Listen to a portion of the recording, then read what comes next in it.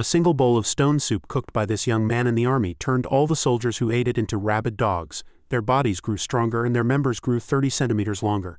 The next moment he was trading blows with a monster. This was because he had awakened an extraordinary chef ability that allowed him to analyze and even cook monsters. To him, any monster was just another ingredient. Now, with the introduction out of the way, let's get right into it. One day, a month before his discharge, the world ended. The entire sky turned red with flames, buildings were destroyed and explosions erupted everywhere. Communication between the base and the outside world was cut off. A panicked soldier reported loudly, "Platoon leader, the internal communication network is down, we're not getting any signal on the radios either."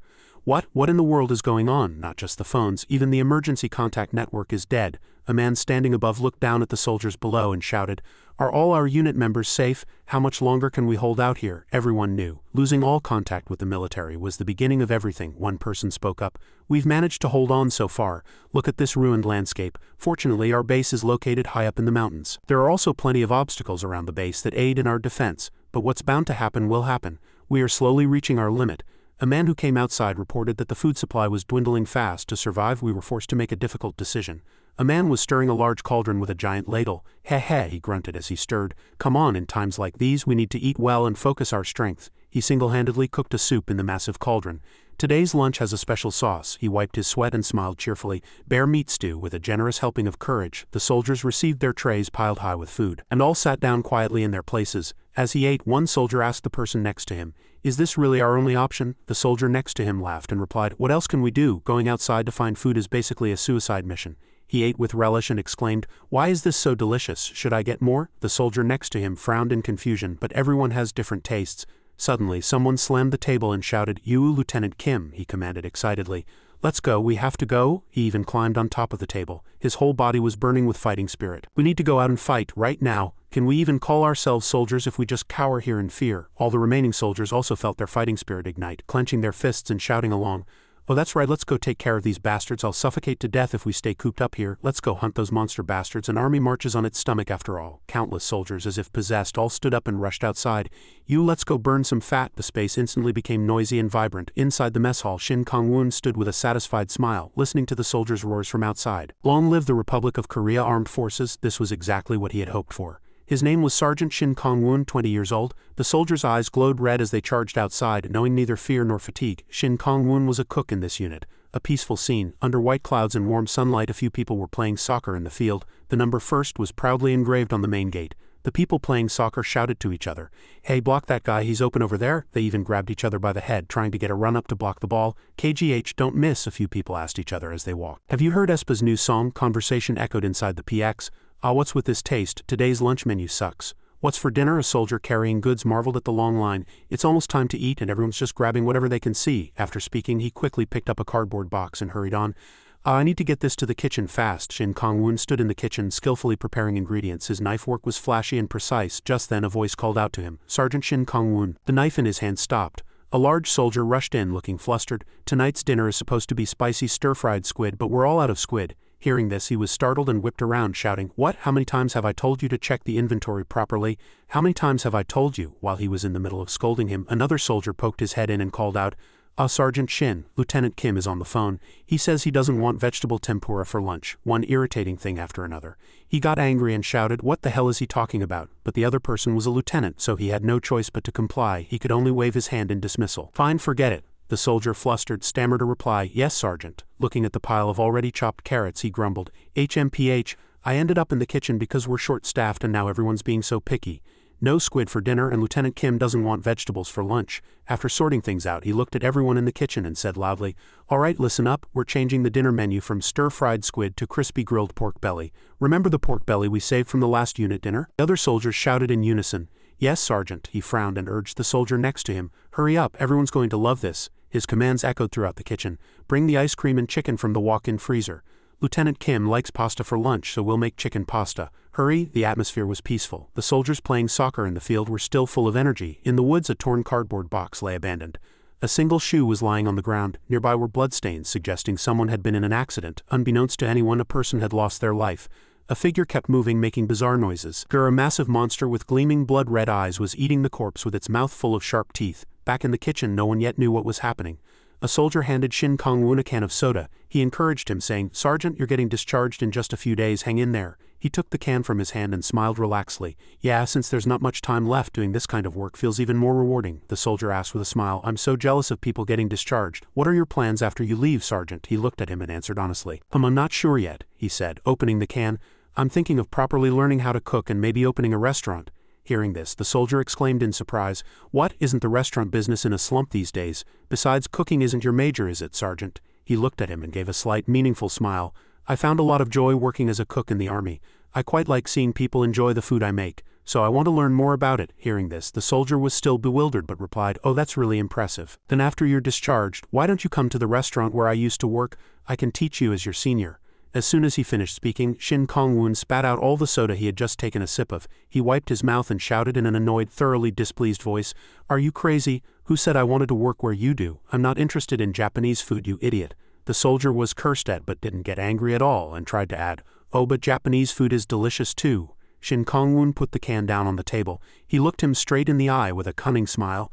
I appreciate the thought, but isn't the hierarchy in the restaurant business even stricter than in the military? I have no desire to be bossed around by you. Having said his piece, he stood up to get back to work. He immediately asserted his authority and ordered the soldier, Enough of that. I just noticed we're out of salt. Go get some from the storeroom. The soldier obediently complied. Understood, in the army, he was his superior. How dare he suggest that he work under him after being discharged? Who would ever accept that? Looking at the other soldiers, he switched back to his prickly mode, pointing and shouting, It's almost mealtime. Finish all the prep now. The other soldiers could only obey with a yes, sir. Though he said that, he was quite bothered by what the soldier had said. He thought to himself, picturing attractive and beautiful dishes. Japanese food, huh? I really don't like the idea of being his junior, but maybe learning at a different style of restaurant wouldn't be so bad. All sorts of delicious dishes came to his mind. He crossed his arms and chuckled to himself. But the pinnacle of cuisine is, of course, Western food. Suddenly, a scream echoed throughout the kitchen. Arg! Startled, he looked in that direction. His face darkened with confusion. Was that Wunai's voice? He rushed to the storeroom. What's wrong? He carefully opened the door and peeked inside. He couldn't see him. He called out quietly. Wunai! He failed to notice the dark figure in the corner of the room. His eyes widened in terror.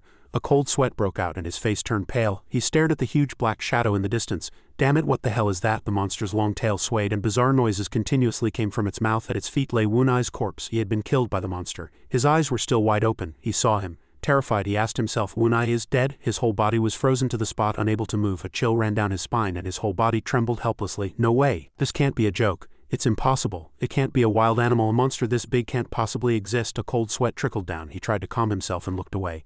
Right, but it's not impossible. But why Wunai? The blood spatter is still there. This is definitely real. His jaw dropped, the hair on his head stood on end and he was rooted to the spot, unable to look away. Damn it, this isn't a dream, it's real. The blood pooled on the floor and the beast's horrific cries. Just then, a few other soldiers came running. Sergeant Shin, he quickly raised a hand to stop them. First, I need to get everyone out of here. Shin Kong-woon gestured for them to leave quietly. The soldiers looked at him confused. He said quietly, Get down and get out quickly. A soldier, unaware of the situation, opened the door and asked, Sergeant Shin, what's going on? Without even seeing the monster there, he casually walked straight into the storeroom holding a cardboard box. The monster immediately noticed the unfamiliar object. Its two eyes glowed red as it charged toward the newly entered soldier. The soldier finally saw the monster and screamed in terror. Arg! Shin Kong-woon quickly jumped in. You fool, run. He hastily picked up a large knife from the floor and threw it at the monster with all his might. Eat this, you damn monster bastard. But the knife bounced off the monster's body, not even leaving a scratch. The knife hit the wall hard and fell to the floor. The monster swatted the soldier away with its tail. He slammed into the wall, crying out in pain. Ah! The monster, with 4 legs and 1 tail, was as big as the storeroom itself. He gaped in astonishment. What is this? It had no effect. The monster bared its sharp teeth and roared at the sky, then charged toward where he stood in the blink of an eye. When it opened its mouth, a snake-like tongue flickered out. Seeing the monster charging fiercely, he was terrified and desperately looked for a way to escape. Damn it, damn it, damn it. He thought of crawling under the table. Still in shock, he couldn't believe his eyes. How can a monster like this exist in real life? The monster failed to bite him and crashed straight into the wall behind him, cracking it. But the monster was completely unharmed and whipped around to attack again. The other soldiers clutched their heads and screamed in terror. Sergeant, what in the world is that thing? Lying flat on the floor, Shin Kong-woon shouted back. How should I know? The monster's foot slammed down hard, sending the table flying with his cover gone. He crawled on the floor and yelled, Damn it! As the monster's forelegs swung down, his whole body froze. He gaped, not knowing what to do. A soldier who had scooped up a ladle full of oil shouted, Sergeant Shin. He threw the ladle full of hot oil at the monster. Get down! Shin Kong-woon gaped in shock at the sight. The monster's face was doused in oil and burned black. The soldier wondered if it would be effective. He quickly scooped up another ladle of oil. Seeing the monster in pain, he shouted excitedly, Yes, it's helpless against hot oil. He quickly poured another ladleful. Eat this and die, he yelled. Watching this, Shin Kong-woon quickly took note. so no matter how tough its hide is, it still gets burned by oil. I have to tell the people outside what's happened," he called out to the cook. He whipped his head around and replied, "Yes, Sergeant," but in that exact moment something gray flashed by. The monster had used its tail to send the cook flying. The large, powerful tail struck him in the face. It was so fast and dangerous that he himself didn't fully comprehend what had just happened. The poor cook was killed instantly by the monster. He turned pale with fear.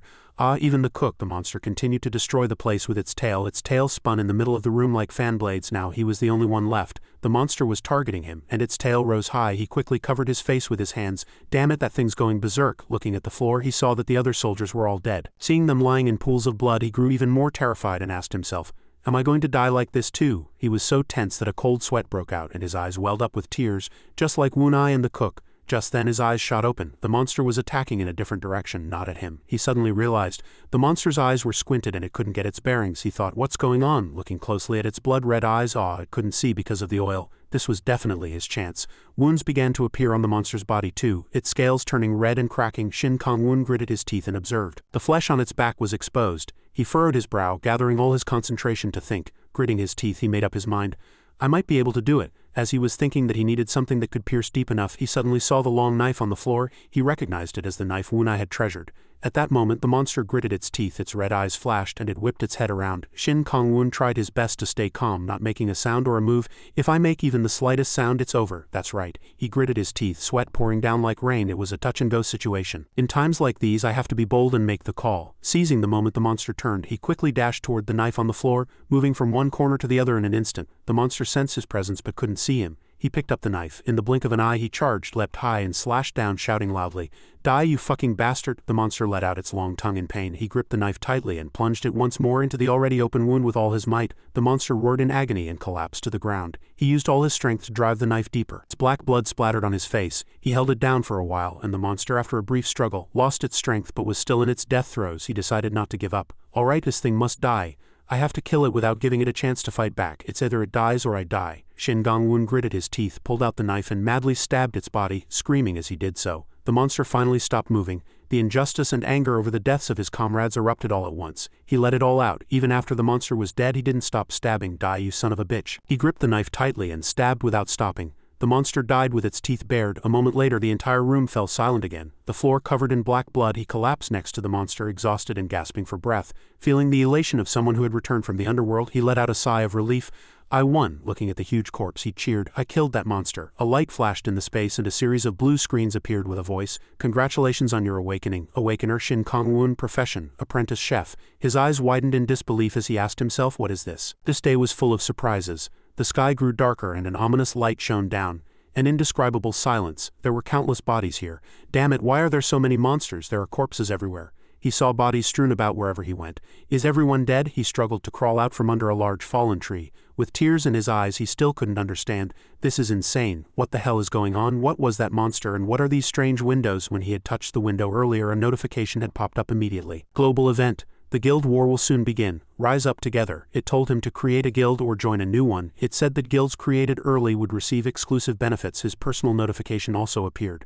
Currently not affiliated with any guild. He frowned, staring intently at the screen floating in the air. He was in a state of extreme confusion. What is this hologram? It's like a system window in a game, he thought to himself. Is someone playing a prank on me? His hand, out of curiosity, pressed it. Suddenly a light flashed and another notification appeared. Global event, capture the flag has begun. Every time he pressed it, a notification popped up. He was alone in this forest, trying to see if there was anyone else around. After reading the notifications he had just seen, he was even more confused. Guild war, capture the flag. His head felt like it was about to explode. He gritted his teeth and thought, I don't understand anything. I don't have time to worry about this useless stuff. I need to get out of here first. But everywhere he went there were only corpses. He tried to find survivors. It would be safer with more people. He held the long knife tightly in his hand and didn't let go. It was his only weapon for self-defense. He hid behind a large tree. He cautiously looked around and thought, I have to survive somehow. Let's check the surrounding area. Even if I don't find anything, it was quiet here with no sounds. Suddenly a gunshot rang out. Shin Kong-woon hid behind a wall and peeked his head out. Where's that gunshot coming from? The armory? He got closer and closer. Thinking of the huge monster from before, he had a suspicion. Maybe the people who couldn't fight this monster threw away their guns and fled to the armory. Thinking this, his heart felt a little lighter. There was still hope. Just then, the same monster as before appeared abruptly behind him. It was huge and stared at him intently with its two red eyes. Seeing it, he was startled and shouted, What the? Where did you come from? He worried inwardly. I don't have any oil right now. Suddenly, a light flashed in the air again. A system notification popped up. Skill God's Eye has been activated. The more he read, the less he understood. The monster got closer and closer and he screamed, "What is this?" The screen displayed ingredient analysis complete. Apprentice chef's culinary secret. Obtained the method for butchering a tickseed. The tickseed's joints are very flexible and soft, allowing for easy movement. Therefore it is an ingredient that can be handled without difficulty by someone with even a little knowledge. First, you must block the blood vessels and drain the blood from the body. The left armpit area close to the heart can be easily incised, making it convenient to drain blood from the blood vessels near the heart. Shin Kong-woon read with wide, dazed eyes. What is this? A method for butchering a monster is popping into my head. Just then, the monster roared once more as if impatient. It could no longer hold back and looked ready to devour him at any moment. In this narrow alley it approached step by step. He was startled and terrified. Oh, it's coming. He gripped his knife tightly and asked himself if he could really do what he had imagined. He was still lost in thought. But is such a method really possible? In the meantime, the monster charged again. He had no choice.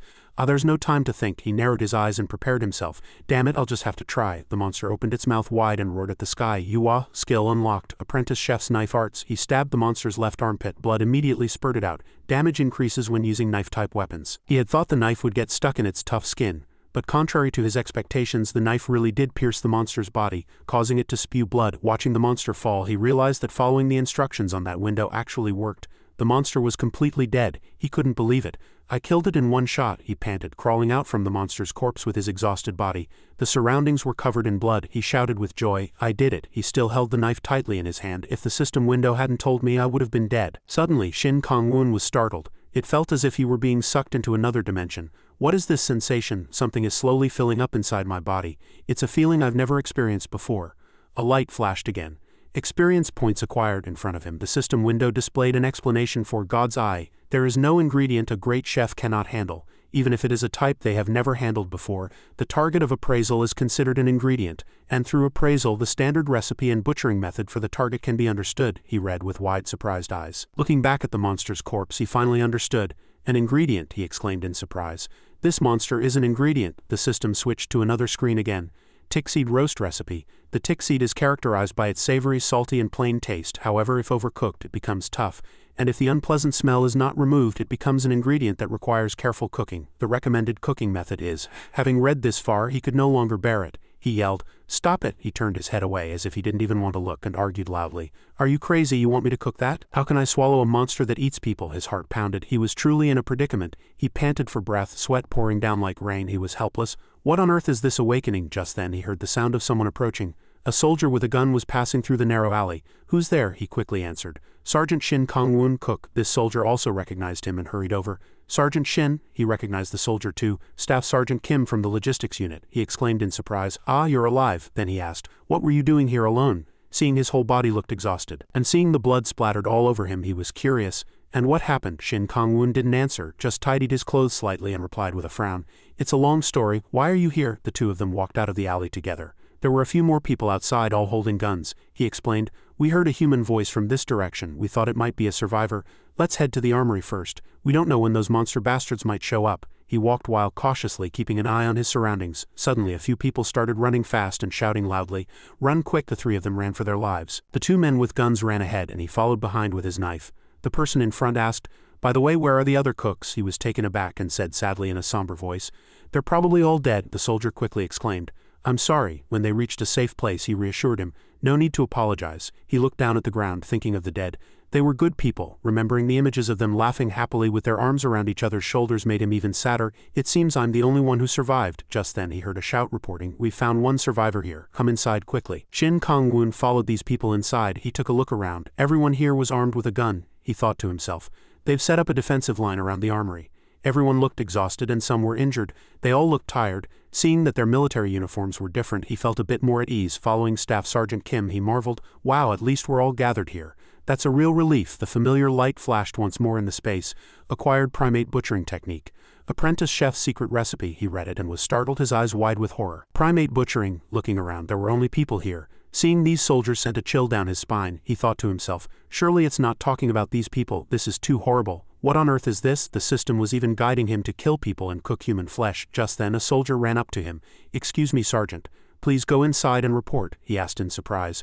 Report? He didn't seem to have anything unusual. He guessed that other people couldn't see this window. The person over there told him. "Yes, Lieutenant Kim is in command here." the senior officers of each unit are in a meeting. Upon hearing that you were alive, Sergeant Shin, he immediately summoned you. Hearing that, he immediately followed him inside.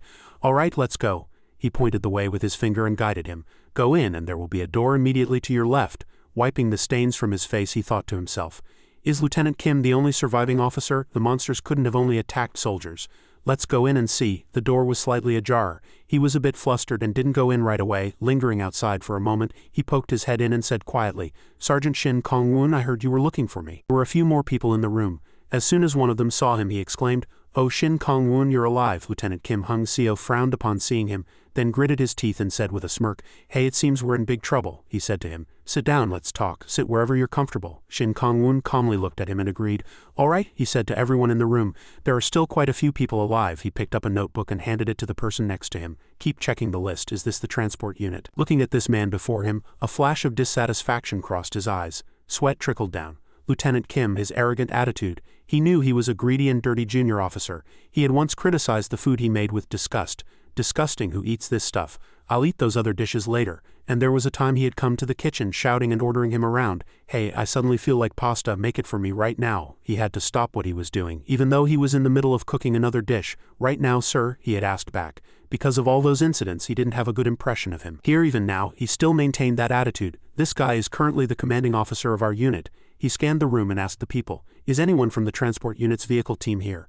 Wasn't it squad leader Jun Ki? A person sitting nearby turned his head and answered, Ah yes, Sergeant Kim Jun Ki is dead. Oh no, he's gone to a better place. Kim Hung-seo was surprised to hear that and asked back, the transport unit squad leader? The faces of all the others darkened and they remained silent, unable to say anything. Everyone looked a little sad. Shin Kong-woon observed them all. About half of these guys don't deserve to be here. Suddenly a person stepped forward and volunteered. Sergeant Park is mentally unstable right now, so I came in his place. Kim Hung-seo leaned forward and looked at the person who had just spoken. What? He saw the calm expressions of the people sitting seriously.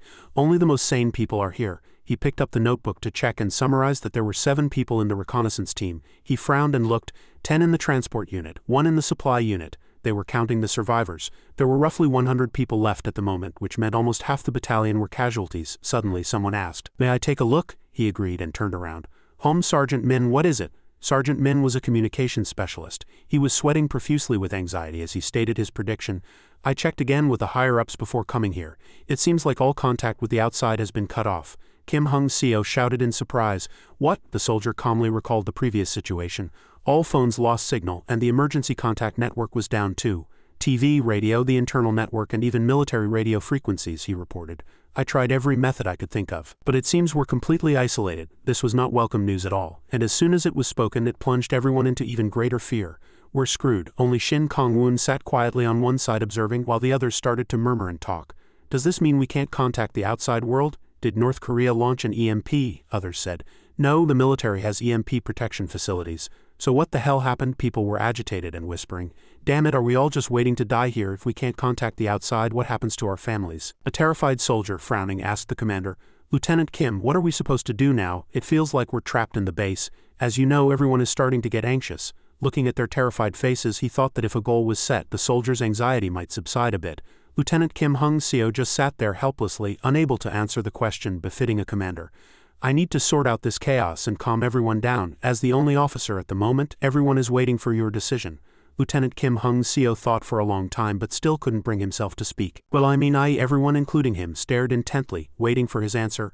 A soldier, unable to bear the suspense, shouted, What's going on? If even you don't know what to do, what are we supposed to do? Hearing this, he grew even angrier, narrowing his eyes and glaring at the person, cursing inwardly. This crazy bastard. He stood up and spread his arms, he said, pretending to know what he was doing. Let's just give it a try. It's dangerous, but it's necessary. Let's pick some volunteers and proceed, everyone asked back in surprise. Volunteers? Shin Kong-woon was not pleased with this answer at all. He thought to himself, does that bastard still want to do things that way? Looking at the shameless face so unbecoming of a commander, he asked himself, does he want to give up his position as commander? If he makes the wrong choice at a time like this, he'll have to face the consequences. He's trying to evade responsibility by saying we need orders from above. He knew it wasn't easy either. It was a really difficult situation, but this was not the attitude a commander should have. He was furious but could do nothing, so he just gritted his teeth. Lieutenant Kim, I was a real fool to have expected anything from you. He raised his hand, unaware of his place, looked around and said, does anyone disagree? Does anyone have a better idea? He continued. If not, let's pick a few volunteers. A few people mumbled. Oh well, it doesn't seem like there's any other way. Hearing that, Kim Hung-seo was very satisfied. Alright, then I'll take it that everyone agrees. But one person who could no longer bear to listen shouted, "Is that something a lieutenant should be saying in a situation like this?" Other people hurriedly tried to stop him. Hey, calm down, there must be a way." Seeing this chaotic scene, he couldn't help but clutch his head. He understood now. He couldn't expect anything from commanders like these. Kim Hung-seo suppressed his anger and remained silent. He gripped his chair tightly and said loudly, "You said all contact was lost, right?" He made a suggestion. "Then how about we pick a few people and send them to a higher-ranking unit to try and make contact? Whatever we do, we need to receive orders from above, don't we?" Everyone's eyes widened in surprise again as they stared at him. Shin Kong-woon could no longer remain silent and said in a cold voice, "Isn't that too dangerous?" The others looked at him in surprise. Regardless of what they thought, he continued, "We are on a high mountain at an altitude of 1,400 meters. And even if we drive out, it will take a very long time. It takes 2 hours to get to the higher-ranking unit. What if a monster attacks during that time?" Hearing his words, a few people also agreed and said to each other, "That's right, it's too far. We'd be better off staying here." Kim Hung-seo didn't dare look at him and flustered looked away. "The remaining troops will be stationed at the base until contact with the higher-ups is established." Sergeant Min quietly glanced at him out of the corner of his eye. His expression was the same as Shin Kong-woon's. The sky was getting darker and they started to change the subject. "Check the base's situation." Shin Kong-woon said, "How much food do we have left?" He stood up and reported, "We have about 5 days' worth of basic food and 6 weeks' worth of emergency rations. Considering what's left in the storeroom and with the reduced number of personnel, we should be able to last for about 2 months. Hearing that, Kim Hung-seo looked at someone else and asked, "What about ammunition?" The person in charge reported, "We used up all the training ammunition last week. So now we only have live rounds in the reserve storeroom. It's not a small amount, but if there's no resupply," thinking about the piled-up ammunition, his voice trembled with anxiety. "After all, our opponents are monsters." After that, there was a lot of discussion about how to deal with the remaining monsters inside the base. Kim Hung-seo tried to control everything regarding the power and water supply, but everything he did solved nothing, so Shin Kong-woon was still not satisfied. In the end, the goal was still to wait for contact from the higher-ups. But the fortunate thing was that the soldiers seemed to have calmed down. One person recorded everything. "Alright, that should be enough for now." He was about to end the meeting right there and tell the other teams. Shin Kong-woon's jaw dropped in disbelief. "The meeting is ending just like this? We haven't even talked about the most important thing yet." So Shin Kong-woon stood up once more, looked at everyone and raised a question. "Shouldn't we be discussing the awakening?" Everyone was puzzled. Kim Hung-seo asked back in surprise, "Awakening, Sergeant Shin, what are you talking about?" So he reminded them once more. "Didn't you say you hunted monsters?" One person, sweating nervously, said as if he couldn't understand. "That's right, we hunted them with guns." "What's your point?" No one understood what he was talking about. Only now did he realize he was different. "What's with this reaction? Am I the only one who has awakened here?" He drew the knife from his waist. The knife was still stained with blood. He held the knife forward. "I have something to show you." The others, terrified, moved away from him. "Hey, why are you pulling out a knife? What are you trying to do?" The knife gleamed sharply. As he approached the desk, the others moved further and further away. It was clear everyone was on guard. His words just now and his actions now were not normal in their eyes at all, but he couldn't help it. "I can say whatever I want, but I'll just look like a madman. I killed that monster. This is just an ordinary desk." He took a deep breath. He calmed himself down. "Just think of it as slicing vegetables." Shin Kong-woon resolutely slashed the top of the desk several times. His handling of the knife was skillful, his attitude serious. He replicated the exact movements he had used when killing the monster. When he stopped, the desk looked perfectly fine. But in the blink of an eye, it split apart right along the lines he had cut. The entire room was filled with shock. Everyone's jaw dropped in amazement. "Wow," a few people let out exclamations of admiration. "That's crazy, how did he do that?" The desk was cut like it was paper. A notification popped up in the system. "Talent, Apprentice Chef's Knife Arts." He had proven his point. He raised the knife and said to them, "After killing the monster that invaded the kitchen, I awakened and gained this ability." Kim Hung-seo shouted in disbelief, "What, you killed a monster and awakened?" He fully understood their astonishment and firmly reassured them. "That's right, it was hard for me to believe at first too, but didn't I prove it with my actions? You all saw it with your own 2 eyes, didn't you? I don't know how you lived before, but in a situation like this, it wouldn't be strange to die at any moment. Don't know when the ammunition and food will run out or how many monsters there are." He gripped the knife in his hand tightly. It was the weapon that had helped him survive. "There are 7 days left until my discharge, and I'm about to die here." This thought angered him, and his fighting spirit flared up again. "No, I will live. I'm going to get out of here and open my own restaurant. To live, I have to feed this entire battalion." He couldn't be swayed by their ridiculous plans. He had to speak up. "In that case, our top priority from now on is for me to help you all awaken this entire battalion." Just then, a loud noise from outside interrupted everything. A person rushed in and reported, "We have a big problem. The monster bastards are coming this way." Kim Hung-seo looked outside and shouted, "What? How many are there?" The soldier who reported said, "At least 5, but we're not sure yet." They showed up again just as we were finishing the meeting. The entire room instantly became chaotic. Hurry, move, everyone back to your positions and prepare for battle, the people who heard the command shouted in unison. Understood. He too hurriedly gritted his teeth and ran outside. Damn it, why do they keep coming here? Outside, the soldiers had no choice but to fire their guns repeatedly. Fire! Numerous bullets lodged in the monsters' bodies. Fortunately, the creatures had just arrived where the people were. The soldiers, while shooting, said to each other, "It took almost a whole magazine to kill one of those things." A soldier shouted back, "Conserve your ammo, aim as best you can." The monsters were even climbing up from outside the fence. Seeing the creatures bleeding and getting shot, he felt a little bit of hope. At least we can injure them, but this isn't the way, wasting 20 to 30 rounds per monster. If just 10 monsters attack today, we'll run out of ammo. Thinking of the limited armory, they thought, we can hold on for now, but without resupply, we'll die soon. After a round of gunfire, all the monsters were dead. A refreshing cheer erupted. It's over, it's over. All right, establish a defensive line and check for casualties. Each team leader confirm your numbers and report. Looking at the corpses scattered on the ground, he knew that 2 people had been sacrificed today. A loud, dissatisfied curse was heard. Damn it, Shin Kong-woon approached and asked, what do we do with those bodies? A soldier told him. There's a cemetery we made behind the base. Most will be put in body bags and cremated. A person came over and urged the soldiers, hurry up, move the bodies quickly. Yes, team leader. He stood there, sweating nervously, unable to say a word, just watching. And so the battle with the monsters ended. The things that had been discussed in the meeting began to be put into action. Kim Hung-seo looked at a few people and asked, are you both sure about moving the troops? As you know, we first need to send a request for support to the higher-ups and wait for contact. A confident-looking person replied, yes, I know a place where we can station the troops. We have enough fuel too. We don't need to get into a power struggle with any monsters, he added. There's also a warehouse to store ammunition. Hearing that, Lieutenant Kim looked very pleased. Good, very good. Then I'll provide cover until you can lead the next troops out. Listening to their plan, a different calculation was running through his mind. Now we need to discuss how to increase the number of awakeners. The others looked at each other, puzzled. Why can't we awaken? I definitely killed a monster. Hearing their question, he spoke up. It's probably because you killed it with a gun. Provoked by Shin Kong-woon's words, a reconnaissance sergeant turned his back in surprise and asked, what, don't use a gun? Everyone was shocked and incredulous. That huge monster. Surely he didn't kill it himself? The soldiers had always shot with guns, but because they shot from a distance, the monsters couldn't get close. Hearing their stories, he realized that was the only difference. I think so too. Shin Kong-woon calmly looked at the people and explained, when you kill them, it seems you have to be close to absorb their energy. I wonder if that's the case. Everyone gathered around him and listened intently. The monster releases energy when it dies, and to absorb that energy you have to get close. Is that really how it works? Kim Hung-seo was also listening, but he seemed frightened by the thought, frowning in displeasure as he thought, does that mean we have to face the monsters directly? The people surrounding him asked.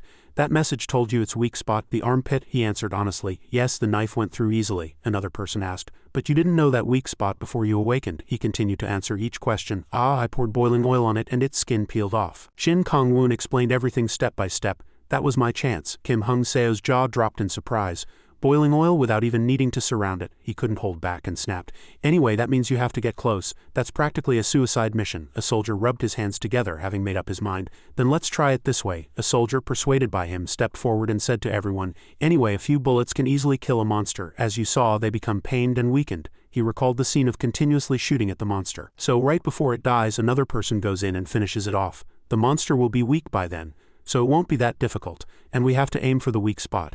Kim Hung-seo stroked his chin and thought, then we'll need bayonets to finish them off. We might have to form an additional maintenance team to sharpen the bayonets with a grinder. Another soldier raised his gun and agreed, yes, a bayonet will be safer than a dagger since it has a wider cutting range. Hearing his words, he too had to admit it was a clever strategy. Tae-jun is a scout, so he might be weak in actual combat, but his strategic thinking is excellent. As he was thinking that, he suddenly pulled on his sleeve. He said with a cheerful laugh, then Tae-jun will take care of this side. We're going to eat, he shouted in surprise. What, in a situation like this, he replied with a relaxed smile. It's precisely in times like these that we need to eat more. Looking at the people working, he said, I don't know what to do now, I'm starving to death. Tae-jun weakly objected. No, I don't think so. He looked at Kim Hung-seo and Tae-jun and suggested, mealtime has passed, I will now prepare dinner. Commander, please give me your permission. He agreed immediately. All right, you need to eat to fight. I'll assign 2 soldiers to you. Shin Kong-woon replied with satisfaction, yes, thank you. Then we will eat dinner at the 7 o'clock shift change. Before that, we need to inform the soldiers about the awakening. The people shouted in unison, yes, Lieutenant.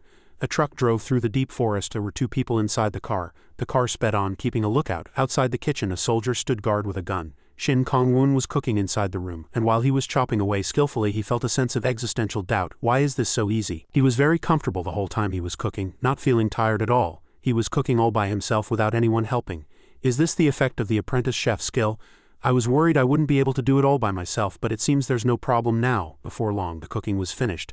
"The apprentice chef's crispy grilled pork belly is complete. Your chef's stats have increased due to your excellent temperature control. The chef's sincerity has risen to the medium stage, slightly increasing your cooking stats. Today, the food emitted a strange light. Eating the apprentice chef's crispy grilled pork belly will increase your health and agility for a certain period of time." After reading it all, his eyes widened in surprise. "Does eating this food increase your stats for a certain period of time? But I don't know if it increases strength and agility. You can add the special sauce skill." He looked at the notification on the system window with surprised eyes. The more he read, the more confused he became. Special sauce. His hand suddenly glowed brightly, and he felt a strange energy. He couldn't believe his own eyes and guessed in bewilderment.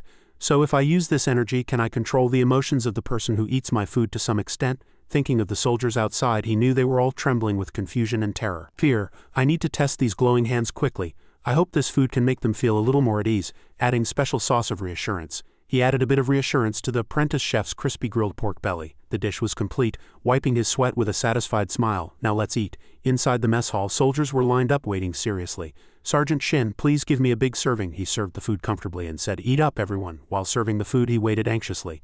Would it be effective? A few people who were eating with relish narrowed their eyes, smiled, and praised, "Wow, this is really delicious." One person even asked, "Did you make all of this by yourself, Sergeant Shin?" He just watched everyone's expressions carefully. He knew this wasn't going to make their forearms thicker or give them abs. You can't tell if it's effective without seeing it. Looking at the soldiers in front of him, he asked himself if this was a useless skill. Suddenly, a soldier excitedly gave him a thumbs up. "Sergeant Shin, that was a great meal." A few people gathered around him and spoke excitedly. "My mind was sensitive and weak because of the monsters, but now that my stomach is full, I feel a bit better." Others chimed in. "Me too, I feel full of energy. Can I have some more?" Shin Kongwun's eyes twinkled with interest. "Of course, as much as you want." He thought it seemed to be effective. Looking at the meat in the pot, he thought that although he didn't know about the stats part, the whole mess hall had become much more lively and cheerful. Seeing how it calmed their minds like this, it seemed like a good ability. Suddenly, the whole room shook and the soldiers immediately went on alert. As the building shook violently, Shin Kongwun gritted his teeth and looked at the ceiling in fear. "Damn it again!" He ran towards the emergency exit. "Those bastards won't let me rest." It was pitch black outside and people were running out of the building shouting loudly. "Over there by the barracks." Shin Kongwun also ran out after them, grinding his teeth. "The gunshots have stopped. Is everyone okay?" The soldiers were all standing with guns in their hands, pointing and talking to each other. He asked a few people standing there, "What's going on? I just got back from eating." A soldier turned around and stammered, "Well." Suddenly he looked ahead and seeing a familiar face in the crowd was surprised and called out to Tae-jun loudly. He also turned around when he saw him. "You're here too." Everyone he knew was there. "You guys were here too." Staff Sergeant Min, "What in the world is going on?" Staff Sergeant Min frowned and answered in a tense voice, "We found a monster and chased it here. It's just like you said, we need to awaken quickly too." Then he pointed forward. "Those two are ready." The monster was lying on the ground motionless. He asked, "Is it still alive?" Tae-jun replied, "Yes." He locked the trigger. Staff Sergeant Min stepped forward first. "Now I will stab it," but he stopped them. "Let's have the people from the meeting awaken first." Tae-jun asked in surprise. "Why?" He explained. "Those guys who were just complaining. They won't understand if you tell them they can only awaken by approaching the monster without a gun." He told the two his idea. "I think it would be better if we awaken first to prove it's not dangerous." Tae-jun rubbed his chin, lost in thought, and finally agreed. "Yes, but we can't do the entire unit at once," Shin Kong-won asserted. "That's right. So let's start with the senior non-commissioned officers." As he pulled the bloody bayonet from the monster's body, a round of applause erupted. A light flashed in the space. "Congratulations on your awakening." A system notification window popped up. "Awakener, Imra." He was finally seeing this screen for himself. He shouted in surprise, "What is this? It was real?" The others started to get curious. "What do you see in front of you? Did you really awaken?" Only Shin Kong-won knew what was happening and asked with a smile, "Hey, did a system window pop up?" He couldn't hold back his smile, and feeling the power in his hands exclaimed triumphantly, "Wow, this feeling is amazing." "You were right. I can feel a strange energy flowing inside my body." He was no less delighted to hear his words. "Oh, so it was a success," he thought to himself in surprise. "I can't believe I can confirm it directly like this." The others couldn't see the system window, but seeing the energy sphere in Staff Sergeant Min's hands, they all exclaimed in admiration, "Wow, look at that brilliant light in my hands. This is amazing, I can't believe it." "You don't believe me?" He excitedly ran up to him and asked, "What's your profession?" He held up his two hands which were crackling with electricity and showed him. "I am a novice mage with an affinity for electricity," he explained. "My skill is called Thunder." He was so happy that he forgot everything. He even asked, "Are there any other mages?" He had to remind him. "Hey, you're the first one to awaken, don't you remember?" Only then did he realize. He and all of them came to a conclusion.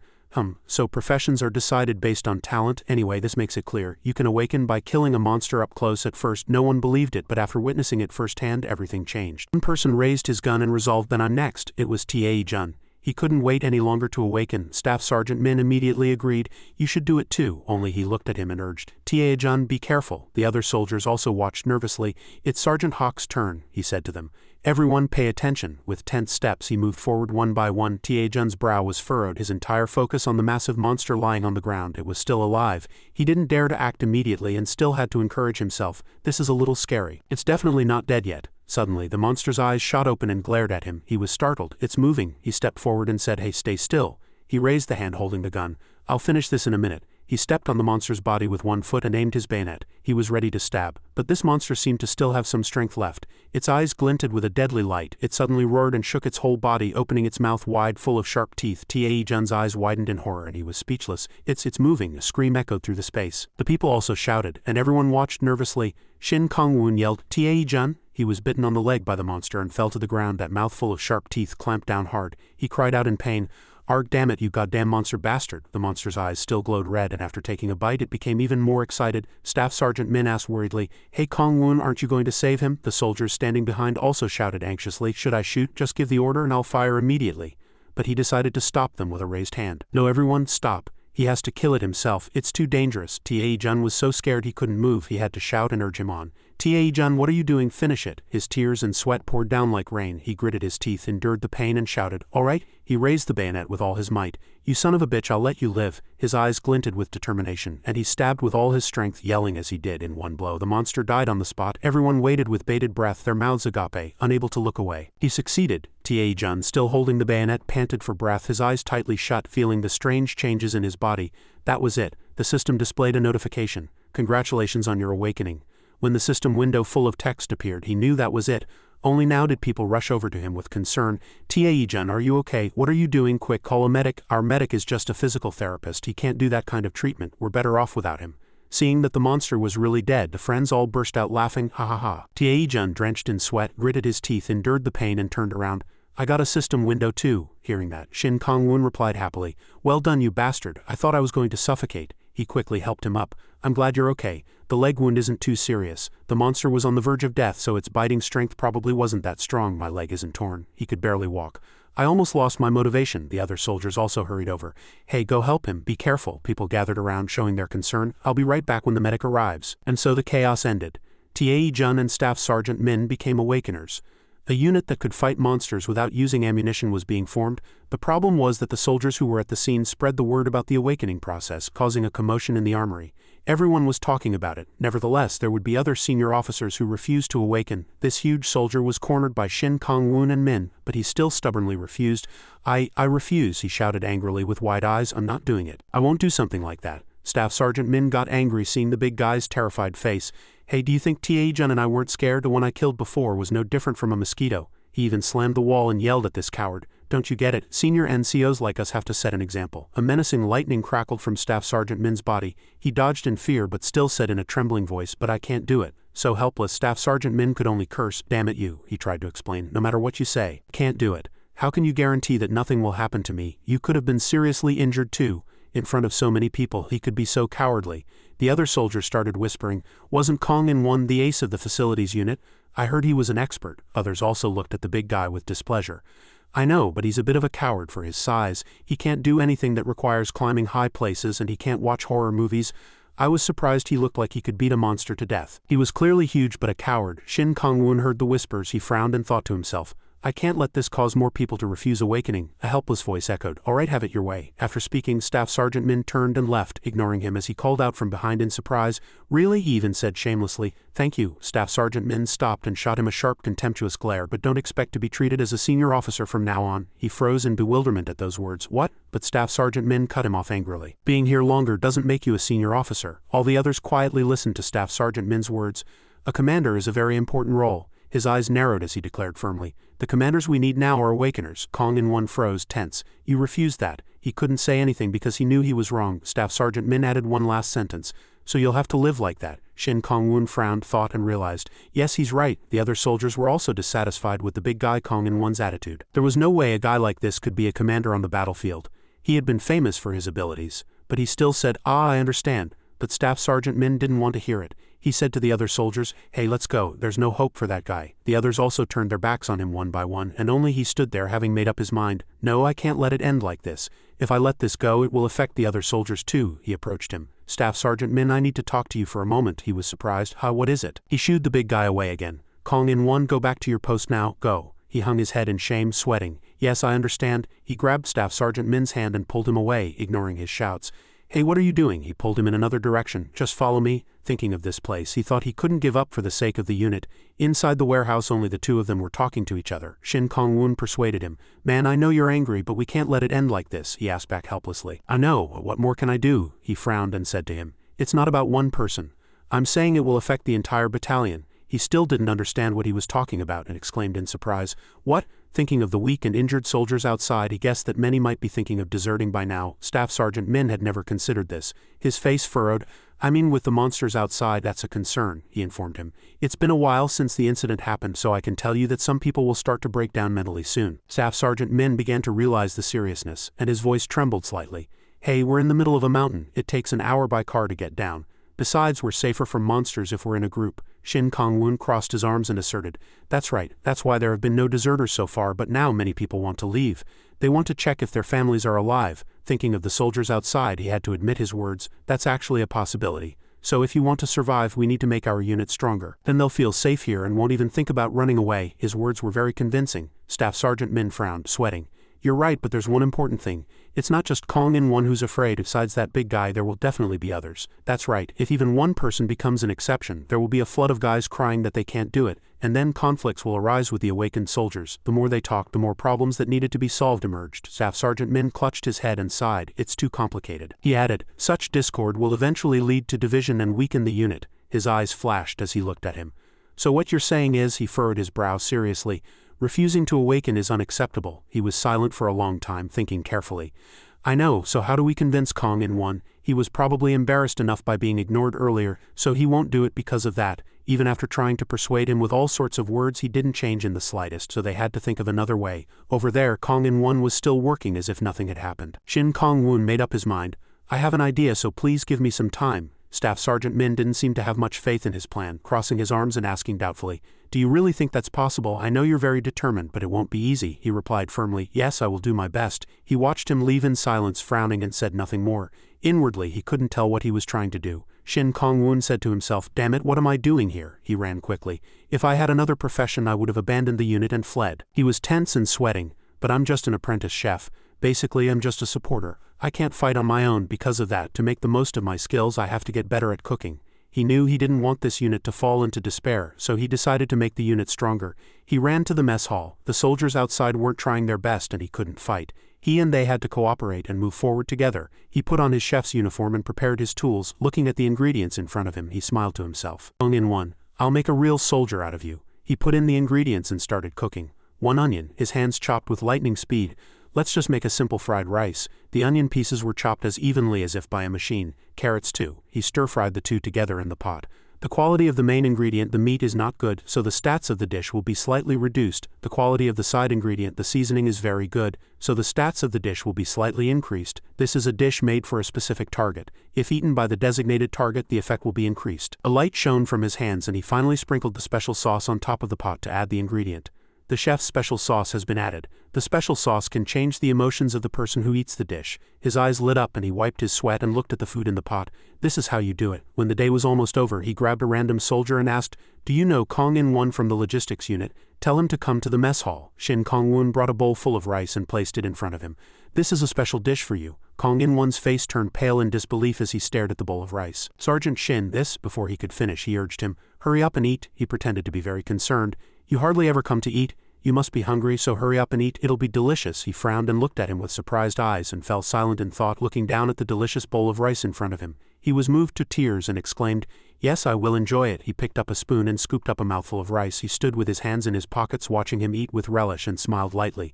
Apprentice chef's courageous chicken fried rice, the strength and courage to overcome fear. "I made it with all my might," he praised as he ate. "This is really delicious, Sergeant Shin." He smiled and said, "There's still plenty, have some more." He stood and waited patiently. He thought to himself, "We can talk more when his stomach is full." He called out, "Sergeant Shin," he shouted. "Yes," he said in embarrassment. "I'm sorry, there were only 2 people in the room." Kong in one's voice echoed, "I'm sorry, I was just scared." He silently sat sat across from him and only drank water. He frowned. He confessed, "I've been like that since I was a child. I was always taught to act like a man." He listened to his words and just nodded silently. He put down the water cup and continued, "I heard that exercising would build my confidence, so I exercised and learned martial arts, but nothing changed." Shin Kong-woon finally understood and smiled lightly to himself, thinking, so that's why he was giving up like that. He comforted him. "Ah, so you must have had a hard time because of yourself." Tears welled up in Kong-in-one's eyes. He looked down and said to himself, "I didn't want to be a burden to others, so I didn't shy away from hard work."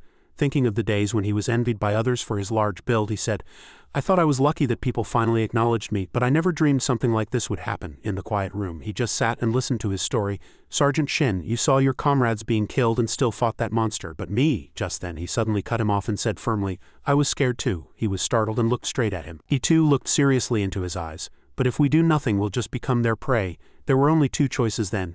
Either that thing dies or I die. Thinking of the big terrifying monster, he said to him, "So in my case I was able to find courage because they killed my comrades. Looking back on what I did in that short time, I think my survival instinct made me move." No one taught him what he did that day.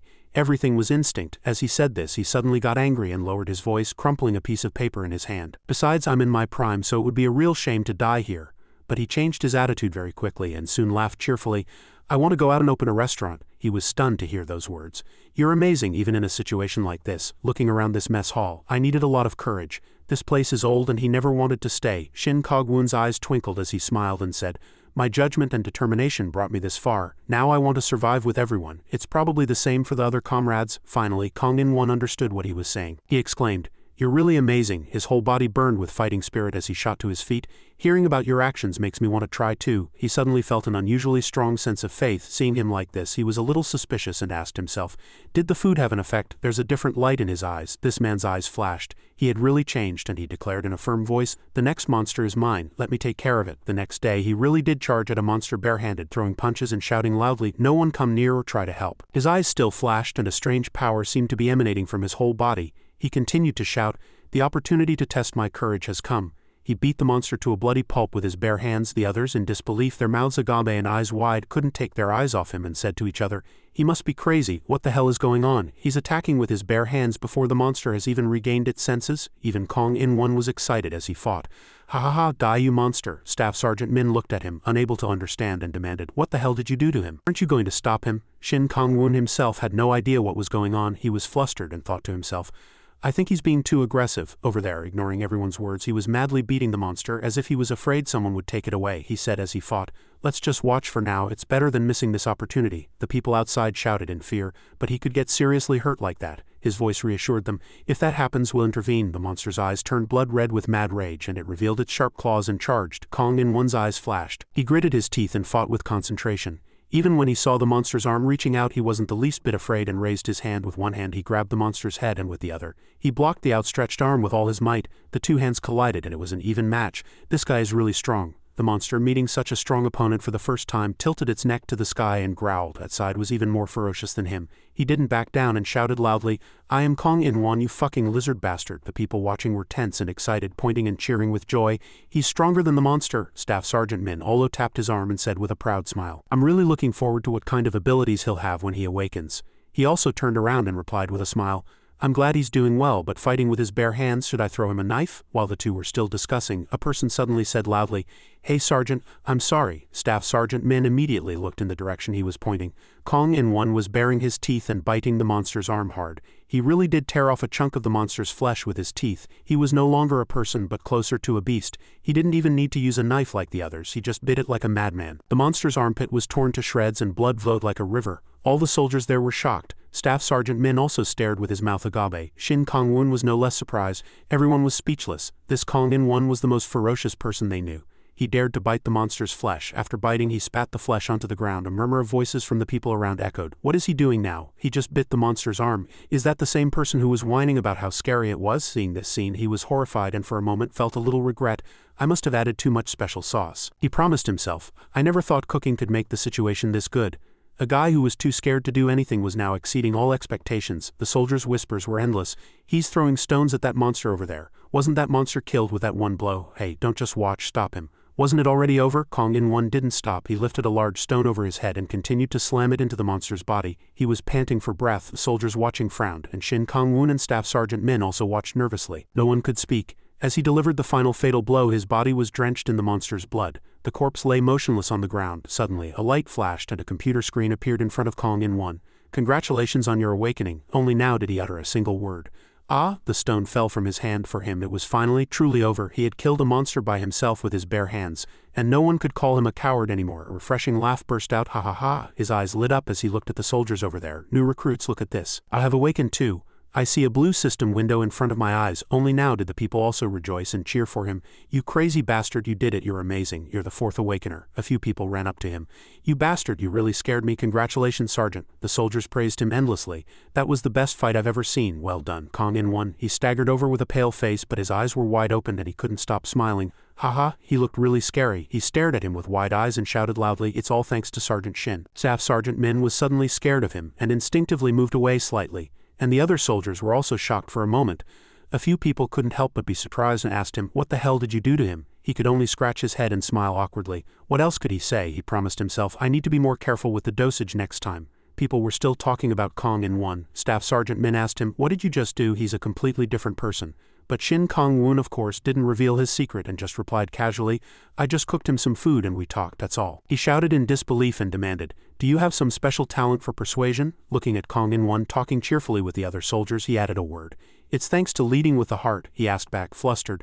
"So if you just talk, everything works out?" Shin Kong-woon gave a philosophical answer. "You shouldn't ignore the power of listening." After speaking, he looked at him and smiled cheerfully. He was sweating and at a loss. No way, it can't be that easy. He didn't dare to look him straight in the eye and, looking in another direction, thought to himself, yeah, it doesn't make sense. Everything that happened to Kong in one was thanks to the effect of his skill, but he couldn't reveal that yet. He knew this was different from splitting the desk in two that everyone had seen, even his unimaginably aggressive personality. Seeing today's Kong in one, did he really have a different scary side? He even dared to bite a monster. He guessed, but it might be a temporary change, as proof he was back to normal now, and not as scary as when he was fighting the monster. This ability could be dangerous if used incorrectly, asked Staff Sergeant Min. But this guy is a maniac, so isn't it a bit dangerous to throw away his reason just because he wants to get stronger? He was a little flustered by his question, but it's a matter of survival, so it's a good thing in the end. He smiled and said, "Yes, but look at the people talking cheerfully over there. The point is, from now on, you should bring the guys who are going to awaken to me. It's a dangerous business, so they need to eat some special food first." As soon as he heard this, Staff Sergeant Min immediately glanced at him and reminded him, "Is that okay? I don't think we have that much food left." Thinking about the food left in the storeroom, most of it was emergency rations. It had to be eaten quickly before it went bad. To avoid wasting even a single one, they had to eat a lot. Now, this guy finally realized it. He made a sound of agreement, "Ah," and with a smile, crossed his arms and admired. "I'm counting the days until I can eat a proper meal." He sweated and worried inwardly. Emergency combat rations don't have a cooking process. Can I use my skills on them? A monster ran like an arrow. Behind it, the sound of people shouting could be heard. "There it goes, over there." Soldiers with guns chased after it, saying to each other, "Lure it that way. Aim at the bastard and shoot, don't miss the chance." They kept firing their guns, but there were always some exceptions. The bullets pierced the monster's body, preventing it from getting close, but overall the awakening process went smoothly. Looking at the monster's corpse lying motionless on the ground, a few people argued with each other in annoyance. "Hey, who just killed it?" another soldier said in a fluster. "I'm sorry." Staff Sergeant Min yelled angrily in his face, "Damn it, another failure." To awaken, they had to injure the monster to a certain extent with guns without killing it, then finish it off with a knife. Watching this scene, Shin Kong-woon sighed in annoyance and looked away. No, it's not going that smoothly. Monsters kept appearing, but the biggest problem was that it was not easy to hold a monster close enough for someone to land the final blow. Looking at the burly soldiers in front of him, he became even more worried. They were strong, but most monsters went berserk right before they died. This made it difficult for them to get close. The awakening had to be done safely. They couldn't slow down. It was a sunny day as usual. The soldiers, as usual, slung their guns and went out to hunt monsters. A sky-piercing shout rang out. "Hey Sergeant, it's over there. Did you really see it?" At least there was someone who was doing it properly. He always stood there quietly watching them. In the bushes, a monster was seriously injured by a gunshot. Seeing the gasping monster, Staff Sergeant Min was delighted and said loudly, "Hey, good job. Now all we need is someone to kill that thing." Some soldiers just stood there or avoided the question when asked. "Who's the next one to awaken?" Shin Kong-woon pointed decisively. "Seo Wook from the transport unit." He heard his words in surprise. "Seo Wook, it's your turn." He quickly stepped forward. "Yes, I understand." Staff Sergeant Min added from behind, "Are you confident? Just aim straight for the armpit." Seo Wook, holding a long, sharp iron rod, stepped forward and answered quite calmly, "I've practiced a lot." People cheered for him. "Seo Wook, you have to succeed." Although he was confident, he seemed a little nervous now that he was about to do it, sweating and his face turning pale. As he decisively stabbed the monster on the ground in one blow, the monster screamed in pain, "Arg!" A person and a beast faced each other. The monster's eyes were bloodshot and wide open. Suddenly a light flashed. Seeing the system window that appeared in front of him, Wook shouted with joy, "Yes, I did it. I see a system window in front of my eyes. My skill is marksman." As soon as they heard about this skill, everyone rejoiced and congratulated him. Staff Sergeant Min smiled with satisfaction and turned to him. "Excellent, you're the fifth one to succeed." Shin Kong-woon still hadn't fully grasped the situation. He asked blankly, "Marksman like a sniper?" Suddenly several screens appeared in front of him, and he was dazed, not understanding anything. What is this?" He had to step back and ask for help. "Sergeant Shin, a strange message has appeared." A light flashed in the space, and with a system notification sound, a message forming a party appeared. The same screen appeared in front of him too. "You have formed a party of 5. This is the minimum number of people." It also appeared in front of Staff Sergeant Min. A few people asked each other in surprise, "A party? What does that mean?" Everyone who had awakened saw it. After reading it all, he asked himself if he no longer understood what these notifications were talking about. He stared intently for a long time, trying to understand everything. As soon as Wook succeeded in awakening, he realized that a similar window had appeared for all 5 awakeners. Kong In-won also saw the Unity achievement. "You have succeeded in forming a party faster than the majority." The same notification screen appeared for Tae-jun, who was in the hospital. "A special reward will be given. Reward 3rd place." They received a growth potion. Everyone murmured and asked loudly, "Kong-woon, what should we do now?" He quickly told them to gather the awakened people first. "Emergency meeting," the shouts echoed quickly. Everyone entered a dim room with only one lamp lit. Staff Sergeant Min sat there, looking at the people in the room. "This is getting more and more like a game." Wook looked at him with a bewildered expression and agreed. "That's right, a party. I think the condition is 5 awakeners." Shin Kong-woon stood in the corner and calculated quietly. "If that notification is correct, I can grow faster with a growth potion." Kong In-won crossed his arms, looked at Staff Sergeant Min, and gave his opinion. "I'm more interested in the phrase 3rd place. If we're 3rd, doesn't that mean there's a 1st and 2nd? Does that mean there are monsters outside our area?" Hearing that, Staff Sergeant Min frowned and gritted his teeth. He didn't know what to say. Finally he spoke. "I think so too. Then what about our families?" Some people started to think about their families in the army and imagined the situation outside. Shin Kong-woon quietly watched them. He knew that each of their minds was filled with thoughts of their families. They might be being swept away by monsters. He couldn't let their morale drop, so he stepped forward and reassured them. "Don't think too badly of it." Staff Sergeant Min was startled and looked up at him. He calmly said to the people, "I'm also worried about the situation outside, but we have to secure our own safety first." Wook was still a little confused. "Yes, but," he cut him off decisively and said loudly, "I don't know for sure, but that means we're ahead of others in this game. So we should prioritize our own safety first. Let's focus on that for now." Staff Sergeant Min was silent for a moment and thought quietly. Finally his eyes lit up and he decided to follow his lead. "Yes, Kong-woon is right, thinking of everyone in this unit. We have to survive to find a way to save our families." Kong In-won no longer objected, and brought up a more realistic topic. "But there are over 100 survivors and only 5 party members. Doesn't that mean only the awakened people are counted?" Staff Sergeant Min also agreed. "That's right, we need more awakeners. But that's difficult." Shin Kong-woon lowered his head and was deep in thought. He wasn't wrong. Thinking of the ordinary soldiers outside, the world had suddenly changed. "If you're not an awakener, are you not even treated as a human?" Suddenly, Staff Sergeant Min looked up and asked the people. "Oh, by the way, you said you're a marksman, right? That must be reflected in your shooting skills. You were famous for that originally." Wook burst out laughing. "Haha, really?" Staff Sergeant Min continued to ask.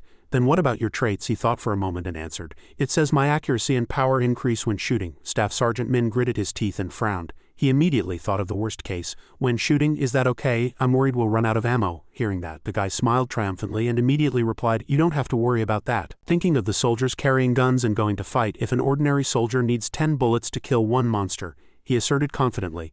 "I only need 2. Shin Kong-woon was excited to hear that. "That would definitely use less ammunition. With his ability, we can take down monsters much more easily." Staff Sergeant Min's face lit up and he patted Wook's shoulder. "Exactly. Then you'll be in charge of stopping the monsters from advancing." He immediately agreed. "Understood." Staff Sergeant Min shouted with excitement. "Wow, that's great news." He was happy inwardly. "Thank heavens I'll be less stressed for a while." Looking at Wook and Kong In-won, he calculated inwardly.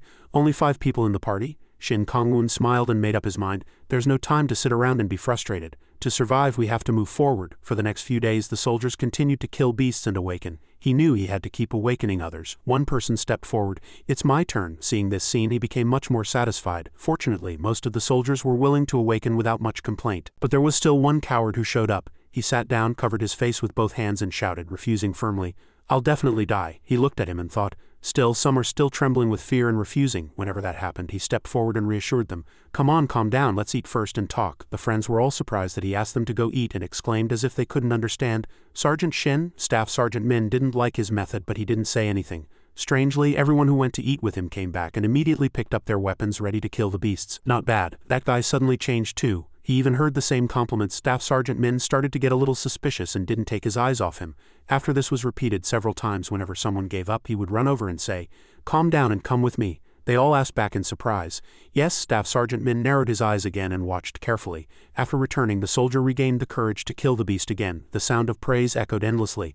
Was that guy always that reckless? Yeah, he's going crazy. He didn't notice that Staff Sergeant Min was watching him with suspicious eyes. Finally, he couldn't stand it and called out loudly, "Hey, Shin Kong-woon, I have something to ask you." He asked back comfortably without any guard. "What do you want to know?" He was surprised even as he approached him. "Why so suddenly?" He frowned, narrowed his eyes, and stared at him, confronting him directly. "You're hiding something. Some kind of ability we know nothing about. After you take a soldier and talk for a moment, they're braver and stronger when they come back." Hearing that, Shin Kong-woon's steps faltered and he sweated and thought to himself in a fluster. "Damn it," he noticed, he explained, a little flustered. "It's just, I had to do it for the unity of the battalion." But he clearly didn't believe it, crossed his arms and asked loudly, "Huh, what does that mean?" He had no choice but to tell the truth, knowing inwardly that he couldn't hide it anymore. When he raised his hand towards Staff Sergeant Min, he was surprised and didn't understand. The two stood there talking, and he revealed all his secrets about the courage-boosting food. When he finished his story, he too was not an unreasonable person. Looking at him, he was inwardly happy. Fortunately, Staff Sergeant Min understands me and is focused on awakening the unit members. So the two of them divided their roles. He managed the soldiers hunting beasts outside, and he made food in the kitchen. When he decided to focus on cooking, the system suddenly displayed a long notification. Shin Kong-woon glanced at it and was surprised. 82 points, what's going on? I thought they only went up when I killed a monster or cooked well. Looking at the numbers displayed on the screen, he thought he could use these, connecting it to what he knew. In a normal game, you use points to buy items in a shop. Maybe there's something like that here. Thinking so, he immediately touched the system screen. Let's see, a point shop. Suddenly a light flashed and a notification opening point shop appeared. Another screen appeared right next to him. As soon as he saw it, Shin Kong-woon exclaimed, "This is it." He was happy inwardly. Yeah, there's not much I can do with just basic abilities, he asked himself, looking at it. Why didn't I think of this before? He touched the screen once. More smaller screens continued to appear around him. He touched the rye bread item. He sweated and was embarrassed. It's mostly just combat items. The only thing I can use is rye bread. When he touched it, nothing appeared. Huh? The system displayed several notifications about the function of this bread. He couldn't help but exclaim, "It looks pretty good, but it's too expensive." He closed his eyes and felt that he couldn't afford them yet. Thinking so, he closed the auxiliary screens. I'll have to look at the shop again later. Skills and traits are more important, so I should test them first. He continued to operate the screen. I'm using special sauce in God's eye. Shin Kong-woon continued to explore without getting tired of it. Recalling the scene of training with the big Kong In Won, he knew there was a skill that allowed him to fight naturally using a dagger. I sparred with Kong In Won and the result was quite satisfactory. Now, his hand holding the knife was so skillful that he could turn it at will in his hand without looking. I've never even thrown a punch, let alone fought. But at least I'm pretty good at this. He looked at the knife in his hand and thought to himself, if this is the apprentice level, what would the skilled level be like? Looking at the words apprentice chef's passion that appeared on the screen, he recalled the time when he grabbed a hot pot like Shin Kong-woon. I got a skill when I accidentally grabbed a hot pot. I can maintain a flame in my hand for about 30 seconds, and if I keep practicing it will be really useful. He smiled with satisfaction. Finally, the most important skill. It's apprentice chef. I've been collecting data since I confessed to Staff Sergeant Min. He had given him feedback like this before. It tastes very good and I feel strangely energetic. My stats on the status window have also increased, he asked back in surprise. Really? He thought to himself.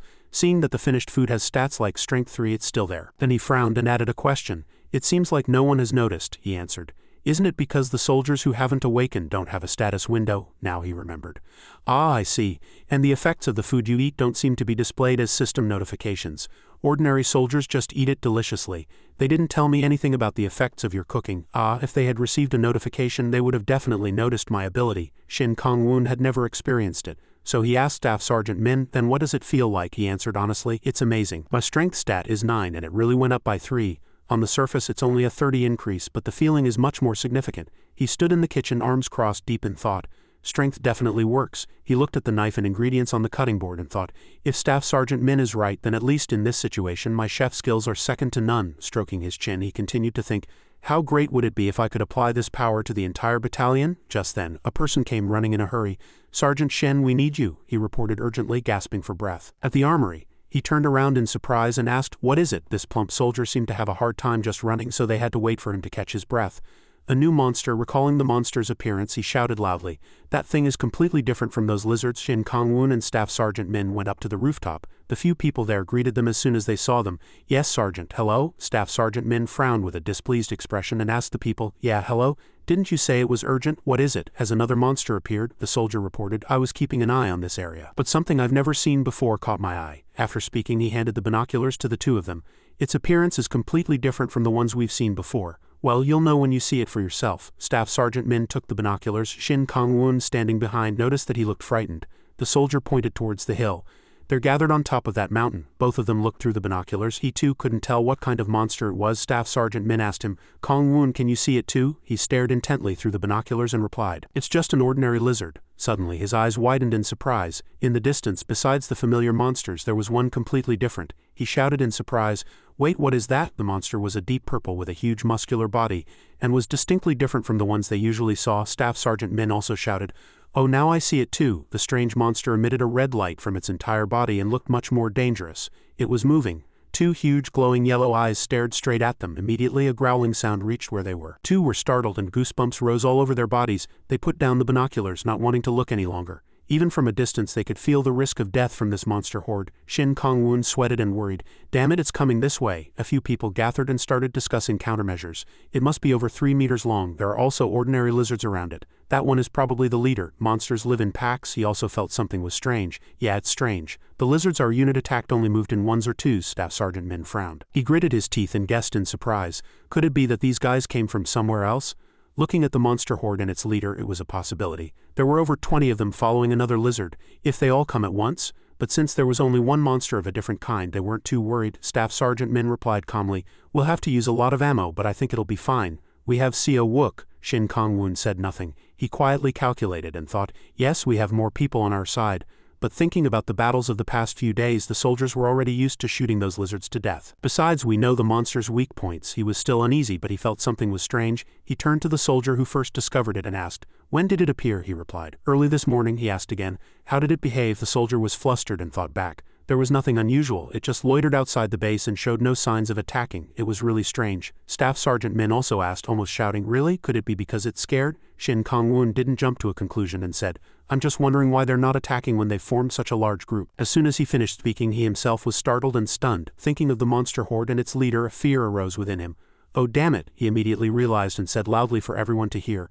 I'm sure of it. They're waiting for an opportunity. Staff Sergeant Min didn't know what he meant and asked back in surprise.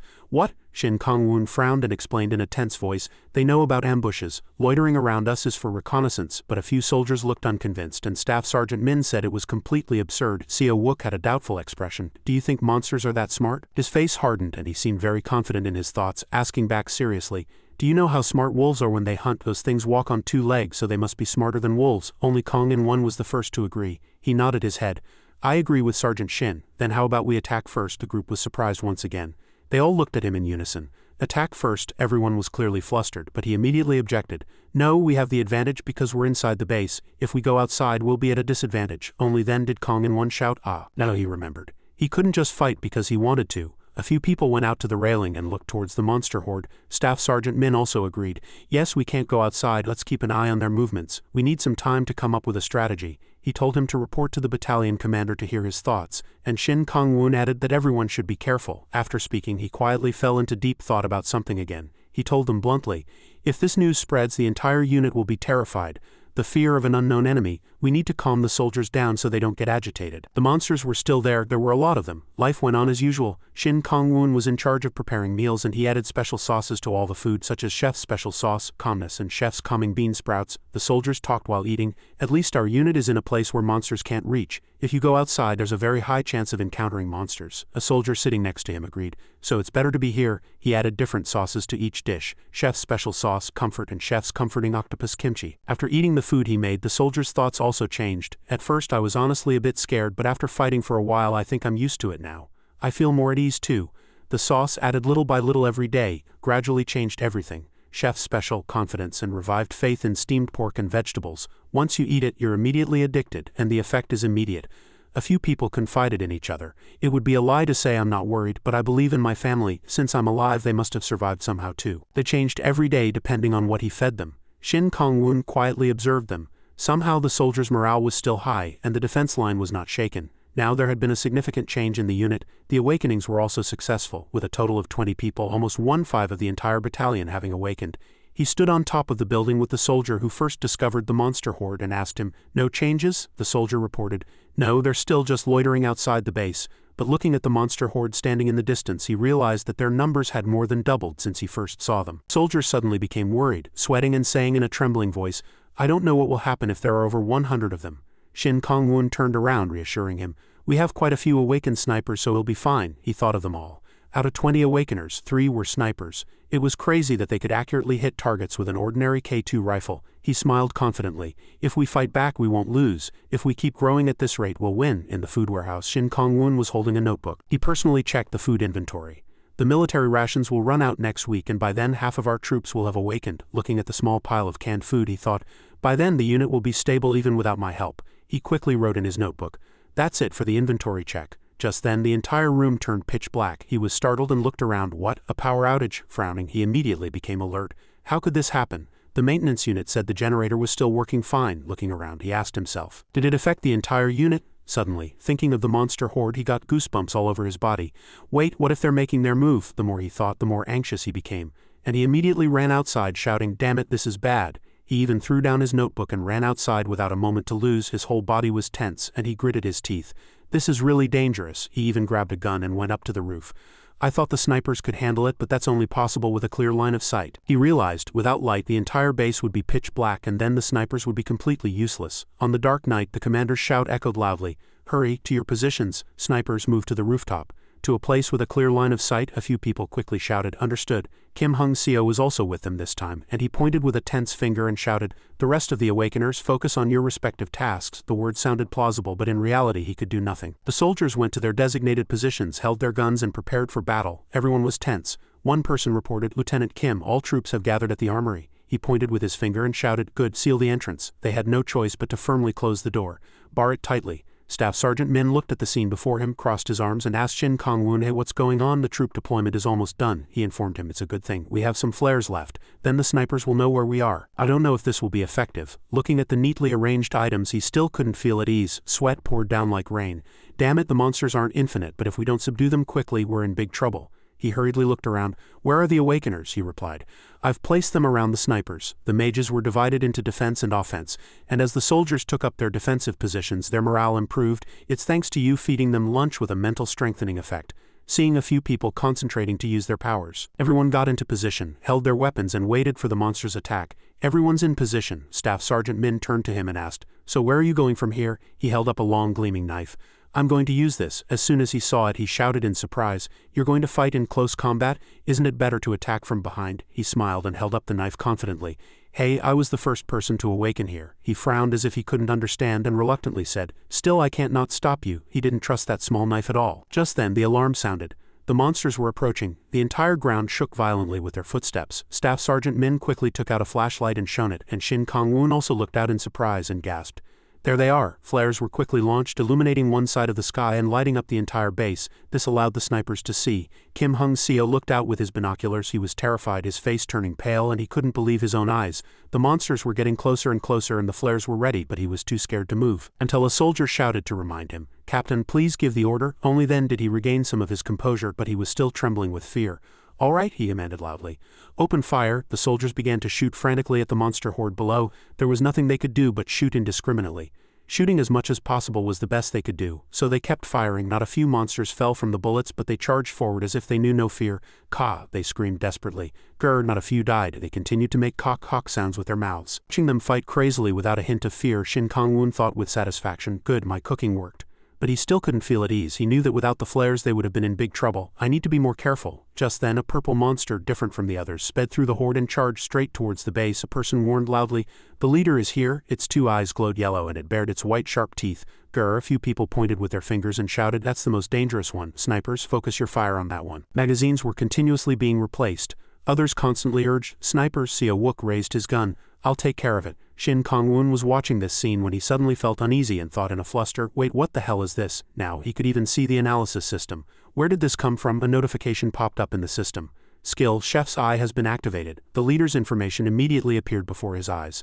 Lizard Chieftain, very rare and the strongest among the lizard species. No one dares to compare to him or challenge his decisions. He gritted his teeth in surprise as he read, Lizard Chieftain? That thing is not to be underestimated. It charged as fast as an arrow, and it was difficult for even the snipers to hit. He shouted, it's too fast, it's dodging all the bullets. Seeing its cunning and swift movements, he couldn't help but think, in the end they're all the same species. In the end, Shin Kong-woon frowned and didn't take his eyes off it, filled with anger. It doesn't matter how strong it is. To stand at the forefront as a commander, it's really stupid. Seeing it standing on two legs and showing off its strength, anyone could tell it was the leader. He thought, it's just making itself a target. Suddenly the beast threw its head back, opened its mouth wide and let out a bizarre cry. With that sound a strange power spread out and all the other monsters stopped in their tracks. Hearing the cry, they became even more agitated than before. They scattered and continued their assault. The sound echoed throughout the base, and all the soldiers who heard it clutched their heads in pain. They had been attacked from a distance. Even Shin Kong-woon had to cover his ears. It was unbearable. What kind of attack is this? As he forced his eyes open toward the monster chieftain, a system warning window appeared. You have come into contact with a powerful being of the same class. Now I understand. A battle cry. The strength, speed, and stamina of all lizards have increased. The soldiers, horrified, gritted their teeth and read the notification. All lizards are temporarily granted bullet resistance. Everyone was horrified. All lifeforms other than lizards in the vicinity will enter a state of confusion, decreased concentration, and reduced accuracy. It was already overwhelming just fighting them.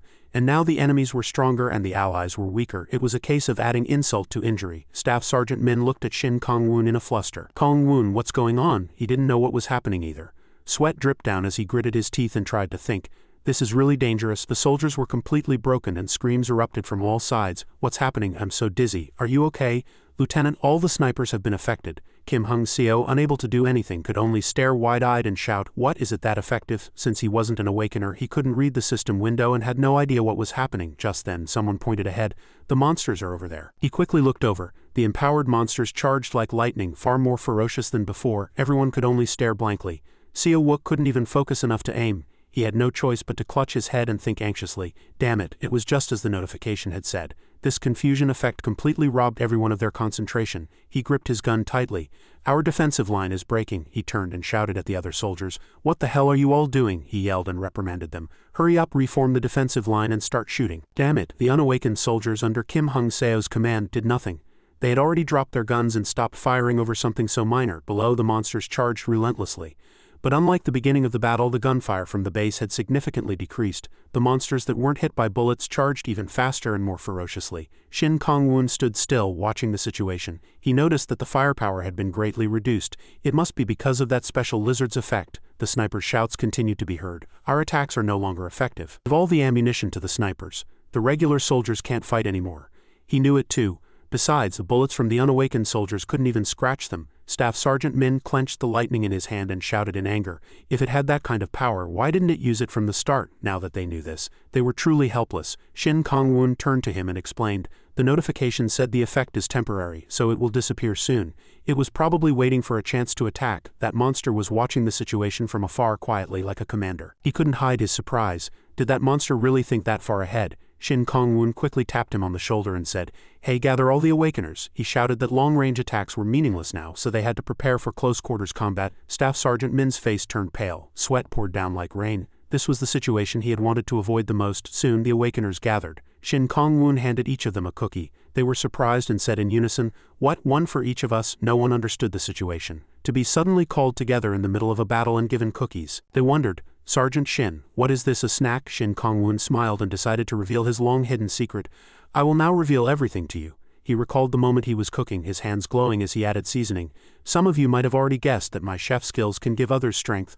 All of you have eaten the food I made before you awakened. The prime example was Kong-in-one. He had become a completely different person. A murmur went through the soldiers. Is that why I suddenly got so courageous? Did we gain strength through food? Shin Kong-woon looked at Staff Sergeant Min and said honestly, I didn't know what the monsters would do, so I prepared this in advance, so this special food is for you. The strength will be adjusted according to each person's ability. Staff Sergeant Min also nodded in confirmation. That's right, so there's nothing to be afraid of. If you train steadily, you'll have a chance. Encouraging each other, they pledged, let's do our best not to lose this place. The soldiers all agreed and shouted powerfully.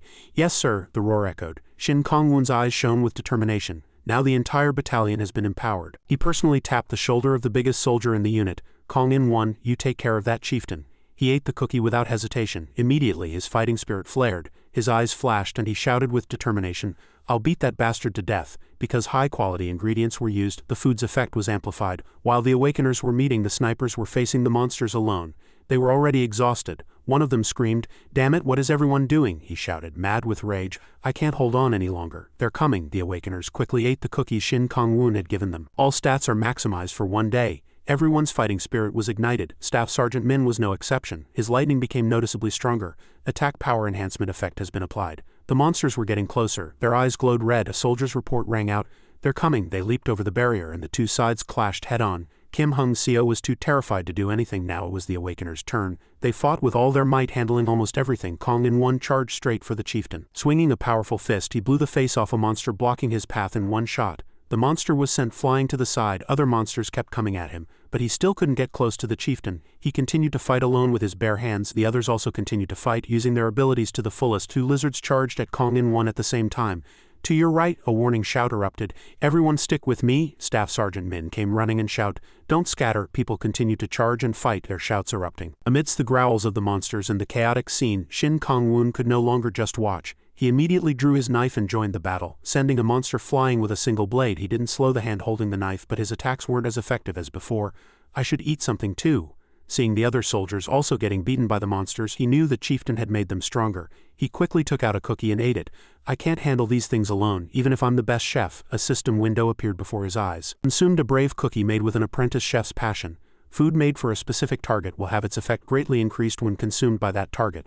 All stats have been increased for 1 day. He madly slashed at the monster, shouting loudly, "Die!" The chef's special sauce grants the intermediate courage effect. You can now control the flow of the battlefield with intermediate courage. His whole body seemed to glow and he fought tirelessly. His attack power also increased, and now the ordinary lizards were no longer a threat. Brave warriors now seize control of the battlefield. The enemy's stats are displayed and their morale is lowered. He glanced over at the monster chieftain. "Is it running away?" The chieftain was turning to make its escape. Its two eyes glowed yellow, and the sight of its open mouth full of sharp teeth was truly terrifying. A comrade has unlocked a new skill. It was Kong In-won. His power was continuously growing stronger. Berserker. The effect of intermediate courage has dispelled the confusion. He was no longer suppressed by the chieftain's power. The soldiers shouted to each other. "Let's go, brothers!" Kong In-won went berserk again. His whole body glowing, he threw his head back and roared at the sky. "A life-and-death battle awaits us." The base's gate could no longer hold back the monsters. They poured over the fence and soldiers shouted warnings. "Monsters are coming to the entrance. All troops converge on the entrance." It took 2 or 3 regular soldiers to barely handle one monster. Kong In-won would clear this side. The others attacked any monster they saw, holding on by pure force. Kong In-won was the strongest, without even a hint of fear. He charged like a moth to a flame, his eyes flashing. The way he gritted his teeth was no different from a monster. He finally caught up to the monster chieftain. The two sides faced each other, growling. The monster's eyes flashed and it bared its teeth and charged. As it opened its mouth wide, full of sharp teeth, 2 fists met head-on. It was an even match, and neither side backed down. Staff Sergeant Min saw this scene and burst out laughing. "This is really cool." His body also became noticeably stronger. "It feels like my stats have doubled." "What the hell did you do over there?" Shin Kong-woon was also fighting monsters. His skills didn't seem to be for combat, but with just one knife he took down monsters just as well as the other Awakeners. Staff Sergeant Min gave him a thumbs up and laughed cheerfully. "With this kind of power, it's certain we'll overwhelm them. At this rate, we can clean this up in no time. You're the key member of our unit after all." But he couldn't rejoice. He looked around, frowned, and reminded them, "Don't let your guard down while Kong In-won deals with that chieftain. We need to tie up these lizards for as long as possible. So let's focus on long-range support." Staff Sergeant Min pulled out a baton wrapped in lightning and responded perfectly. "All right, leave it to me." And so the two of them, each holding their weapons, charged like lightning and began to take care of the remaining small fry monsters, so that Kong In-won could focus on dealing with the chieftain. If they held on for a little longer, victory was within reach. Everyone did their best within their abilities, killing as many monsters as possible. The snipers also continued to shoot from high places, cooperating with the people below. Shin Kong-woon, sweating profusely, stared intently at the monster chieftain, Kong In-won. He fought it alone, but he still hadn't gained the upper hand. He threw a storm of punches, but the monster didn't budge. Suddenly it straightened its body, threw its head back, and continuously made cock-cock sounds from its mouth. As it opened its eyes wide, its tail, like a fan blade, swung around and instantly wrapped around Kong In-won's neck. The tail wrapped around his neck and slammed him hard onto the ground. His eyes were bloodshot. He gritted his teeth and held on, but he was thrown towards the fence and hung there precariously. The monster roared and flickered its snake-like tongue. Suddenly his whole body stiffened in shock. Another soldier appeared from somewhere and grabbed the monster's body tightly. Others rushed in together. One grabbed its arm, another its leg, shouting, Hold it! They were all injured, but they held onto the monster with all their might to help Kong In-1. He opened his mouth wide and bit hard into the monster's body. The monster thrashed in pain, but it couldn't do anything. Held by the two, it fell to the ground and couldn't get up. Just then, Kong In-1 also finished recovering, sprang to his feet and approached, radiating a burning power. Good job! His eyes bloodshot and spitting fire, he charged as if flying with all his might. And so he got on top of the monster's body and slammed his hammer-like fist into its face. He relentlessly threw crazy punches, shouting in madness. With each powerful punch, the monster spewed blood and screamed in pain. It could no longer resist and was being smashed by Kong In-1. Not only did he punch, but he also went crazy and tore off its flesh with his teeth. The sight was truly horrific. A tattered body covered in blood. The monster died without even a whimper. The entire space fell silent and there were no surviving monsters. Monster corpses were scattered everywhere. We had achieved a complete victory in our first battle with the monsters. Shin Kong-woon looked at the soldiers and quickly asked, "Is everyone okay? Don't let your guard down. There might still be a few left." The senior officers of each unit immediately checked the status of your unit members. The soldiers finally let out a sigh of relief, hugged each other, and laughed cheerfully. "We won." He finally let his heart rest. "We won." Looking at the ordinary people before him, even when the soldiers' guns were neutralized, we did it. A light flashed and a system notification appeared. "You have secured control over the entire 17th district." His eyes widened in surprise. Frowning, he stared at the system window. The other Awakeners could also read the notification about the world event, the occupation battle status. After reading it, everyone said as if they couldn't understand. The 423rd Battalion, Kong In-1, also stood blankly and read this information. Large-scale area. First human occupation achieved. Great feat achieved. First place reward granted. He was dazed for a moment after reading it all. It seemed the effect of the sauce hadn't completely worn off as he still looked ferocious. The sun slowly rose and the day began to break. They had fought all night and everyone looked exhausted, but now everyone was filled with joy. He burst out laughing. "Ha, we took first place." As the day broke, the ground was also full of the injured. Those who still had energy worked together to move the injured to the medical station. The entire base became noisy and lively. Screams echoed endlessly from the infirmary. The seriously injured were brought here, but it was already at full capacity. "Stay with me. Bring more water. Sergeant Park, over here." Everyone was extremely tense, bringing the more critical people here. After the battle, the awakened healers were the busiest. They continuously treated the injured. No matter how severe the wound, they tried their best to heal it. Fortunately, the healers and resident doctors were able to manage the situation. Sweat poured down like rain, and with so many injured, they closed their eyes tightly, praying as they worked. "Please, God." Finally, a cheer of joy erupted. "The wound is healed, now let's go help the others." Staff Sergeant Min and Shin Kong-woon stood outside the hospital room door, looking in and said to each other, "It seems like everything is starting to stabilize now." He turned to him and smiled gratefully. "You did a great job, Sunbae." He immediately denied it. "No, it wasn't me, it was Kong In-1 and Seo Wook." Thinking of the two injured men sleeping like the dead on their beds, he felt even more respect. Both had collapsed from exhaustion. He looked at him and asked, "By the way, have you seen where the battalion commander is?" Staff Sergeant Min answered, flustered. "I don't know, I'm pretty sure he was there when the battle started. Where could he have gone? It's going to be a real pain to sort out the armory." Hearing this, he felt a little sad and thought to himself, "I knew it, what a disappointment." The sound of a few people talking was heard. "Have you checked everything? How much safer can we be?" Shin Kong-woon replied, "I think this entire mountain range will be safe." Staff Sergeant Min shouted in disbelief. "The entire mountain range?" He pointed to a few spots on the system window. "Look at this. It says we've secured control of this mountain range." Looking at the long mountain range, we're stationed on the highest peak of this range. "The only other force spread across this area besides us is the lizards." He looked at him and exclaimed, "Ah!" He still stared intently at the screen, furrowing his brow in thought. "Is this related to who occupies the most representative location?" The soldiers were all working. They had to clear away the monsters' corpses. "If you're right, then we defeated the lizards on this mountain." "So are we considered the owners of this place?" He immediately agreed and replied, "Yes, I think that's what it means." Shin Kong-woon smiled at him. "This seems like good news for us." Staff Sergeant Min put his hands on his hips and asserted, "But that's not all." He asked in surprise, "What else is there?" According to him, "I'm not sure, but given the total casualties from yesterday's battle, I guarantee the lizards took a huge hit, so we might need to launch a counterattack." He presented his opinion with a very firm attitude. "We can wipe them out at this point," but he didn't think so. "It will definitely be very difficult." Staff Sergeant Min couldn't understand. Why, he calmly explained to him. "Yesterday's battle was quite complex, but overall we had the geographical advantage. There's a big difference between being in a defensive position and having to break through one." Thinking of the scene of the monsters charging in, he knew that even in such a defensive situation, a single mistake could be costly. Staff Sergeant Min was silent for a moment, thinking, but he still didn't fully understand his meaning and tried to persuade him with open arms. "But we both know this will be easier if we combine it with the buffs you give, right?" As soon as he heard this, Shin Kong-woon frowned. He raised a hand to stop him and refused firmly. "It would be best not to count on that buff anymore." he was even more surprised and demanded, "What? Why?" Thinking of what he had to do to match the quality of the ingredients and individual tastes, each of these dishes had to be cooked for at least 4 to 7 hours. It was a really elaborate and time-consuming task. He hadn't realized it would take that long, so he exclaimed with wide eyes, "Well, really, so these dishes weren't simple?" He added to him, "Besides, I had to prepare food to be eaten over a long period. If I have to make it from scratch again, the quality of the ingredients isn't guaranteed, and with the number of awakenings increasing, it's impossible." Well, I think a normal buff is still possible. Only now did he understand. Seo Wook was deep in thought. "I didn't take it that seriously. Come on, we need to plan for the future." He immediately agreed. "All right," looking towards the other soldiers working. Staff Sergeant Min raised his hand and called out loudly, "Everyone, come back when you're done." A few people immediately replied, "Yes, we still have one more truck left." He asked excitedly, "There's still more? It seems like the unit's supplies are endless. Looking at the monster corpses scattered on the ground, we can't burn all of these. Where can we bury them?" Shin Kong-woon opened the system. "By the way, have you thought about the privilege?" he asked in surprise. "The first place privilege? I've seen it, but I don't know what to choose." His 2 eyes twinkled as he looked over the 7 privileges. "I saw it too, but I'm not sure either." Staff Sergeant Min smiled triumphantly.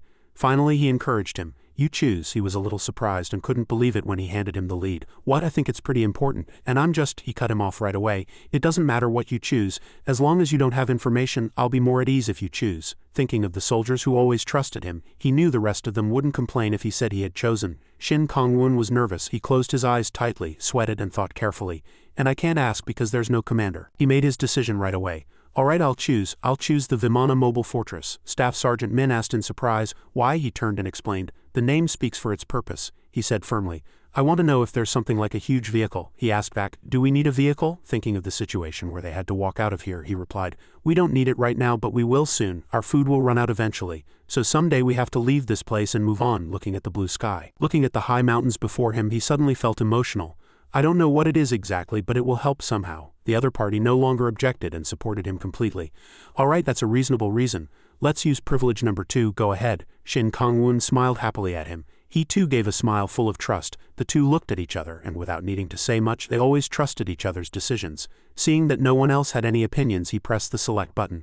"I'll choose it right now." As he pressed the screen, the system announced, "Privilege, you have selected the Vimana Mobile Fortress. The ability to summon Vimana is granted to Shin Kong-woon." A stream of power wrapped around his arm, and he could feel it throughout his body. He knew it was a summoning ability. "I'll summon it right now," he excitedly shouted. "Summon Vimana." The two stood quietly and waited.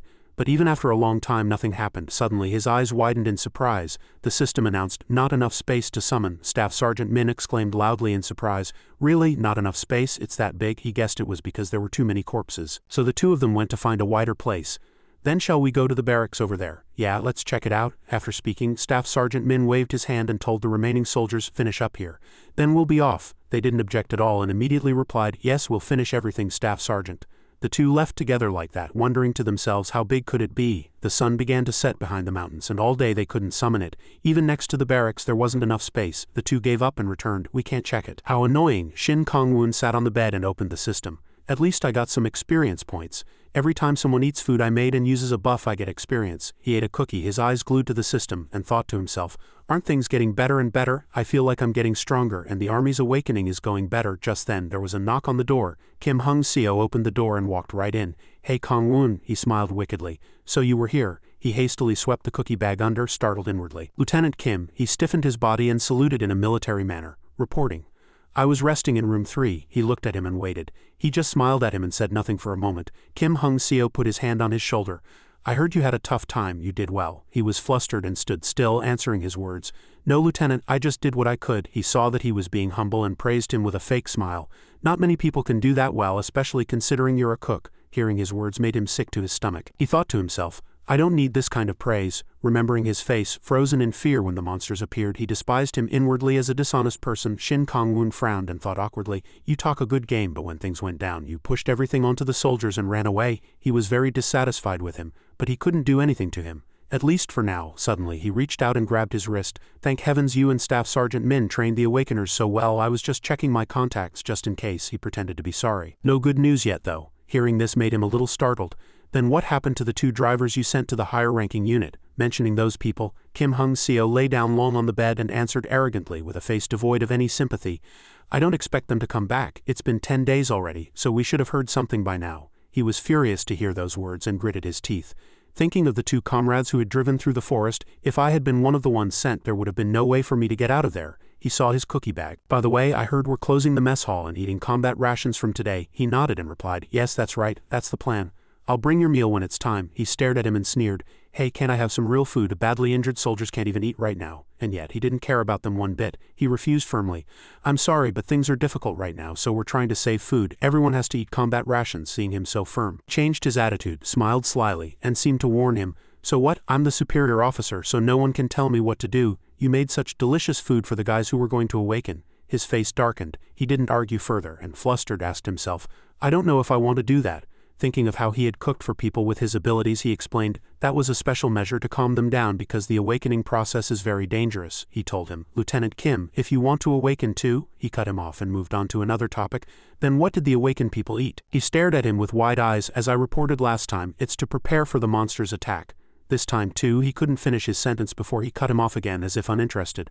What, you used food to strengthen your power? Then what's the difference with what I'm eating? This beastly bastard was really too much. Not even awakening, not contributing. And now he was even fighting with the meritorious soldiers over food. His hands clenched, and he struggled to suppress his anger. He helplessly blamed himself. There's really nothing I can do about this. His gaze looked at him provocatively, and he frowned and glared at him, but he could only try to calm himself. He's the only officer left in my battalion. He knew it well. If the army still existed when we made contact with the outside world someday, sadly, he would be an important figure. Shin Kong-woon forced himself to endure it. There's no other way but to endure this. He straightened his back and said, actually, we can eat some of the stored food. Suddenly, he jumped up and shouted loudly, hey, forget about it. I'll eat combat rations too. He looked at him, standing there in surprise. He put his hands on his hips and said loudly, whatever happens, I'll follow. I shouldn't become an awakener like you. After speaking, he left him standing there dumbfounded with wide eyes and walked straight out of the room. Shin Kong-woon quietly followed him with his eyes, his lips pressed tightly together as he endured it. The door slammed shut and he was left alone in the room. Only after he left could he let out a sigh of relief. I've never smoked a cigarette in my life. Since the mountainous area became our territory, the number of monster attacks has been reduced by more than half. We did encounter them occasionally, but they were easily defeated. I used them as a tool to awaken more people. The sound of celebration echoed in the room. Really, that's great. It means everything is stabilizing. We did all the hard work while you were lying there. A man sitting on the hospital bed laughed and replied, yeah, I heard everything from the injured rookies. You guys went through a lot. Kong-woon, he sat in a chair and talked to him, replying humbly, everyone worked hard. Looking at his casted leg, he asked, is it really impossible to heal? Tae-jun was a little sad but still smiled brightly. The doctors and priests said it would have been fine if they had treated it right away, but too many days have passed. Now he had to use a wheelchair, but he was still in very high spirits. Fortunately, I'm fine, just walking is a bit difficult. He frowned, looked at him, and felt a little regretful. Thinking of his former self, he felt, it's my fault. If I hadn't told him to awaken then. I'm sorry, I kept blaming myself for that. Suddenly a call broke his train of thought. Hey Shin Kong-woon, it's not your fault, so don't make that face. All the patients looked at them. Tae-jun said loudly, if we hadn't tried so hard to awaken, we would have been eaten by those monsters then. Everyone quietly listened to his words. This injury is just something that happened in the process, so you don't have to blame yourself so much. In fact, the other unawakened soldiers were much more seriously injured than him, so this was really not his fault. He laughed cheerfully and patted his arm, encouraging him. You're the reason we're still here. Tears of emotion welled up in his eyes. Tae-jun, he looked at him and said suddenly, let's go outside, I have something to show you. It was pitch black outside and he was sitting in a wheelchair. He stood beside him. A blue light emanated from his body. My profession is astronomer, Shin Kong-woon asked in surprise. An astronomer, what's that? He looked up at the star-filled sky and explained, well, you could say it's similar to reading the constellations, to glimpse the heavens' energy and telling the fortunes of travelers. It's complicated, but you can just understand it like that. Shin Kong-woon followed his gaze to the sky and asked in amazement, you read the constellations to predict the future, something like that? He smiled and nodded. Yes, in summary, that's right. Shin Kong-woon's eyes widened with interest. He teased him, saying, so you're a detector powered by good food, Tae-jun continued. It might not seem related to actual combat, but I can sense danger in advance. It can be a real help in planning and strategy. Shin Kong-woon hadn't expected him to say this. So that's why you wanted to see me. It sounds like something's up, but surely not. But he nodded seriously. That's right, I've discovered two things. Shin Kong-woon's jaw dropped in surprise and he hung on his every word at that moment. Under the sparkling night sky, Tae-jun, like a soothsayer, predicted a few future events. We'll be having some guests tomorrow. Shin Kong-woon asked back in disbelief, guests? What do you mean by that? His hands gripped the armrests of his wheelchair tightly. He remained silent for a moment before finally giving Shin Kong-woon a reminder, and you'd do well to hide your claws. Hearing this, Shin Kong-woon stared at him in surprise, but that was all he would say. He said no more, only offering a slight mysterious smile. The night sky was still full of stars and no one knew what tomorrow would bring. The The night passed and a new day dawned. In a forest lush with green grass and trees, people's shouts were heard. There's an army base over there. Civilian pointed toward the barracks and everyone cried out in surprise. Really? Let's go, quickly.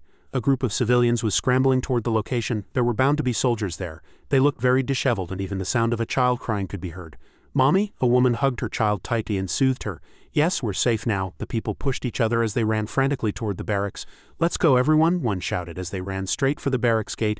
There it is. A few soldiers were gathered on the roof looking toward the forest. A soldier who spotted them reported, 20 people. They're dressed rather shabbily. At their current pace, they should arrive at our base in about an hour. It was the morning of the 11th day since the attack. Shin Kong-woon and Staff Sergeant Min were watching the forest through binoculars. There are people coming up the mountain.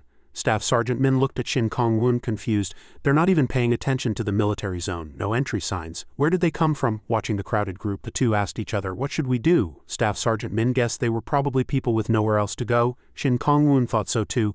These civilians must have come a long way to get here. Let's take them in for now. He didn't object and agreed. You're right, we have to save them. Shin Kong-woon lowered his binoculars and paused in thought, realizing this matched what Tae-jun had said yesterday.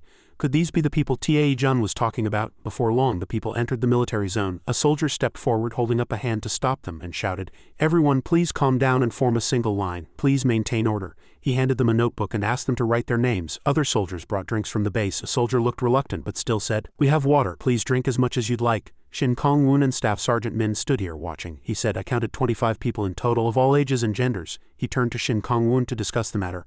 Let's move the soldiers from the third-floor dormitory to the second floor and have these people stay in the third-floor dorms. Should we increase the number of night patrols? Hearing his words, Shin Kong-woon's eyes lit up and he agreed. Good, then let's go clear out the second floor. Just then, Lieutenant Kim Hung-seo appeared again. He was greeting a soldier. Ah yes, thanks for letting me know. Seeing him, Shin Kong-woon grimaced and narrowed his eyes. Isn't that the commander? Staff Sergeant Min was not pleased at all and said, Damn it, looks like he's here to take command. Lieutenant Kim Hung-seo approached the civilians, spread his arms wide and said loudly, Greetings everyone. I am Lieutenant Kim Hung-seo, the commanding officer of this base. You are all safe now, so please rest assured and follow the soldiers' instructions. An old man among the civilians suddenly spoke up loudly.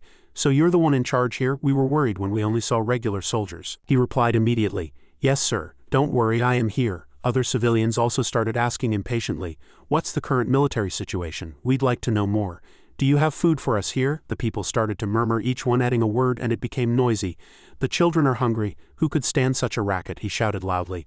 All right everyone, don't worry. Just fill out the paperwork and we will prepare everything for you. After speaking, he turned to the soldiers and ordered, What are you doing over there? Get on with it. The soldier could only obey. Yes, Lieutenant. He was all talk. When it was time to work, he looked for someone else. Where are Staff Sergeant Min and Shin Kong-woon? Staff Sergeant Min smiled and put a hand on Shin Kong-woon's shoulder.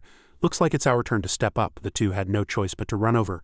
Staff Sergeant Min reporting. Seeing the two, Lieutenant Kim Hung-seo said to the civilians, These are experienced men. When I'm not around, go to them. He furrowed his brow, pretending to be an expert, and asked, Sergeant, do we have accommodations for them? He answered, flustered, Yes, we do, Lieutenant. Hearing that, Lieutenant Kim immediately exclaimed, Good, very good. He still did nothing and passed the buck. I'm putting you in charge and having you guide them. The two stared at him with blank faces, frozen stiff. He did nothing yet spoke as if he were the one doing it all. I'll contact you later to see how you're doing. Report any problems immediately. But they couldn't argue back and could only shout, Yes, Lieutenant. After assigning the task to Staff Sergeant Min, he looked over at Shin Kong-woon. And Kong-woon, everyone must be hungry, so prepare food immediately. Adding 25 more servings won't be a problem, will it? Shin Kong-woon was at a loss for words. Yes, Lieutenant. The two were dissatisfied but couldn't say anything. Besides, it wasn't good to argue in front of the civilians. Shin Kong-woon knew full well. With 99 soldiers and 25 more survivors, increasing the meal count by a quarter is not good. I've essentially lied to them. But how would Lieutenant Kim and the civilians know this fact? He shouted loudly, All right, the soldiers will take care of it now. Please follow their instructions. The civilians didn't make a fuss like before. They became calmer and said to each other, Okay, I get it. As expected of an officer, he works lightning fast. I think we're safe now. Lieutenant Kim Hung-seo happily chatted with the civilians. The one who did nothing was always at ease. Unlike Staff Sergeant Min and Shin Kong-woon, who had to shoulder everything, he gritted his teeth and glared, seeing that smile. Am I the only one who dislikes that guy? Shin Kong-woon couldn't stand it anymore either, but he could only try to reason with him.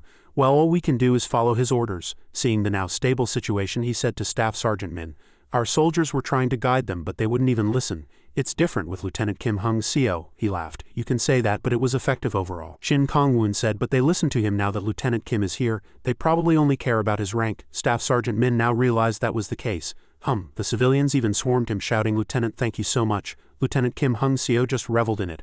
Ha ha, a soldier's duty is to protect the people. I am only doing my duty. "You are all safe now," the people kept shouting. "You saved our lives." Although he knew his reputation was important, Staff Sergeant Min still couldn't suppress his anger, crossing his arms and glaring, "So greedy yet won't even fight." "It's all talk." Shin Kong-woon could only try to placate him.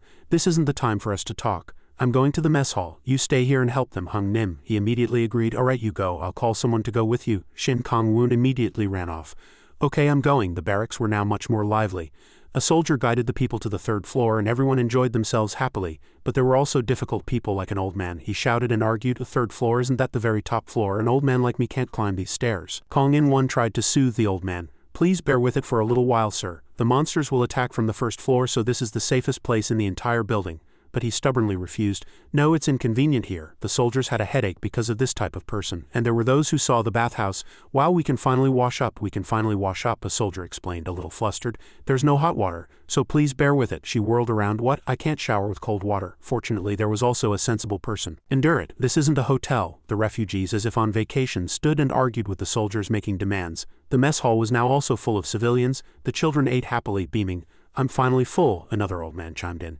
"Yes, this is really nice." The people looked at the food on their trays, marveling and praising it. "I never knew army food could be this good. It's really delicious." "Is this really the army food I know?" Shin Kong-woon crossed his arms and listened to the flood of compliments, smiling with satisfaction as he thought to himself, "This all happened so suddenly it's a bit surprising. Thinking about the little ingredients we have left, I'm worried about supplies. Just by ratio, it's a 25 increase.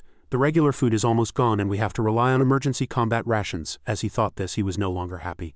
And he sweated with worry. "At this rate, we'll have to go outside in over a month." Just then, someone approached. That was a truly excellent meal." He also smiled politely and replied, "I'm glad you enjoyed it." The tall young man smiled and praised him. "It was more than delicious." Shin Kong-woon laughed. "Haha, thank you." He suddenly stared intently at Shin Kong-woon. "You're really good at this. What's your profession?" As soon as the question was finished, Shin Kong-woon immediately became guarded. "Profession?" The system showed his profession as chef, but he didn't answer right away and thought carefully. "Why is he asking a soldier what his profession is? I almost said chef." Shin Kong-woon answered skillfully. "You mean before I joined the army? I was a college student." The people nodded. "Ah, that makes sense. The food is very delicious." Shin Kong-woon quietly watched them talk, harboring a sense of caution. Watching them leave, he couldn't help but wonder. That's strange, suddenly asking a soldier his profession. He knew that profession was not the same as it used to be. It was now something exclusive that only appeared on the status window that only Awakeners could see. Sweat trickled down. "At least I'm a chef." If other soldiers had been asked that question, they would have immediately said warrior or healer. He suddenly recalled his conversation with Tae-jun, that meaningful look in his eyes. Is this what Tae-jun was talking about?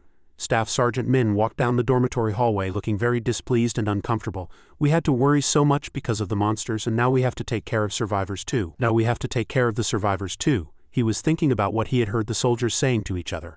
"How did we get caught up in this mess? Right, I can't even get any rest." One soldier even frowned and complained, "I can't take it.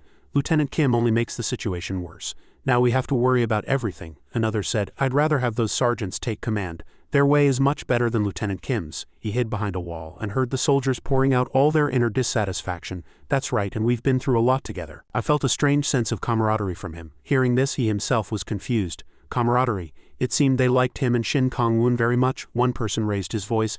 "I wish Lieutenant Kim would just disappear somewhere. He wasn't even there when we were fighting, but he was so happy to welcome the survivors. They had seen all of those irrational things." One person frowned and said his rank is high, so there's nothing we can do, but another didn't give up. They knew their ranks were different, but that couldn't stop the dissatisfaction in their hearts. "We fought the monsters. A commander like that is only a liability to us, not a help, don't you think, Sergeant?" At this moment, Staff Sergeant Min realized that they all felt that way. He walked and thought, "I was always uncomfortable with Lieutenant Kim. He won't fight alongside us." Inwardly, he made a decision. He knew who the soldiers would follow. The one who disappears from the battlefield. Standing in front of the room door, he hesitated slightly. If this goes on, the army's morale and unity will collapse. He pressed his lips together firmly, furrowed his brow and made up his mind. "I have to take action as soon as possible." On the rooftop, the soldiers gathered together. A few people wondered, "Staff Sergeant Min, it seems everyone is here except for the injured and the lieutenant." Another asked, "Hey, are we having a secret meeting or something?" Someone agreed, "Yeah, this is necessary." A few people looked at each other, curious. Just then, a serious voice rang out, "I apologize for calling you all here so late." It was Staff Sergeant Min. He stood at the top, narrowed his eyes and looked at everyone. "But I believe this is something that can no longer be postponed. I can't just stand by and watch you all struggle." His eyes glinted. He declared, "I met with Lieutenant Kim." As soon as he said that, the crowd murmured and looked at each other in surprise. "What, really? What are you talking about?" Seeing the people flustered, he calmly reassured them. "It was nothing major. I simply asked him to think from our perspective, and why he didn't ask for our opinion at least once, those of us who fight in the trenches, before making a big decision." He paused, looked around, and put on a disappointed expression. "But it wasn't as effective as I had imagined." He recalled that time. In Lieutenant Kim Hung Seo's room he had told him straight to his face. He said, "Please listen to our advice." But Lieutenant Kim wouldn't listen and instead pointed his finger and scolded him. He said that it wasn't the soldiers' place to dictate to him. Just from his tone you could tell it was him. The soldiers were speechless. The disappointment finally erupted. "That son of a bitch, he doesn't give a damn about us. He doesn't even want to fight with us." Shin Kong-woon also stood in the crowd, growing more confused as he watched this heated scene. "Damn it, Staff Sergeant Min has always been like this. I knew the soldiers didn't like Lieutenant Kim either." He narrowed his eyes and added fuel to the fire. "Yes, this is not a matter to be taken lightly. Our survival is at stake. That's why I arranged this meeting." Everyone stood quietly and listened to him. "My first proposal is..." Everyone waited quietly, full of curiosity. Staff Sergeant Min said bluntly and firmly, "To eliminate Lieutenant Kim." As soon as he finished speaking, the people around him murmured and looked at each other. "What, you want to make it like that? Wait, is that really a good idea?" Shin Kong-woon couldn't hold back either and shouted at him, arguing, "Are you crazy? What the hell are you talking about? We can't just eliminate a lieutenant." He hadn't expected to react so scoldingly. Staff Sergeant Min frowned and asked back, "You don't agree with me? Think carefully, Kong-woon. How long are we going to let him drag us down?" Shin Kong-woon broke out in a cold sweat, his face pale, and stammered, "No, he's still an officer. Even if he makes strange demands, we have to discuss and decide together." Thinking of his defiant finger-pointing, Staff Sergeant Min's anger flared up again. "If this was a one-time thing, I'd be wondering too, but what if more survivors join us? Our group will become much larger than it is now." He agreed. "Yeah, you're right," Staff Sergeant Min continued. "And what will happen if he's always the one representing us at those meetings?" At this, Shin Kong-woon fell silent. He didn't know what to say. Staff Sergeant Min's eyes blazed with anger as he shouted, "If that happens, many people will think he's our leader." The thought of Kim Hung Seo controlling everything by himself made his blood boil again. "We'll reach a point where we can't do anything on our own. What do you all think? Am I wrong?" he shouted so loudly. "If he had the power, we would all follow his word. But we all know he doesn't." A few soldiers, thinking it was reasonable, spoke up. "Yeah, he's right. The thought of Lieutenant Kim always commanding us is terrifying." One soldier even started gossiping. "I was in the same dorm room with him once. It was the absolute worst." All their complaints about him burst out. Nevertheless, there was still hesitation in their hearts. "But we're comrades. We can't ignore that. He did a lot of things when the world was still normal." Staff Sergeant Min looked helplessly at the person who spoke. Kong In-won, he still spoke his mind. "I don't know. But wasn't civil war the last form of modern warfare? That's a very dangerous idea." Hearing that, Staff Sergeant Min reluctantly agreed. "Yeah, you're right, and that's exactly why we need to execute our plan quickly." Both Kong In-won and Shin Kong-woon were surprised and asked themselves, "What?" Staff Sergeant Min stood between the two and stated his plan. "Without Lieutenant Kim, the only officers in our unit will be Staff Sergeant Min, the highest rank, and Sergeant Shin Kong-woon," he added. "When there are no officers, even ordinary soldiers can take on command roles." Everyone listened quietly with wide eyes. Staff Sergeant Min suddenly held out his hand. "That way, if we have to face an outside military force." He wrapped his arm around his shoulder and smiled broadly. "No one will have a hard time if you lead us, Kong-woon." He hugged his shoulder and declared to the people, "The reason I called you all here is to talk about this matter. We need to eliminate him without getting caught." But the others already looked skeptical. "What the hell are you talking about? A cook can't be a commander." Staff Sergeant Min never gave up and persuaded them firmly. "Why not? He's in charge of our morale and most importantly our food." With that, he patted his back. He narrowed his eyes and looked at the soldiers. "My second proposal, and the most important one, is that Sergeant Shin must take this job." After speaking, he shouted, "If there are any objections, speak up." Shin Kong-woon was at a loss for words and stared at him. He tried to shut him up. "Stop it, they'll never accept a cook as a commander." The soldiers began to look at each other and consult. "Sergeant Shin, he always thought of us first. He encouraged us a lot with his food." The situation seemed more positive than he had thought. They even praised him. "We can trust him. Without his food we would have definitely become monster chow." Seeing that no one objected, Staff Sergeant Min asked again, "Any other opinions? Then I'll take it that everyone agrees." He tried to stop him with a loud voice. "Hey man," but he paid no mind to his objection and placed his hand on Shin Kong-woon's shoulder. "I declare that from now on our commander is Sergeant Shin Kong-woon." He frowned and reminded him, "You're ignoring the common sense order of things right now." He turned to him and smiled triumphantly. "Accept it." Suddenly a light flashed. A notification screen appeared in front of all the Awakeners. "Guild formation. You have successfully formed the Minium Raid Unit, 30-person guild." Kong In-won exclaimed in surprise. "A guild?" the system announced again. "A guild is the first step toward becoming a complete force beyond the scope of a party. It is a level of bond that far surpasses a general gathering of a party meeting. Second guild in the large-scale area, RAW. First guild in the small-scale area, DOK-17. Staff Sergeant Min also frowned in surprise. The system continued to announce achievements. "Comrades, there is a guide reward for your comrades. Second reward, group skill, token. Shin Kong-woon touched the screen. "You are the commander of the 423 Guild from now on." He stood there, stunned, staring at the words on the system window, confusedly realizing that he had truly become the leader. The sky grew darker, and on the rooftop people were still standing and talking. So that's how it is?" The soldiers all cheered for him loudly in unison. "From now on you have to lead us. Sergeant Shin, we wish you the best of luck." Shin Kong-woon was very embarrassed. Sweat dripped down. He closed his eyes and thought carefully. "If they've decided to do this, then I have to do it right." So he immediately stood before the people in his new role and gave a serious speech. "In that case, my first request as commander is that we do not eliminate Lieutenant Kim." Kong In-won stared at him without a word, and Staff Sergeant Min even shouted, "Kong-woon?" Everyone voiced their opposition, but this was a desperate situation. "You know what we're going through, please accept this decision." Seeing everyone's fierce reaction, he hurriedly smiled and calmed them down. "Everyone please calm down. Listen to what I have to say." The group fell silent and stared at him. "If we start picking people off for our own benefit, we may survive physically, but our souls will die." They didn't understand what he was saying. Shin Kong-woon's two eyes shone with sincerity. "It is to protect our humanity." Thinking of the scene where the soldiers had their arms around each other's shoulders, laughing innocently. "We must not kill a person unless we are attacked first." He was very serious. "I want everyone to make this promise to me." Staff Sergeant Min listened to his words, looked at him and smiled to himself. He thought with admiration. So this is what he was thinking. What an excellent leader. Knowing they hadn't chosen the wrong commander, they asked again noisily, "We will follow your request. What about Lieutenant Kim? Why should we keep him alive when he does nothing?" His calm voice echoed, cutting everyone off. "We still have to eliminate him." The soldiers were once again confused and looked at each other. "What?" "But that's," he explained to them. "He is a man who only causes harm, but it would be a waste to throw him away." A cunning light flashed in his eyes. "We can use him." Now the people stared at him with looks of disbelief, speechless, and asked themselves, "Is he talking about Lieutenant Kim?" Finally the meeting ended, and a man stood by the window looking down at the soldiers below. He smiled, turned back, and reported, "The soldiers seem to be back." Hung Nim, the blonde man who had spoken to Shin Kong-woon in the morning, lay on the bed with his arm as a pillow and said comfortably, taking a stroll in a group in the middle of the night, "Don't you think there's something wrong?" The blonde man sneered contemptuously. "They're just kids in their 20s. The subordinates sitting opposite him listened quietly.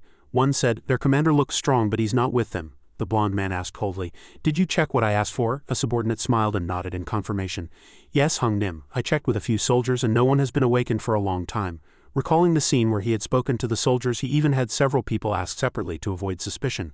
A large man sat on the bed with his arm propped up and said, "I spied on them and they were killing monsters with guns too." The blonde man burst into a satisfied laugh and his two eyes gleamed. "Good, this means it's a good opportunity. With no awakeners, it seems it's time for us to make our move." The subordinates immediately looked at each other, and one asked cautiously, "Then shall we go?" The blonde man's face hardened with vigilance, and he urged them to be prepared just in case. "Wait a few more days. Be careful not to get hurt." They shouted in unison from inside the room. "Yes, Hung Nim." The next day, the sound of conversation echoed. "The food's ready. It's best to wait for the children to come back." Shin Kong-woon stood in the kitchen looking at the silver ring in his hand. The system announced, "The cipher token indicates your position within the guild. It provides a stat bonus depending on the size of the group." Shin Kong-woon happily clenched the ring in his hand and smiled with delight. "I can't believe this is my first piece of equipment." Looking at the cleanly prepared food on the table, providing rewards to all members of the group will have a powerful effect. As he thought this far, a slight sadness crept back onto his face. It's a shame there isn't a good target to represent it. Just then a shout rang out. "Oh man, the number of our unit members is gone, but our guild's name and titles are still there." He was still confused and looked at Staff Sergeant Min in disbelief. "But am I really the commander?" He smiled triumphantly and replied, "It's fine, look at their reactions." Indeed, no one objected. Thinking about what he had done before, he was very satisfied. "And there's a rumor going around that you're strong enough to kill a monster with just one sword." He also asserted that they didn't object because they knew he was trustworthy. "Since the situation is unstable in many ways, we need a strong leader like you." Seeing the large, bloodshot and fierce appearance of Kong In-won, Staff Sergeant Min covered his mouth and whispered, "We also have the madman Kong In-won, who is overwhelming but too nice and sometimes too aggressive to be a leader." He asked doubtfully, "Really?" he asserted. "Yeah, so the only choice left is you." In the mess hall, a soldier saluted him in a military fashion. "Oh Chung-shung." Shin Kong-woon looked at him and asked with an amused smile, "Oh, were you here? Did you tell everyone what I asked?" He reported honestly. "Yes, I told them if anyone asks about our profession, not to act suspiciously or mention the status window." Hearing him say exactly as he had instructed, he praised him with satisfaction. "Well done," he added. "I also told them to avoid talking about awakening as much as possible. Then they'll be fine." In his mind, he always remembered what Tae-jun had said. "It's best to keep your mouth shut," he thought to himself. Tae-jun said he doesn't know exactly what will happen, so we have to hide it as thoroughly as possible. Although he was hiding it, he still told the soldier, But that doesn't stop us from increasing the number of awakeners. He straightened his back and shouted, yes, we'll be relying heavily on awakened snipers to defeat the monsters, so that won't be a problem. Hearing that, his heart felt much lighter. Thank heavens. The awakened snipers look hard to distinguish from armed soldiers. Suddenly he reported to him. But it seems there's another problem. He showed interest. The soldier was sweating and a bit nervous. The survivors keep wanting to talk to us. One woman in particular keeps asking for the soldiers' help. She says she has something to tell us. Shin Kong-woon immediately asked, is it important? Recalling the meeting, he felt, I don't know, but she seems to be the representative of the survivor group, he told him. So I thought you should talk to her, Sergeant Shin, if Lieutenant Kim finds out and blames us. He quietly stroked his chin and thought. He said nothing. Thinking of Kim Hung-seo, leave the matter of Lieutenant Kim to me, he asked in surprise. What are you going to do next? He patted his shoulder and reassured him. Don't worry, I've thought of a way. While he was still confused, he pointed with his finger. But let's take care of this first.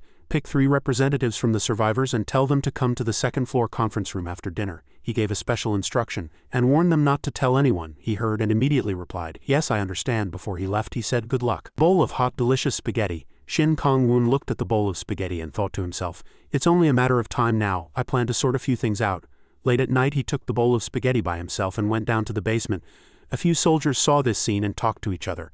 Is there something under the kitchen? Another soldier replied. Don't you know there's a basement under the mess hall? Seeing him go down, the people were even more surprised. Really? Another soldier informed him. It was built to supply hot water and electricity to the mess hall. There's a boiler and a generator. It's quite big, so it was also used as a storeroom. He even made a bold guess. I think it's being used for something else now. The other soldier laughed.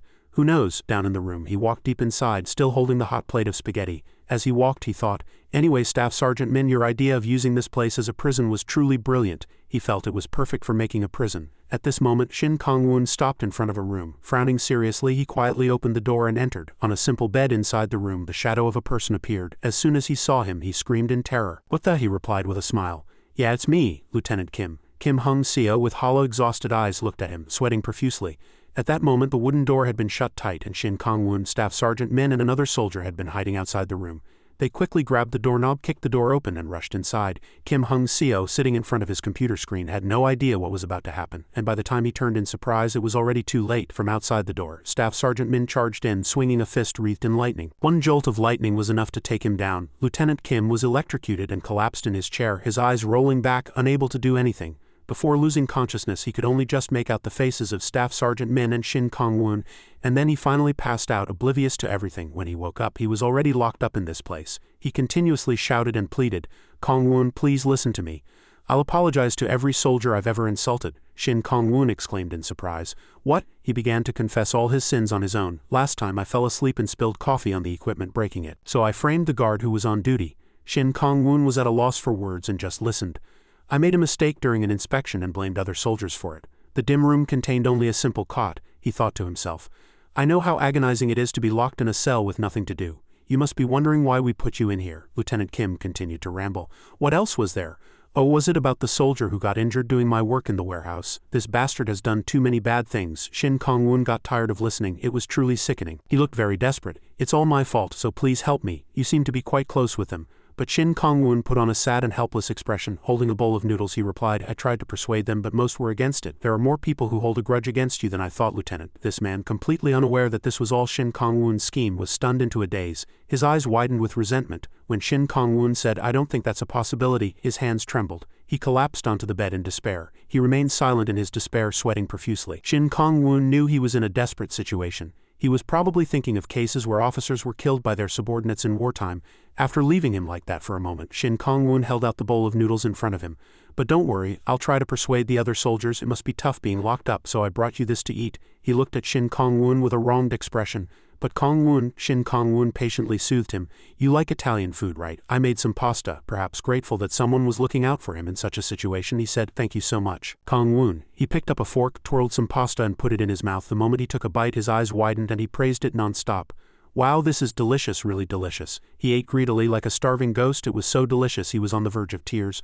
I finally feel alive again. Watching him, Shin Kong-woon couldn't hold back a smile and thought to himself, giving him food was a good idea. He watched Kim Hung-seo eat and planned inwardly, get hooked, enjoy this happiness. He ate, oblivious, and laughed. Hee hee. Laughter didn't stop. One day, Staff Sergeant Min looked at Shin Kong-woon suspiciously and asked, "Did you cook with tick seed meat?" He answered without hiding anything. "Yes, we're running low on food." Staff Sergeant Min was horrified. "No, but is it okay to eat monster meat?" At that time, Shin Kong-woon himself didn't know if it was okay, so he could only admit, "I don't know, but right now we don't have any better ingredients." Staff Sergeant Min felt nauseous upon hearing that. Looking at the food before him, an idea came to Shin Kong-woon.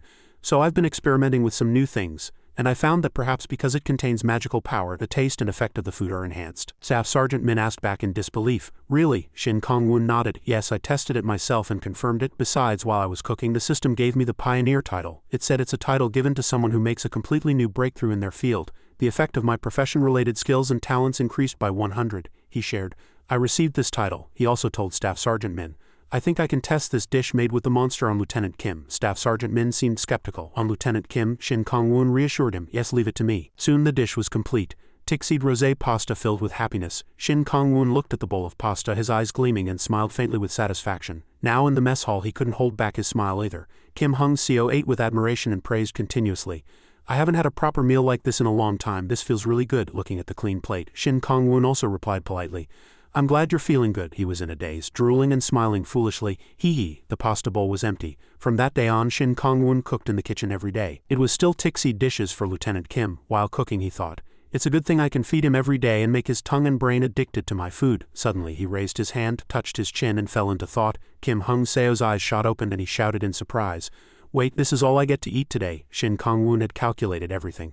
I should suddenly stop and replace it with tasteless combat rations. Unable to eat the tick-seed meat, he went into a frenzy, throwing the bowl and shouting, "Kong-woon, you son of a bitch, is this how you treat me? Go get me a proper meal." He didn't care one bit and resolutely opened the door and left. Standing above the basement entrance, he was very satisfied. "Just as I expected. This should be enough," he smiled triumphantly and thought. "Now let's begin." Staff Sergeant Min and Kong In-won watched him from a distance. The two saw his sly smile and asked themselves, unable to understand, "What on earth is Kong-woon thinking? He's been giving Lieutenant Kim 3 meals a day." Kong In-won also agreed. "That's right," he sweated and gasped, unable to comprehend. "I guess Lieutenant Kim is a huge fan of tick seeds." Kong In-won frowned, thinking of the monster. "By the way, Sergeant Shin asked me to catch an awakened tick seed." Staff Sergeant Min shouted in surprise. "What, another one?" He was tense and sweating. He was sure he couldn't be like that. The sky was still blue, but everything was gradually changing. Screams echoed from the dark basement. He cried, wailing, "Not this!" Lieutenant Kim seemed to be having a seizure again. He shouted loudly, "This is an order, bring me proper food right now." Shin Kong-woon stood there looking at him and replied with uncompromising firmness, "You're wrong, Lieutenant Kim. If you want to eat more delicious food, that's not the attitude you should have." It was the first time he had been treated like this by a subordinate. He couldn't hold back for a moment and his eyes widened. "What, how dare you?" Shin Kong-woon looked at him with a blank expression and thought, the emptiness he feels when the happiness from eating for days disappears must be immense. He just shouted and threatened as before, "As your superior officer, my orders are absolute." Seeing this, Shin Kong-woon resolutely turned to leave. "If you don't change that attitude, I'll come back tomorrow. Think carefully until then." Kim Hung-seo's eyes widened in surprise. Knowing he was out of options, he hurriedly called out, "Wait." He knelt and began to plead.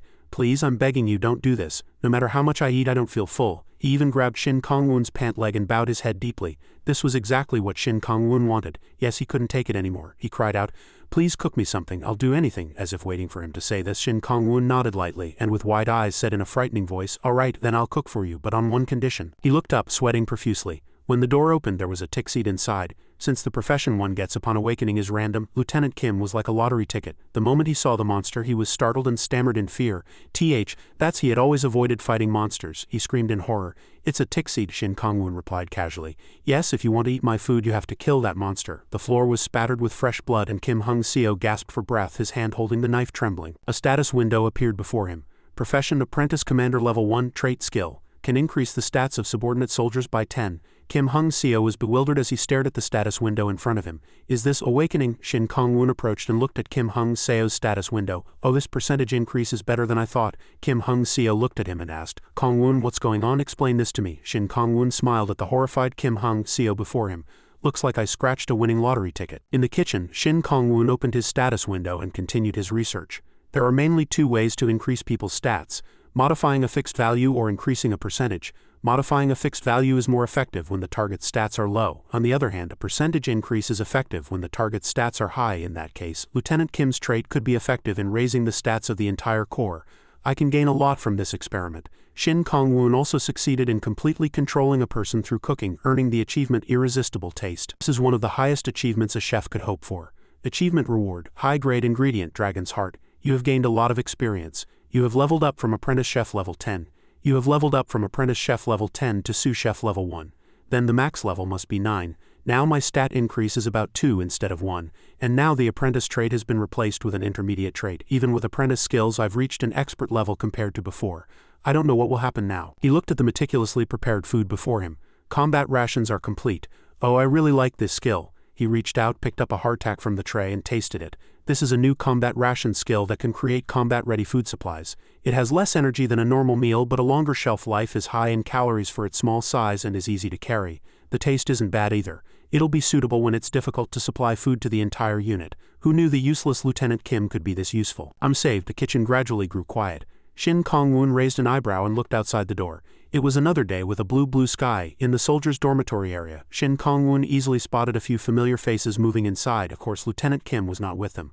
Lately he had been sick because of the food Shin Kong-woon made, and Staff Sergeant Min was going to take his place. Kong-in-won asked blankly, "How what? You said it's because of the food you made?" Shin Kong-woon pointed at Staff Sergeant Min and said, "Everyone don't worry, just follow him. He's the most knowledgeable and well-spoken person in this unit." Staff Sergeant Min nodded slightly, but his expression looked a bit reluctant.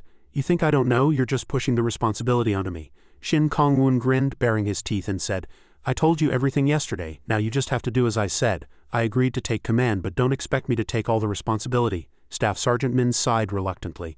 "All right, let's go. Let's do our best, brothers. Everyone calm down." In the dormitory area, Staff Sergeant Min, Shin Kong-woon and Kong-in-won's group entered a room. The civilians were already all gathered. "They're really early." No one said much, just nodding lightly in greeting. Shin Kong-woon's side also slowly took their seats. Shin Kong-woon narrowed his eyes and observed, "One of these people might be trying to harm us. According to Tae-jun, I have to hide my abilities from them. So all I can do is sit and talk. I need to get as much information from them as possible and not reveal anything about us." Staff Sergeant Min was the first to speak. "Good day, everyone. I am Staff Sergeant Min. I will be presiding over this meeting." The people on the other side were clearly surprised. They had thought the presiding person would be Lieutenant Kim. Staff Sergeant Min said, "He said it would be better if one of the operational managers came. Don't worry, I will ensure this meeting proceeds smoothly." Lee Sang-on nodded lightly, seeming to believe Staff Sergeant Min's words. Her reaction was a bit special. Only the large man sitting next to her showed a slightly disobedient attitude. "HMPH, I have no intention of talking to an ordinary soldier. It would be better to bring him here," Staff Sergeant Min calmly retorted. "The soldiers sitting before you two are core members of this unit, responsible for its daily operations. If you have any questions, feel free to ask," Park Gun-sang said. "Of course. I'd like to ask why it took 3 days to arrange this meeting." Staff Sergeant Min's brow furrowed slightly, but he could only respond with a smile. "Well, it was to give you all time to rest, as you must have been exhausted after your difficult escape. And we wanted to give you time to think about what you want to know and select representatives. And as usual, we were busy with military operations." Park Gun-sang asked, as if deliberately trying to pick a fight. "So your work is more important than us?" "Please don't think of it that way." "Why not? You just said so." Shin Kong-woon sighed helplessly. "Sometimes you meet people like this, people who think they're king because they believe the taxes they pay cover our salaries. You're a soldier, so you should prioritize the people. How can you have work that's more important than us?" At this moment, the woman named Lee Sang-ah sitting next to him suddenly said loudly, "Hey, Mr. Park Gun-sang." The man flinched noticeably. The others also looked a little scared. It seemed this woman was the one with the most prestige here. Lee Sang-ah said, "They took the time to talk to us." "I understand your complaint, but it would be best to stay quiet for now," Park Gun-sang said. "Understood." Shin Kong-woon smiled inwardly. "Oh, it's her as expected." After scolding the man, Lee Sang-ah looked at Staff Sergeant Min, who was still sitting opposite her, and said, "I'm very sorry. Mr. Gun-sang went a little too far." Staff Sergeant Min said, flustered. "No, it's fine. It's only natural since we took up your time, but that wasn't our intention." Lee Sang-ah smiled and said, "Yes, I know. My name is Lee Sang-ah. I was the owner of a small clothing store before this all happened." Staff Sergeant Min laughed awkwardly and said, "Yes. Thank you for quieting them down. Before we begin, I think it's necessary to gather more information to better understand each other's situations. Could you tell us a little about how you came to our base?" Lee Sang-ah nodded. "Yes, gladly." Shin Kong-woon couldn't help but admire him. "Staff Sergeant Min, you're doing great." His gaze was fixed on Lee Sang-ah, observing her. Lee Sang-ah began her story. "Well, as you know, about 2 weeks ago, monsters suddenly appeared. At the same time, all internet connections were cut. The same went for TVs and cell phones. We were attacked by many monsters, and although some people were injured, we survived. They ended up turning into zombies, which was very confusing." Shin Kong-woon and Staff Sergeant Min were both shocked. "Wait, what is she saying? Zombies?" The soldiers in the room all murmured in disgust. In any case, they had never heard the word zombie before. Flustered, Staff Sergeant Min approached Shin Kong-woon and asked in a low voice, "She must be talking about those lizards, right? We haven't seen any zombies." Honestly, Shin Kong-woon couldn't believe it either. Seeing their expressions, Lee Sang-ah couldn't hide her confusion. "Why the reaction? Is there a problem with me mentioning zombies?" Staff Sergeant Min quickly laughed and brushed it off. "No, it's nothing, it's just that we don't call them zombies." "Really, but we're sure they're zombies." "Then what do you call them?" Staff Sergeant Min was even more flustered. He racked his brain. We call them living corpses or sang-si." What on earth is he thinking? Shin Kong-woon thought to himself that something was a bit off. But the others seemed to believe it immediately, and even suggested they call them sang-si. Staff Sergeant Min quickly said, "Haha, on second thought, calling them zombies seems more accurate. Let's just go with that." Lee Sang-ah's eyes widened in surprise, but she didn't ask any further. If they wanted to call them zombies, then zombies it was. Although they were a bit clumsy, they managed to get past this hurdle. Staff Sergeant Min continued the conversation. "So what happened next? Please continue." The story Lee Sang-ah told was this. After escaping from the zombies, she joined a group of survivors she met by chance. And while they were looking for a safe place, one of them told them about their military base. It was the old man sitting next to Lee Sang-ah. Kong In-won looked at the old man with suspicion. "How do you know about our military base?" the old man said calmly. "A friend of mine who works in construction told me he worked at a military base near our town. I remember him saying the base was deep in the mountains." Lee Sang-ah spoke again. "We didn't know the exact location either, but we thought we had to get there anyway. So why not take a chance?" The people who had been facing lizards for a long time were all shocked. "You made it through those monsters," Staff Sergeant Min inadvertently exclaimed in admiration. "That must have been a really long journey." Shin Kong-woon no longer sat still and raised his hand to ask a question. "I have a question. I don't see any weapons on you, just iron rods in your hands. How were you able to escape from those monsters?" Lee Sang-ah said. "You might not believe this, but we've awakened to supernatural powers." Again, some soldiers looked at Lee Sang-ah with slightly worried eyes. Shin Kong-woon still observed Lee Sang-ah with sharp eyes. "There it is again. How can she have awakened without any abilities?" Lee Sang-ah said. "Out of the 25 of us, I'm the only one who has awakened. Thanks to that, we were able to make it this far." Interesting information. Shin Kong-woon thought to himself, but was it really possible with just one person? Lee Sang-ah pushed her chair back and stood up. "You may not believe it, but I can prove it." They probably didn't expect her to be so direct, so they put on surprised expressions as if they were amazed by her special ability. She smiled at them and nodded slightly. The gazes of several people in the room were all fixed on Lee Sang-ah. She held a large pair of sewing scissors in her hand and said, "These are sewing scissors. They were used for mending curtains, that kind of thing, so they're a bit bigger than regular scissors." Shin Kong-woon was surprised and thought to himself, "I heard she worked at a clothing store. Did she get her ability from there?" The scissors in Lee Sang-ah's hand moved a few times as if testing their sharpness. Lee Sang-ah closed her eyes and condensed the energy within her body, and her body seemed to glow with a faint red light. She charged forward, aiming the scissors at the corner of the desk in front of her. Her brown hair seemed to fly in the powerful energy. And Lee Sang-ah furrowed her brow and exerted her strength. The desk in front of her was cut in half, and there were even a few cracks spreading around the surface of the desk. Of course, since everyone was standing, no one was hurt. However, Lee Sang-ah had an obsessive personality. So the desk was cut very neatly in half. Staff Sergeant Min jumped up, looked at the cut desk and said in bewilderment, "How?" Shin Kong-woon suddenly felt that this scene was somewhat familiar. Lee Sang-ah said calmly as usual, "When I was working at the store, some very strange-looking people started attacking us. The situation was terrible, but I tried to stay calm and picked up the scissors that were nearby. In a critical moment, I stabbed a zombie. When it died, a blue screen appeared and told me that I had awakened and gained a special ability. Now I can take care of zombies with a single snip of my scissors." Lee Sang-ah said of course she didn't mention how scared she was and that she cried at the time. Shin Kong-woon furrowed his brow slightly. "She stabbed a zombie. Is a zombie another condition for awakening?" Carefully probed. "Didn't you all fight zombies too?"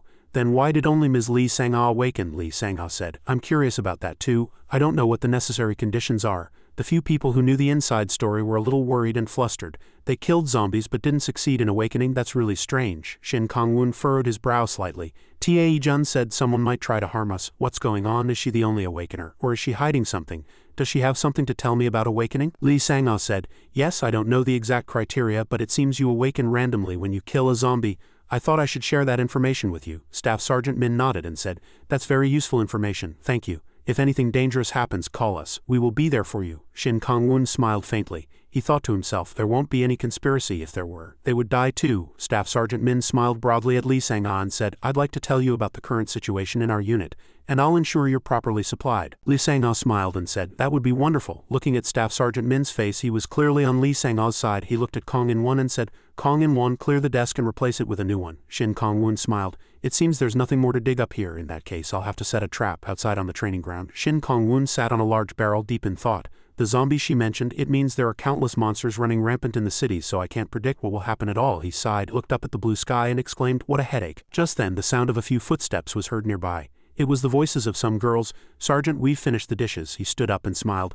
Thank you, you didn't have to go that far." A girl said, "We have to do something helpful too, besides we're taking turns among ourselves." Shin Kong-woon opened the lid of the barrel he had just been sitting on and said, "I made some snacks." "Have some." "You made snacks?" Inside the barrel were 2 very delicious-looking ice creams. Shin Kong-woon smiled and said, "Think of it as a reward for helping with the dishes and cleaning." The 2 girls were happy and surprised to see the ice cream.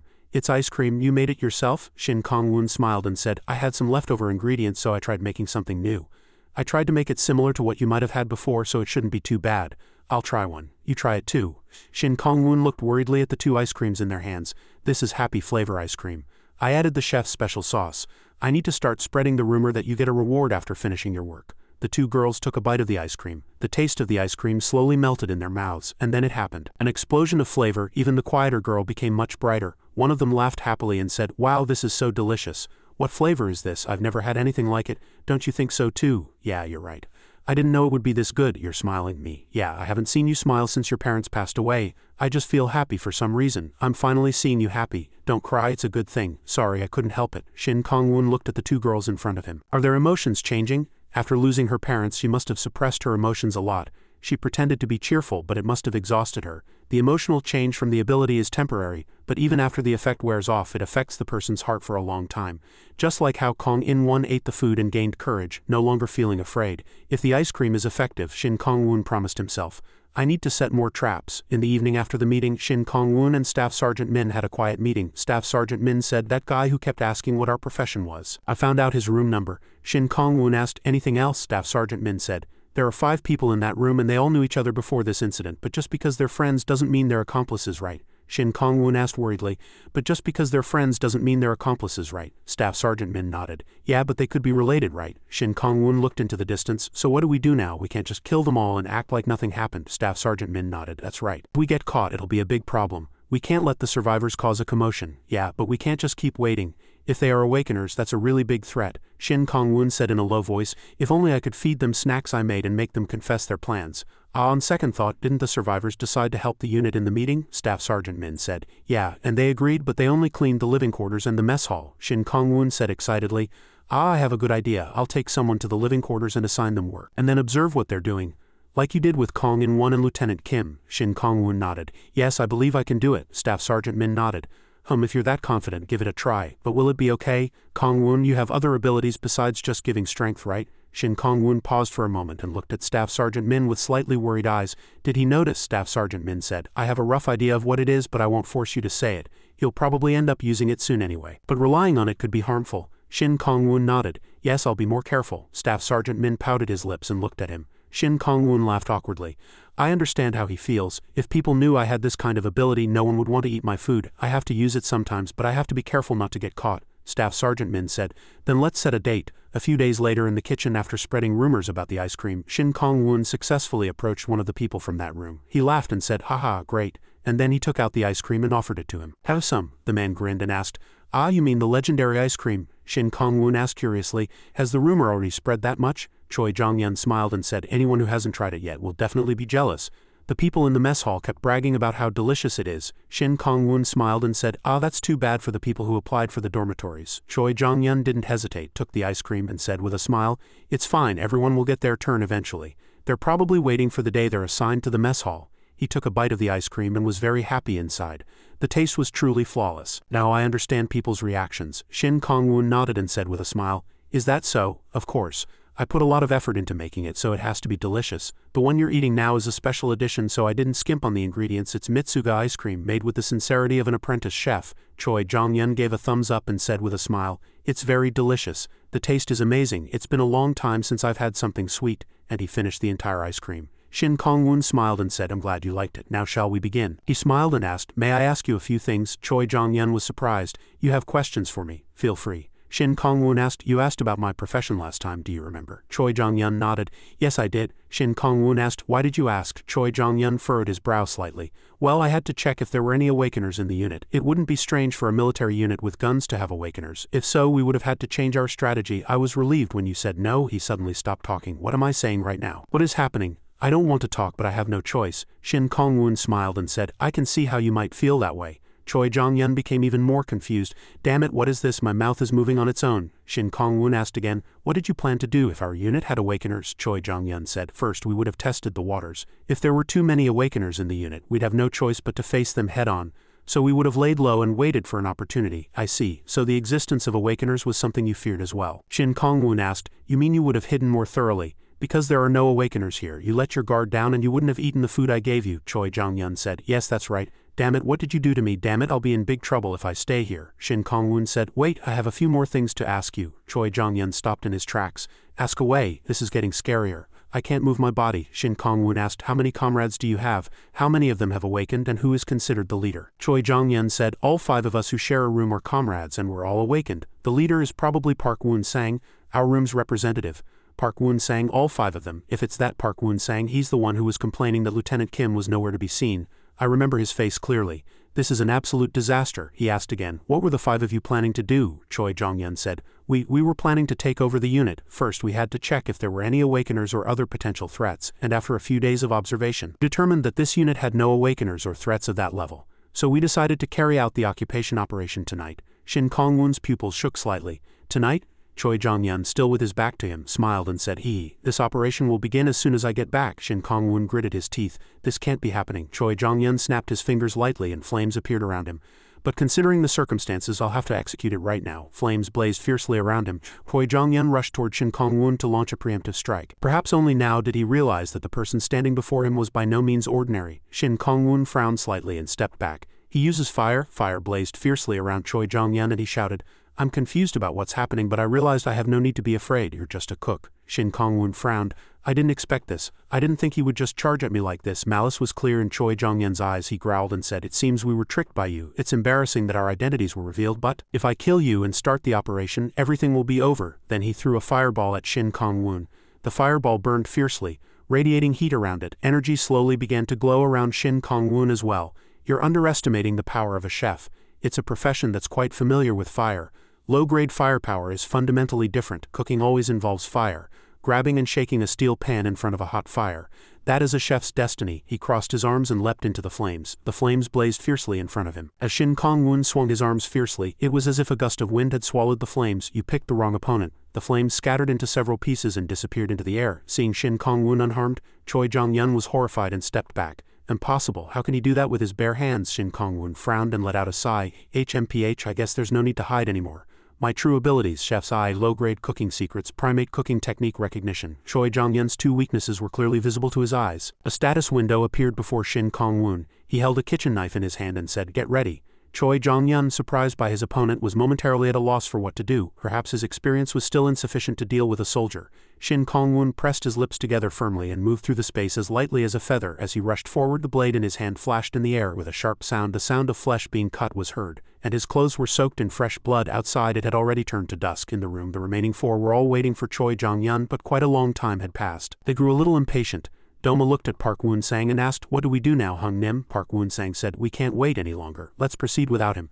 Choi Jong-yun will join later. What? Are we really going without Choi Jong-yun? He's the strongest among us? These bastards. Park Woon-sang frowned and shouted, Hey, there are 4 of us awakeners here. We've also confirmed that there are no more awakeners among those soldiers, Doma said, but we can't be sure. We might have missed something. Tisk. Park Woon-sang was clearly displeased. Choi Jong-yun is already level 6. He's an indispensable asset to us. His skill utilization is also very special, but I'm the leader. I can't waver. He frowned and asked, You don't trust me, do as planned. Choi Jong-yun will join later. Yes, hurry up. Park Woon-sang spoke and left. We need to drag everyone out of the barracks. Outside the barracks, everyone was gathered below. Some looked uncomfortable and some waited quietly. But their gazes were still fixed on those 4 people, wondering what was happening. Lee Sang-ah was silent.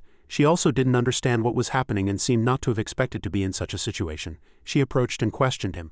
May I ask what you are thinking, Mr. Park Woon-sang? Park Woon-sang said, It's nothing too serious. You see, I have a condition where I break out in hives all over my body if I'm not the leader of a group. Lee Sang-ah frowned and asked, What kind of? He had always been unusually rude and violent. Lee Sang-ah knew that well. She had always seen him use violence against some other people. When she questioned him about it, he was relatively polite in front of an awakener. So why is it like this now? Lee Sang-ah frowned. Perhaps you're not satisfied with just being the leader of our group.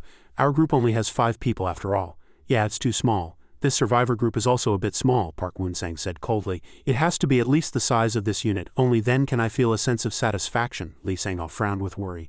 Is that what you really want? The other people heard this, and confusion and anxiety gradually sprouted in their hearts. What? Is there a fight? It seems so, but why are they doing that when there are soldiers here? Upstairs, other soldiers happened to see this scene through the window. They immediately ran downstairs and asked, "Hey, what are the survivors doing outside?" "We don't know either. They suddenly came down and started arguing. We tried to stop them, but they told us not to interfere in their business. We need to report this and keep an eye on them." Outside, Lee Sang-ah and Park Woon-sang were still arguing. She said, "I had a feeling you would cause trouble someday. I can't help it either. Things have come to this point." Lee Sang-ah took a pair of scissors out of her pocket. "I didn't want to use force against you, but you've gone too far." Lee Sang-ah frowned, holding the scissors in her hand. The crowd once again murmured in astonishment. Ms. Lee Sang-ah took out her scissors. "Are those people crazy? Do they want to get their heads chopped off?" Park Woon-sang said calmly. "Oh, you really are crazy. I know the power of those scissors well." Lee Sang-ah stared at him with a frown. Her long hair fluttered in the wind and the atmosphere became somewhat heavy, even though I took out my weapon. "He's still not changing his attitude. Does he think he can handle me with just the four of them? Ah, could it be?" A bold guess suddenly popped into her mind. One of them approached her. He rolled up his sleeves, smiled arrogantly and said, "Hung Nim, leave it to me. I'll break those scissors." But that woman is quite strong," Park Woon-sang said. He looked at another subordinate again.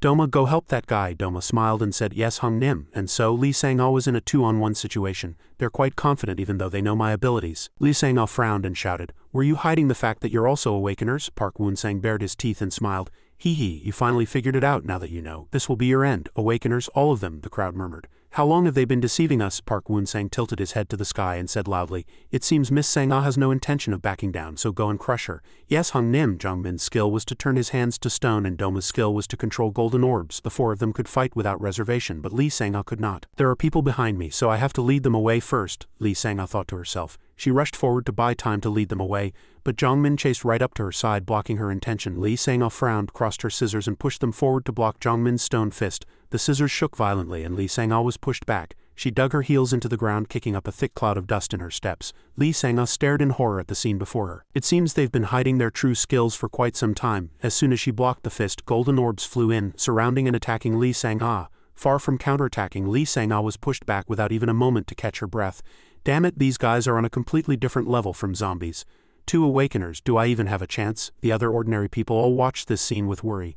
But Park Woon-sang was very confident in his plan, he said with admiration. "It seems we can easily dispose of the biggest obstacle." Jongmin continued to throw countless punches at Lee Sang-ah and she could only block them one-sidedly. Doma came running from behind to support, frowned and said, "Hey, stop playing around, that's enough, get serious." As Lee Sang-ah blocked, she looked for an opportunity to counterattack. Clearly the teamwork between those two is very poor. "If I use that well, I might have a chance." Lee Sang-ah was pushed back, lost her balance, and her body swayed slightly.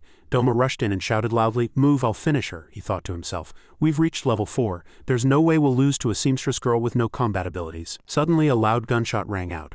Everyone's gaze turned to where the shot was fired. Park Woon-sang asked worriedly, "What's going on?" A group of people appeared from inside. It was the soldiers from the barracks, and it was only after they had all assembled that they came down here. In their hands naturally were guns and a faint wisp of smoke was rising from one of them. The gun was reloaded once more. Seo Hee-wook, holding a gun in his hand, frowned and shouted, "What are you doing now? Everyone freeze!" The other soldiers also took out their guns one by one. They aimed their guns at the 3 people who were fighting. Lee Sang-ah immediately stopped her hands, and the other 2 were no exception. After all, guns were still a threat to Awakeners. Seo Hee-wook led the soldiers and approached, asking, "Will you stop now?" Park Woon-sang stepped back and asked, "What if we don't stop?" Seo Hee-wook frowned. "I will shoot," Park Woon-sang sneered. "Hey, interesting. A soldier shooting a civilian with so many people around." Seo Hee-wook replied calmly, "This is a special situation. If you pose a threat, I will shoot." Then he glanced around at the situation and made a judgment. "Is this guy the leader? There are quite a few hidden Awakeners." Park Woon-sang smiled and said, "If you want to push us to a dead end, we'll have to get serious too." Seo Hee-wook frowned and thought to himself, "Is he going to confront a soldier with a gun aimed at him? Awakeners are definitely strong, but I doubt they're strong enough to beat a gun yet." Park Woon-sang approached them and provoked them casually. "Shoot, what are you hesitating for when the enemy is right in front of you? Stop right there," Seo Hee-wook shouted loudly. Park Woon-sang smiled nonchalantly and said, "Just scaring people with guns you brought who are barely over 20. It's time for the soldiers to back down." A few of them seemed to slightly lower the guns in their hands. "This guy is crazy. Sergeant Seo Hee-wook, please make a decision." "Ah, this is really annoying." Seo Hee-wook let out a sigh of annoyance, then raised his gun and aimed it straight at Park Woon-sang's chest. "We clearly warned you." Park Woon-sang smiled nonchalantly and walked forward. Seo Hee-wook worriedly applied some pressure to the trigger in his hand. Everyone was filled with shock and terror. It seemed like a massacre was about to happen before their eyes. In fact, Seo Hee-wook himself was a little worried. This was the first time he had to aim a gun at someone. even if that person was causing a disturbance and threatening everyone. The space seemed to be submerged in silence, and no sound could be heard other than the regular sound of footsteps. In front of the muzzle, Park Woon-sang showed no change in expression. Seo Hee-wook frowned. Inwardly, cold sweat was flowing and his heart was constantly pounding in his chest. A few ordinary people even fainted from the pressure, and the vast majority of the rest plugged their ears tightly. Park Woon-sang suddenly smiled and said, "Are you really going to shoot? I take back what I said about you being just a brat." Seo Hee-wook stared intently at the gun in his hand. He became more and more confused. No matter how many times he pulled the trigger, no bullets were fired. "Why is this happening? Why isn't it working? It was fine just a moment ago," Park Woon-sang sneered. "It's not broken. You'll understand when you learn about my ability." A dark and sinister aura emanated from Park Woon-sang's body. His ability was Destroyer Level 5.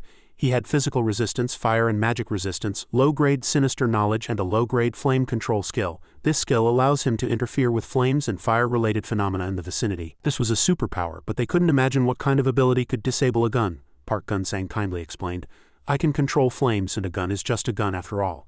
It has to fire a bullet by exploding, right? But anything that can burn or explode is useless against me." He laughed loudly. Seo Hee-wook frowned worriedly, instantly grasping the situation. "Indeed, with so many soldiers around, they won't act rashly.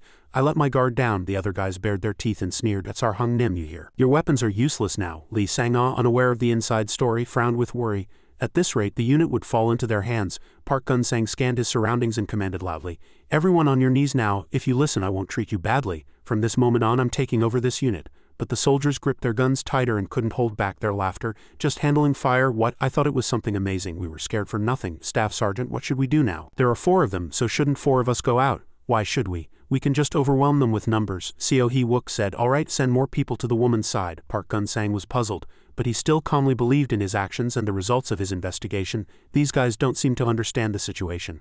Against Awakeners, the number of ordinary people is meaningless.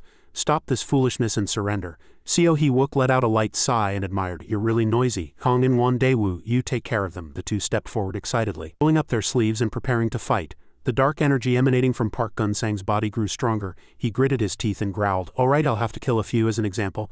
Let's start with this cocky-looking brat." A punch like the heavens crashing down flew from Kong In-won, his body enveloped in a faint red light, looking extremely ferocious. As Kong In-won rushed in and sent Park Gun-sang's jaw flying, his cheek caved in, and his eyes momentarily went white as if he was about to pass out. An awakener, Park Gun-sang managed to leave a final dying wish. His gaze turned to the soldiers. "You guys, you deceived us," but it was too late to realize it now. He collapsed to the ground. The atmosphere froze. They had never imagined such a situation. "There are awakeners among the soldiers?" Lee Sang-all was horrified to see Park Gun-sang go down in one hit. "To be knocked out in one hit, he's too weak." Daewoo laughed and asked, "What were you thinking, doing something like that?" Park Gun-sang, his jaw hurting and shocked from the blow, still couldn't get up. The other soldiers couldn't help but be surprised too. "We've really become incredibly strong." "Good," Seo Hee-wook said loudly. "The incident is resolved, so please everyone calm down. Are there any survivors who need medical attention? If you're okay, you can return to your quarters. Drag those 2 away as well." Seo Hee-wook commanded loudly. The 4 who had plotted the conspiracy were beaten until they were battered and bruised, and they didn't even dare to resist anymore. The situation had suddenly changed just then. Staff Sergeant Min and Kong In-won ran over and asked what had happened. Seo Hee-wook said, "Staff Sergeant Min, you were here. I was on the outskirts with Kong In-won and we came as soon as we got the report." Seo Hee-wook said, "It's nothing serious. But I heard the survivors were fighting." Seo Hee-wook nodded. "Yes, there were a few who did something foolish." Staff Sergeant Min looked at the 4 subdued men. "So there were 5 more awakeners besides Ms. Lee Sang. Not only did they deceive us, but they also tried to take over the unit by force, but after the battle ended, they couldn't do anything," Kong In-won said worriedly. "It's what we talked about at the meeting." Staff Sergeant Min was silent. Just as Kong Woon predicted, they acted recklessly without even knowing about the trap we had set. Seo Hee-wook reported. "We couldn't find the 5th person." Staff Sergeant Min said, that's..." Before he could finish, the soldiers standing behind him shouted, "Sergeant Shin Kong-woon." All eyes immediately turned to him. Shin Kong-woon carried Choi Jong-yun over his shoulder, walking over. Panting from exhaustion, he saw the people in front of him and asked, "Is everything resolved?" And then he threw Choi Jong-yun to the ground. Staff Sergeant Min laughed cheerfully and said, "Well done, Kong-woon, this guy is..." As people approached curiously, Shin Kong-woon smiled and said, "I don't know how it ended up like this. Your combat skills are improving by the day." He just fainted. Seeing Choi Jong-yun knocked out cold, the other 4 couldn't even make a peep. He was the strongest among the 5 of them. Park Gun-sang gritted his teeth and swore. "Damn it!" Staff Sergeant Min approached Shin Kong-woon and whispered, "Hey, wasn't that a bit too rough?" Shin Kong-woon laughed awkwardly and said, "I did my best. Discernment starts with cutting breath and drawing blood. But the drawback of this talent is that the thirst for blood is too strong. Fortunately, I succeeded in switching to Chicken's enlightenment preparation. Thanks to that, I was able to take him down without killing him. From now on, I should be able to subdue people without killing them." If the strongest one is this level, how weak are the rest? Seo He-wook said awkwardly. I think we've gotten too strong. Is that so? Kong In-won said. Their average level seems to be only about 3. On the other hand, about 5 or 6 people in our unit reached that level a little earlier than them. Besides, isn't Sergeant Shin over level 10? Shin Kong-woon nodded. That's right, Kong In-won said, and we have tokens too. Seo He-wook nodded. Ah, you mean the group skill token, Shin Kong-woon said. It's a fixed stat increase, so the lower the level the more beneficial it is. It can instantly turn a level 1 into a level 5. The effect will gradually decrease though. Anyway, everyone worked hard. It seems you can handle things well on your own even without me. Kong In-won said. No, it's true, we've become stronger, but it's not our credit alone. That's right. Staff Sergeant Min came over and put his arm around Shin Kong-woon's shoulder. The reason we've come this far is all thanks to Kong-woon. You're like the mother of this unit. Shin Kong-woon laughed awkwardly. That's a bit much. While they were still chatting cheerfully, Lee Sang-ah suddenly approached and asked, Are you all Awakeners too? Miss Sang-ah, you seem to be okay. Lee Sang-ah tucked her hair behind her ear and said with a smile, Yes, I'm fine, thanks to you soldiers. Shin Kong-woon approached and asked with concern, That's a relief, you must have been very surprised. Lee Sang-ah smiled slightly. A little, but thank you for protecting me. I would have been in big trouble without your help. Shin Kong-woon bowed his head and said, I'm sorry. We had to keep it a secret until we knew their identities and their real conspiracy. Lee Sang-ah smiled and said, I know. Then the entire unit, Lee Sang-ah said, No. It seems only about half of the unit has awakened, but that means there are over 50 Awakeners. Oh my god. Shin Kong-woon was silent, thinking to himself. It would be better to tell Ms. Sang-ah everything. He asked, You said you were a seamstress? Yes, Shin Kong-woon said, I'm a chef, but I do other things too. The next day, below the basement they used as a prison, Shin Kong-woon went to check on the situation as usual. Hey, everything alright? Han-min nodded lightly and replied, Yes, I thought they would try to escape, but they've been quiet. It seems they know it's impossible. Shin Kong-woon asked, Which room is the youngest one in? The room at the end of the hall. Shin Kong-woon smiled and said to himself, Where should I interrogate him? Han-min asked worriedly. Will you be okay by yourself? I'm fine. Shin Kong-woon patted his shoulder. That's my specialty anyway. He opened the door to the room and entered, greeting him friendly. Good morning, Mr. Choi Jong-yun. Choi Jong-yun shot to his feet. He stepped back worriedly. Shin Kong-woon said, I just came to talk. If you don't attack first, I won't do anything either. Choi Jong-yun was still a little worried but not as tense as before. Shin Kong-woon smiled and said, I came to ask a few things, would you listen? Choi Jong-yun immediately knelt on the ground. Of course, you can trust me. Please just spare my life. Shin Kong-woon was a little surprised by this situation and laughed awkwardly. It seems he has some trauma. Was my punch too strong? He took out an ice cream that had been wrapped in cloth to maintain its temperature and handed it to Choi Jong-yun. If you listen to me, you won't get hit anymore. But first have this, Shin Kong-woon said with a sincere recommendation. A short while later, Shin Kong-woon returned with all the information. The effect of the confession ice cream was truly amazing, having the effect of making one brazenly honest. After eating the ice cream, Choi Jong-yun confessed everything. We were criminals operating near Gangwon-do.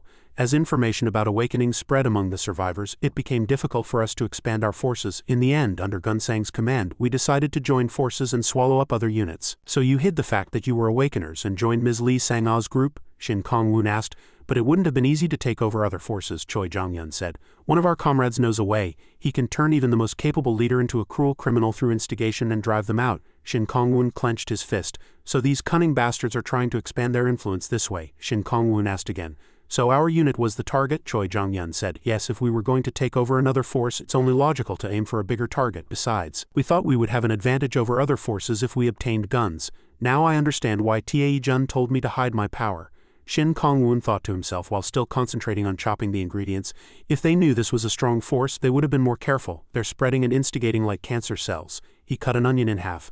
Letting survivors into the unit was a really dangerous act. Shin Kong-woon raised his hand and tousled his hair. He sighed and asked himself, what should I do with these people? That afternoon, Kim Hung-seo ran over and reported urgently. Kong-woon, yes, I've reassured the survivors as you instructed. Is there a problem? Kim Hung-seo said, no, a few were a bit anxious, but I persuaded them. I persuaded them until they smiled. Shin Kong-woon smiled and looked at him.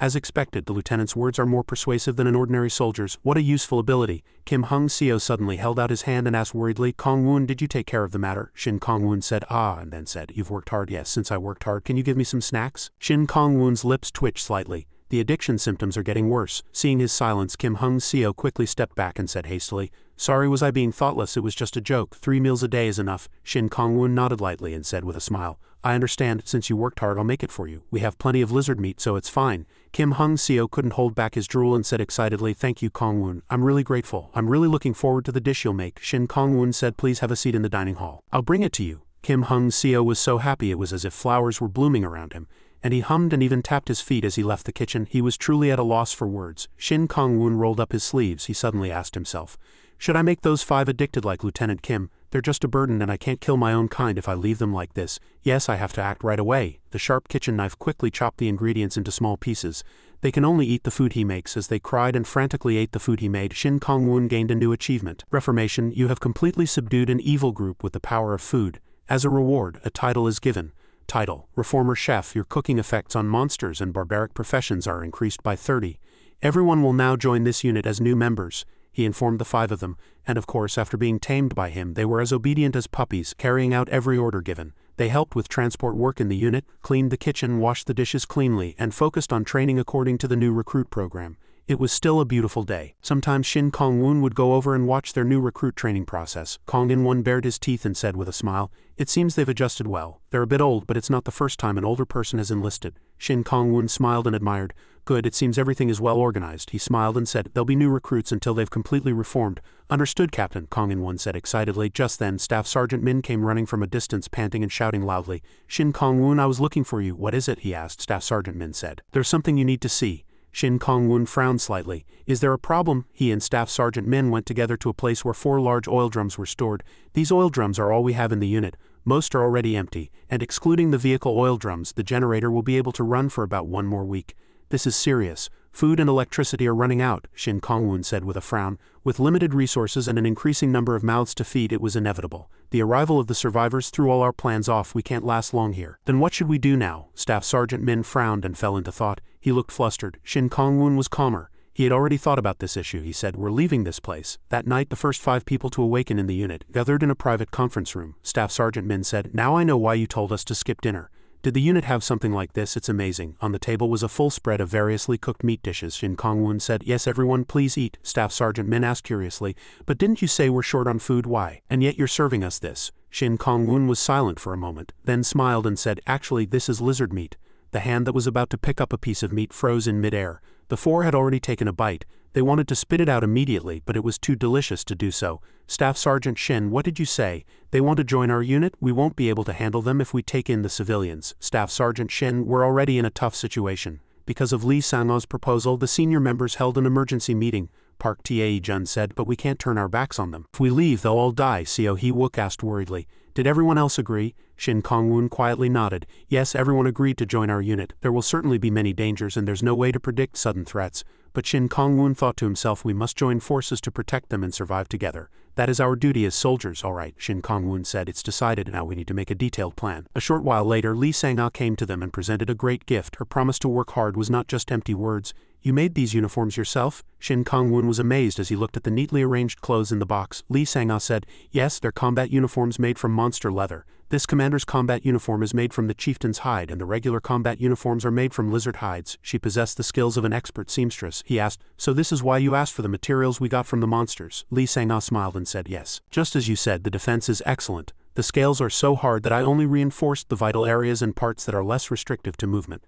Lee Sang-ah held out a uniform toward Shin Kong-woon and asked, "Would you like to try it on?" Chieftain's hide uniform, a leather armor exquisitely crafted by an apprentice seamstress. This outfit is made from the byproduct of a lizard renowned for its tough defense, particularly one of commander rank.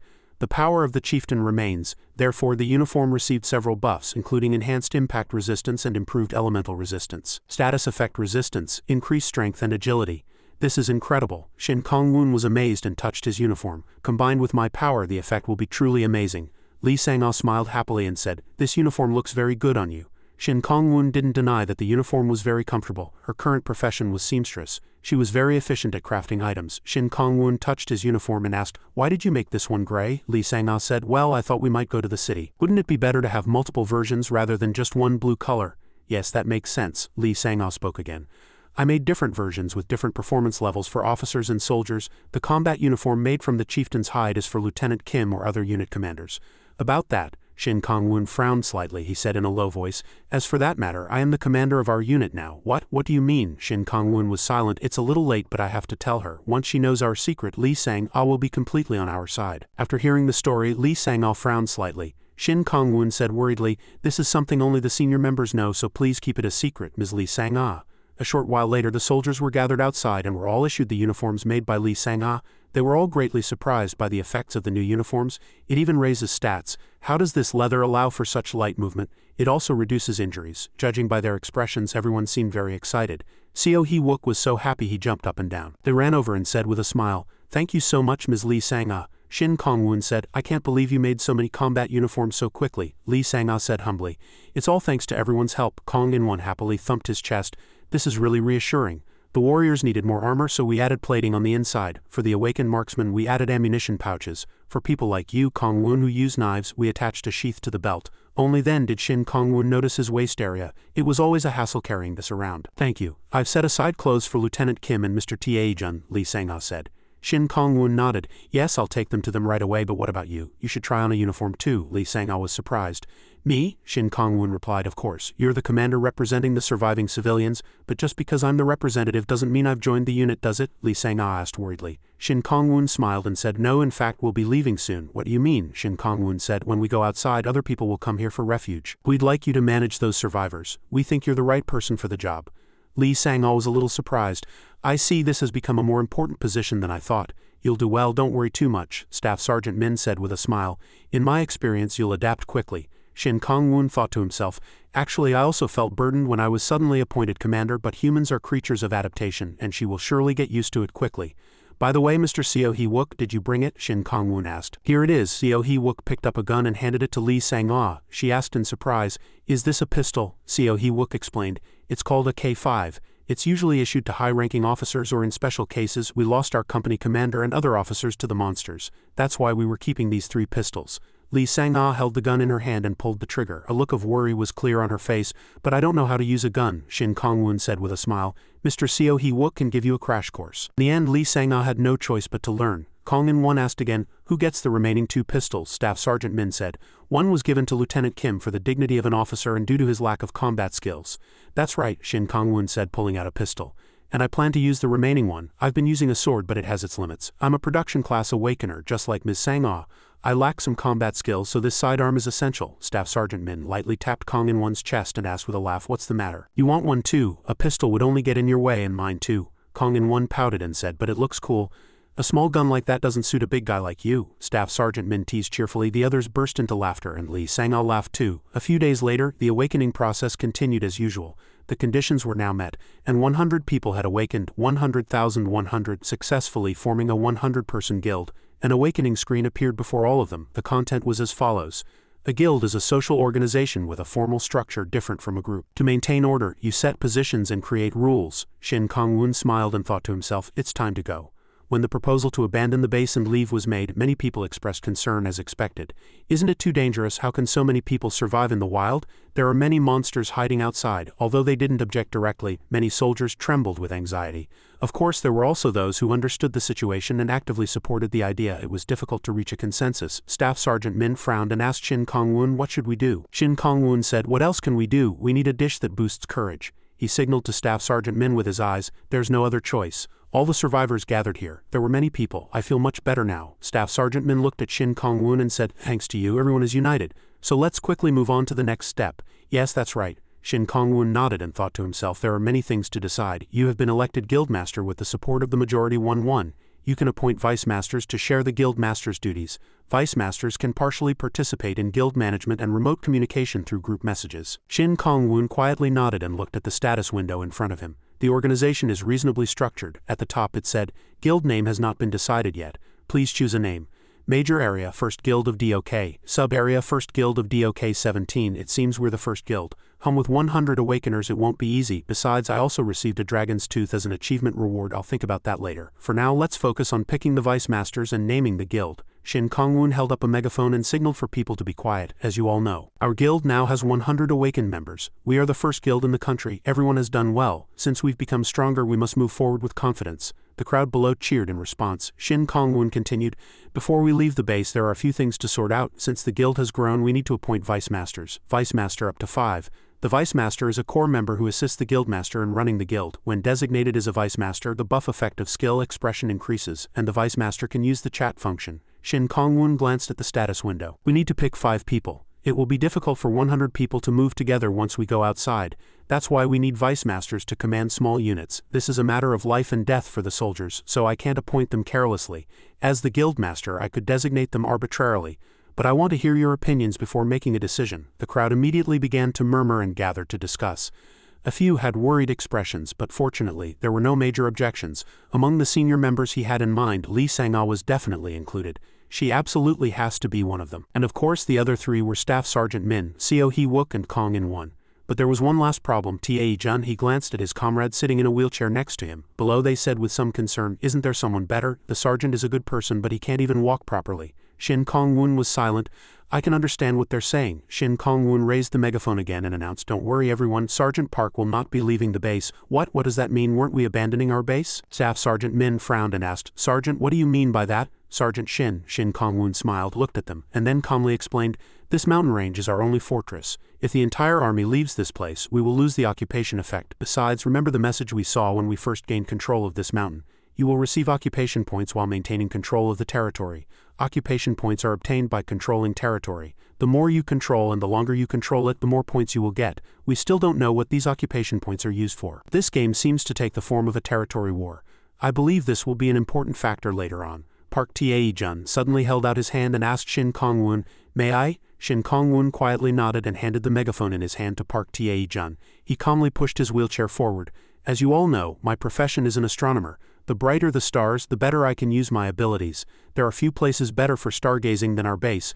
I will remain on this mountain to maintain control and relay the information I gather with my abilities. I will act as a radar, watching over the ground forces to see if their path is clear. That's why I've decided to stay here with 7 other soldiers. He quietly nodded and smiled at Shin Kong-woon. Shin Kong-woon nodded back in response. There was an unspoken understanding between the two.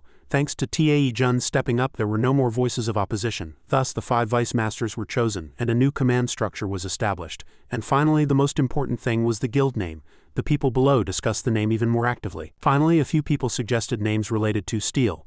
The 2 monsters they first encountered were also steel lizards. After discussion and a vote on a few names, the one that received the most votes was Steel Legion. Staff Sergeant Min said, we're ready to depart. The problem now is where we should go. Seo Hee-wook said, based on our unit's location it would be either east or west. Staff Sergeant Min nodded. Right, the western Gangseo region has large cities like Chuncheon and a lot of open land. Since the area is wide, there are many other military units. On the other hand, the eastern Gangdong region has cities like Gangneung and is close to the sea. It's also where our superior unit, the 12th Corps, is stationed. Shin Kong-woon debated whether to expand their base further or to find their superior unit. Staff Sergeant Min sighed. It's a really tough choice. With a sense of unspoken trust, he glanced towards Tae-jun. Then I'll just leave it to him.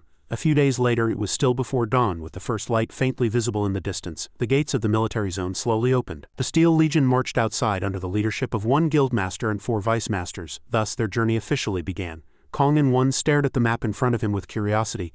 What are those symbols, the parts marked with an X? Staff Sergeant Min said. Those are places where monsters have been recently spotted. It tells us about how many there are.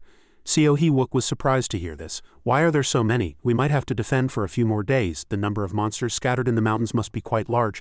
Ah, what a headache. Staff Sergeant Min put a hand on his forehead and sighed. What a headache. Where the hell did this monster horde come from? Instead of decreasing, their numbers just keep growing.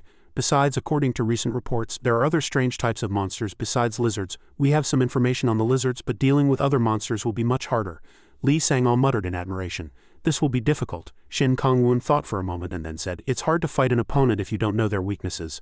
Unless you have high-powered snipers. Hearing his words, the others frowned in unison with worried expressions. Staff Sergeant Min looked at Lee Sang-ah again and asked, Team Leader Lee Sang-ah, how did you get here? Were there any obstacles on your way? Lee Sang-ah recalled some recent memories. At the time, she was the only awakener in their group, protecting them. Of course, there were monsters ambushing us on the road, but not as many as you just mentioned.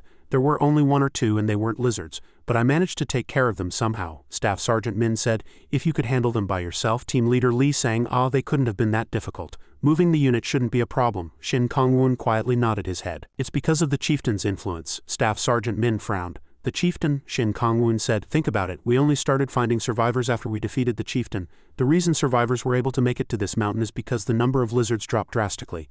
That makes sense, Seo Hee-wook said worriedly. Then the situation now is much worse than before, isn't it? We have too many soldiers and supplies to move, so moving secretly is impossible. Shin Kong-woon agreed. That's why leaving the unit requires a big decision, there's no choice. We have to prepare thoroughly. The convoy of vehicles moved quickly according to a pre-arranged plan. A total of 5 vehicles. Soldiers were positioned around the vehicles with civilians inside. Kong In-won commanded from the rear. He shouted loudly, "Begin circular defensive formation. Soldiers, move to the front of the vehicles. The vehicles with the survivors will go first, and will provide cover from behind." Staff Sergeant Min put his hands on his hips and watched the slowly moving convoy. He thought to himself, "We're following the plan, but will it really be effective?" Shin Kong-woon said, "In any case, it's very difficult to maintain a complex formation, but we have combat experience, so we'll manage somehow." It was a formation built based on the tank, dealer, and healer roles of an RPG. Large vehicles formed a defensive wall at the front and back, with close combat soldiers positioned around them. From the inside, long-range Awakeners provided covering fire, protecting the vehicles carrying the survivors. The problem was that they didn't know where an attack would come from. Furthermore, the narrow road made it difficult to escape. Shin Kong-woon said, "If an attack comes, we'll block it immediately." Staff Sergeant Min was lost in thought, but the anxiety in his heart did not fade.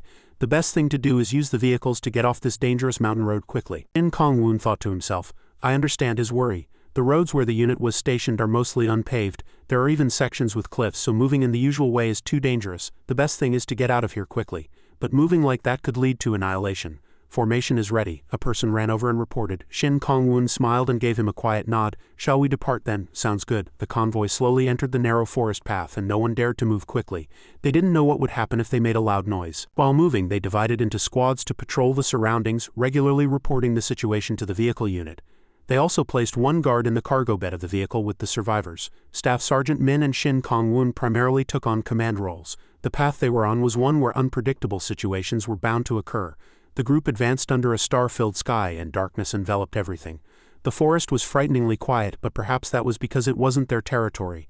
"We'll run into a group sooner or later." Kong In-won quietly kept watch on his surroundings. The forest was dead silent. Suddenly, a very faint wisp of smoke rose in the vicinity.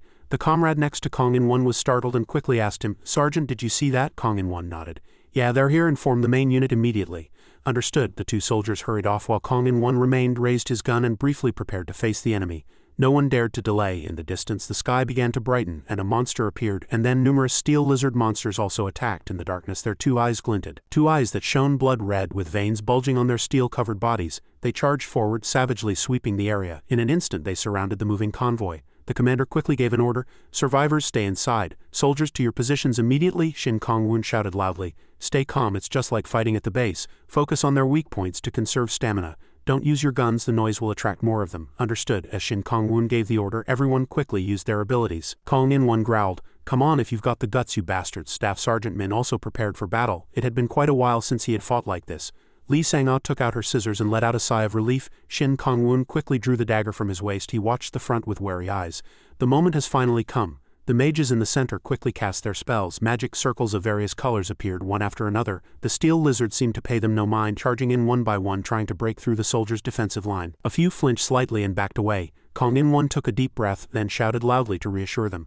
"Soldiers, hold your positions, don't let them in." 4 large trucks gathered to surround the 3 smaller civilian trucks in the center, and around them the soldiers fought with all their might to block the monsters' approach. The monsters attacked fiercely without a moment's rest. A loud shout rang out, and the monsters roared in unison as if calling for more of their kind. Kong In-won charged in and landed a powerful punch on a lizard's body. Its body flew backward and crashed into several other lizards that were charging from nearby. Kong In-won shouted loudly, "Long time no see, you bastard," and then he threw a punch so strong it caved in its cheek. He had only been fighting for a moment, but sweat poured down like rain. He declared loudly, "Only your chieftain can be my opponent." He then rushed at another one nearby. As he swung his fist, the steel lizard's body shook violently, revealing its white sharp teeth. Its body was thrown back with force and crashed into a large tree. Just as he finished off one, another group of lizards rushed from behind to attack him. Or so he thought, but no, they passed right by Kong In-won, stepping on the corpses of their own kind, and tried to climb onto the vehicles to attack. They were a truly cunning group of lizards. One of them successfully leaped up, using its high ground to attack one of the weakest-looking soldiers. At that very critical moment, a current of electricity flew from a distance. Staff Sergeant Min quickly appeared and attacked the lizard's face. He instructed loudly, "Kong In-won, don't just rely on the defensive wall. Push them back so they can't get to the vehicles. We can't let them get near the survivors." The soldiers used their abilities with all their might. Some raised defensive barriers, while a few looked for opportunities to attack from behind. But it was difficult to defend perfectly. A few lizards crashed into the vehicles, or soldiers were pushed into them, terrifying the people around them. And the children burst into tears. The people were terrified and didn't know what to do, able only to hide in the cargo beds of the vehicles, trembling with anxiety. At this time, Lee Sang-ah stepped forward to reassure them. "Everyone, don't worry, I'm here. Soldiers have a lot of combat experience, so they will definitely win. Even as she said this, she was slightly worried about the situation outside. Outside, everyone was fighting with all their might, using all of their abilities. Staff Sergeant Min held a long electric wire in his hand. He swung it fiercely in the air several times and electricity sparked around the wire. Sparks flew in the air. He charged in and struck the body of a steel lizard with the wire. Then his gaze turned to another lizard beside it. As one fell, he immediately rushed in and stabbed the steel lizard's head with the wire in his hand. It roared in pain and slowly collapsed to the ground. A current still flowed around its body. Staff Sergeant Min gasped for breath. Using this technique so much had consumed a fair amount of his stamina, but before he could even rest, something strange caught his attention. A shadow as black as a swamp. He hurriedly shouted, "Hey Kong-woon, look over there, another group is coming." Shin Kong-woon was fighting a steel lizard, but upon hearing this, he quickly made an opening and turned to look. From the forest, a horde of steel lizards was charging towards them. Their numbers were probably greater than the first group. This was because the second group was attacking from the rear, from the direction where the unit had been. Staff Sergeant Min swore in anger. "Damn it, where did those bastards come from?" Shin Kong-woon said worriedly. "Noise is unavoidable once a battle starts. It's natural for the monsters to react, but many people are already exhausted." Staff Sergeant Min panted and said, "Using guns will attract even more of them." Shin Kong-woon quietly nodded in agreement. "They're still far away, so we need to prepare quickly. We'll lure them out and escape. We came here with high resolve." A short while later, some good news arrived. The monsters at the rear had been dealt with, and only 2 remained in the survivor area. Shin Kong-woon quickly gave another instruction. "All right, soldiers who are done clearing, take out your combat rations. We need to be fully equipped. Another group is coming. Did everyone hear me?" At the command to use the jerky issued by the unit, everyone quickly took out the jerky they had in their pockets. They were hungry after such a tough battle. Shin Kong-woon saw Staff Sergeant Min climbing into the cargo bed, smiled and said, "You should eat too, Hung Nim. You need to switch with Kong in one." "All right." Staff Sergeant Min nodded and took out the jerky. Shin Kong-woon did the same. As soon as he swallowed the meat, a notification appeared. The dried lizard meat with an apprentice chef's courage is made with magical ingredients, amplifying the food's effect. Upon consumption, all stats increase by 5, combat ability is greatly enhanced and stamina is restored. And then they had to dive into another battle. Shin Kong-woon looked into the distance. "All right, is everyone ready?" Speaking of that jerky, one must recall when they first began planning their move. Of course, Shin Kong-woon's familiar kitchen was no longer usable. Once they went outside, it was very difficult to create a suitable environment for cooking. Field cooking was inconvenient and quite dangerous. The smell and smoke would expose their location to the enemy, and cooking tools would be limited. But meals were essential. This point troubled Shin Kong-woon a bit. Until they established a stable base at the foot of the mountain, they would have to rely on field rations. But this amount was not enough to supply the civilians. If they were lucky, they could last a week. But that was only if they were lucky. Shin Kong-woon looked for other items he had yet to use in his status window. Fortunately, he had obtained a skill to make combat rations when he reached level 10, meaning he could create combat-ready food supplies. Combat rations had a lower stat increase than regular meals but a longer shelf life. They were small but high in calories, tasted quite decent and were easy to carry. Dried lizard meat with an apprentice chef's courage was born. Since they had to move, jerky was the perfect choice for portability. Besides, there was no shortage of lizard meat. He could even turn packaged food into combat rations, which was truly wonderful. "Everyone hold your positions. Wounded soldiers switch out in rotation. Hurry, they're coming. Use the lizard corpses to block the vehicles. Each team leader check on your team members and report the damage." After speaking, he jumped from the vehicle to do his job. Staff Sergeant Min asked worriedly, "Where are you going?" Shin Kong-woon didn't answer and ran off in a hurry. From what he observed, fixed stat increase and combat ability enhancement from the jerky were useful but still not enough. So a bigger buff was needed. He ran to the vehicle where Lieutenant Kim was sitting. Seeing his worried look, Shin Kong-woon quickly said, "Do it now. It's time to use the commander's ability. You need to use the skill you practiced last time." "All right." Kim Hung-seo got out of the vehicle. Of course, a look of slight fear and nervousness was still evident on his face. Kim Hung-seo bit his lip and soon a stream of light erupted from his body and spread into the surrounding space. He was still nervous and a bit cowardly, but had to be done, had to be done. Kim Hung-seo shouted loudly, "All units prepare for battle." That energy instantly spread throughout the entire battlefield. The soldiers immediately felt their stats increase. Commander's Battle Resonance, an ability that increases allies' combat stats by 10. At the same time, it temporarily grants all allies the Battle Ready trait.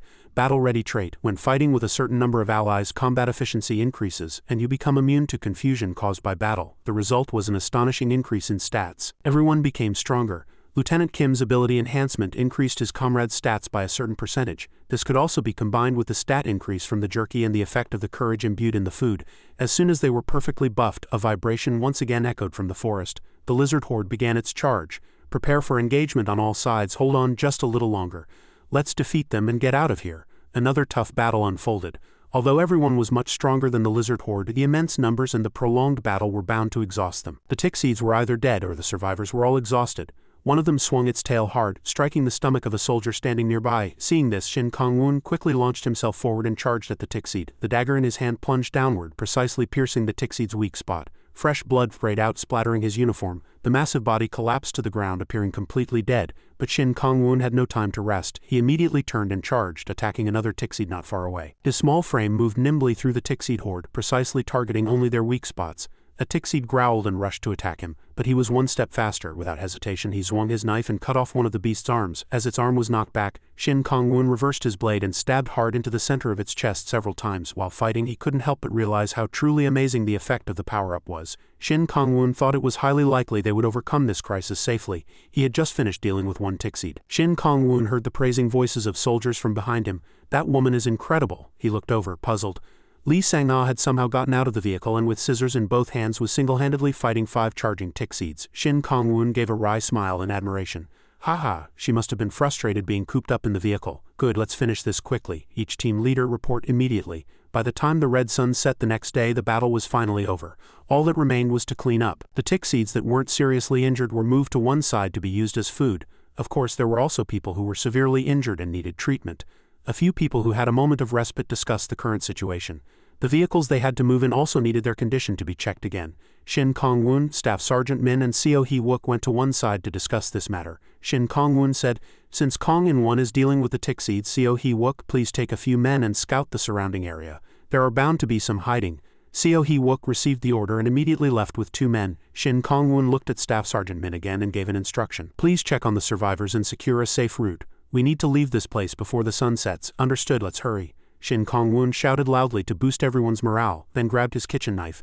"Everyone be careful." Only now could he let out a sigh of relief. He approached where the injured were.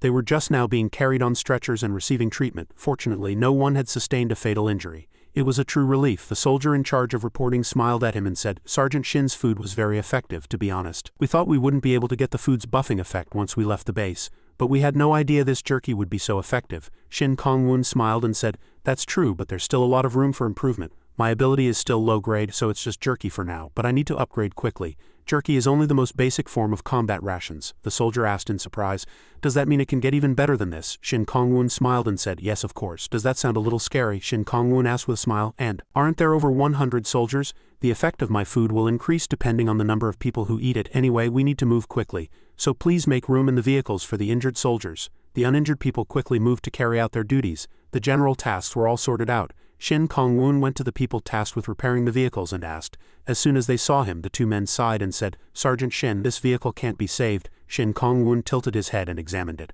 "Really? That's a shame, but we have to use all the vehicles we have." "What about the military vehicles?" "Ah, the military vehicles are really sturdy, so they're still holding up." Their gazes fell on a vehicle whose front was completely crushed. "Ha, what a tough start," a soldier sighed. "We can't completely trust even the military vehicles." Shin Kong-woon raised an eyebrow. "Do you mean that if a stronger monster attacks, even the military vehicles can be destroyed?" "Yes, they're not armored vehicles or tanks after all. If we just had enough tools, we might be able to do something." And of course, they didn't have enough tools. Shin Kong-woon said with resignation, "Well, it can't be helped then. Let's go down now and see if we can find any useful tools." "Yes, understood. Then we'll give up on this vehicle and just salvage it for parts." Shin Kong-woon nodded and said, "Understood, please hurry." After giving his instructions, Shin Kong-woon bid them farewell and left. At this rate, they would be able to leave soon. That night, the group set up temporary tents around the vehicles. The injured were also roughly bandaged and at least for now, they had a little more time to talk. Few were tense from standing guard, and of course, the 4 senior members continued to discuss their next plans, making thorough preparations. They had to be certain about how many monsters would attack on the road ahead, knowing it would surely be a great many. When it became midnight, a round moon rose high in the sky. Early the next morning, the unit set out on the road again. They were now on a mountain path. A short while later, one of the men scouting ahead returned in a hurry and reported, "Sergeant Shin, you need to see this." Shin Kong-woon asked curiously, "What did you see?" "Understood, let's go." He ran quickly with the soldier. Kong-in-won was standing in front of a rock wall. Hearing Shin Kong-woon's call, Kong-in-won turned to him. "Ah, you're here. It's this guardrail." It was a guardrail broken in 2. It looked as if something had fallen off. Shin Kong-woon asked in surprise, "How could this have happened? Was it the tick-seeds? It wasn't like this before, was it?" Kong-in-won nodded and said, "Yes, before the monsters appeared, the guardrail was fine." Shin Kong-woon bent over to examine it. It looked like an accident. Something must have happened here. His gaze fell on some nearby tracks that led straight off the cliff. These were tire tracks. Shin Kong-woon suddenly thought that a military vehicle might have fallen from here. Shin Kong-woon hurriedly leaned over and looked down. This was definitive proof that a vehicle had fallen. Shin Kong-woon reached back his hand and said urgently, "Let me borrow the binoculars." Yes, the binoculars were handed over. Shin Kong-woon took them and immediately looked down. He saw nothing below, obscured by the green trees. Shin Kong-woon discovered a shattered military vehicle right beside the cliff. It was the vehicle driven by Kim Cha-min and Gwak-Co Wong-ho. It was evidence of the accident. The vehicle that had gone to contact the superior unit was down there. Really? The people standing behind him were horrified. Does that mean Staff Sergeant Kim Cha-min and Staff Sergeant Gwak-Co Wong-ho died here? Shin Kong-woon stood up, his mood soured instantly. Damn it, so it ended up like this after all. It was Lieutenant Kim's big mistake, allowing something everyone was against. They may have volunteered, but he should have stopped them. Since neither of them were Awakeners, they would have been helpless against a monster's attack. If they hadn't fallen from the mountain then they would still be with us now. But their bodies are nowhere to be seen. What, really? Shin Kong-woon nodded. Yes, if they had died here their bodies would be visible nearby, but there's nothing. Kong In-won asked with a sliver of hope. Could they have survived and gone somewhere? Shin Kong-woon frowned slightly and shook his head. Falling from this height even an Awakener could be injured, and then the monsters would have made a meal of them. The people fell silent. The thought of their comrades being eaten by monsters was too horrific. Shin Kong-woon looked down, his eyes were filled with pain. He thought to himself, I'm sorry for the two of them, but we can only hope they were eaten by monsters. For some reason, he had an ominous premonition. It felt as if something bad was about to happen. Shin Kong-woon took one last look at the broken vehicle, then sighed and collected himself. Because they didn't have time for this. Returning a short while later, he discussed the matter with Staff Sergeant Min. Shin Kong-woon said, I can't understand how it turned out like this. Putting that matter aside for a moment, Shin Kong-woon put down the gun he was carrying. I need to continue making jerky now. We don't have much left. Staff Sergeant Min nodded. Yes, you're right, we have plenty of lizard meat, so please continue, Kong-woon. Numerous soldiers were patrolling around the refrigerated truck, because he had to cook while on the move, and they didn't know what sudden situations might arise during the cooking. Shin Kong-woon ran to the back of the truck and reached out with his scarred and calloused hand. As he opened the door he saw the tick-seed corpses piled high inside. They wouldn't be able to finish making all the jerky within the lizard's territory. That was fortunate. The moment he had a chance to make jerky, lizards leaped from the cliffs and ambushed them. The soldiers who had been resting for a moment had to jump into another battle. Staff Sergeant Min took the lead in commanding, but their stamina and mental fortitude were rapidly being depleted. Furthermore, this lizard horde was incredibly numerous, as if there was no end to them no matter how many they killed.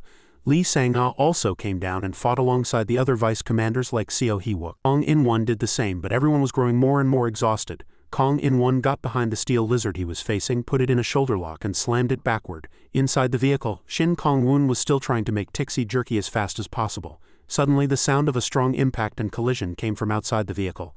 A series of screams erupted one after another. They're heading that way. Shin Kong-woon tried to bring his knife down accurately, but his heart was burning like fire. This was already the fourth battle. He looked at the buff jerky in front of him. He hadn't had a chance to go outside since he started making jerky, but he had no choice but to be tied down here. Shin Kong-woon tried to move his hands faster, praying inwardly. Everyone hang in there. As the battle entered a brief lull, Shin Kong-woon also finished his work. Unfortunately, there were 5 injured and 1 was in critical condition, requiring special care. Shin Kong-woon frowned and said, the number of injured is increasing, Staff Sergeant Min said. Thanks to your cooking skills and Lieutenant Kim's command ability. Our stats have improved quite a bit, but everyone is getting exhausted from the continuous attacks. Plus, the noise of battle is attracting more monsters. Hearing a few people talking, Staff Sergeant Min lowered his voice. Shin Kong-woon also lowered his voice and asked back, what are they saying? Staff Sergeant Min said, well, it seems many people think you shouldn't be sitting out of the battles even if you are preparing combat rations. Shin Kong-woon nodded. I understand they have a point, but he knew best. The combat skills his profession gave him were average at best or even worse than the combat unit members. So it's best for me to just do what I can. Staff Sergeant Min burst out laughing, then came over and put his arm around Shin Kong-woon's shoulder.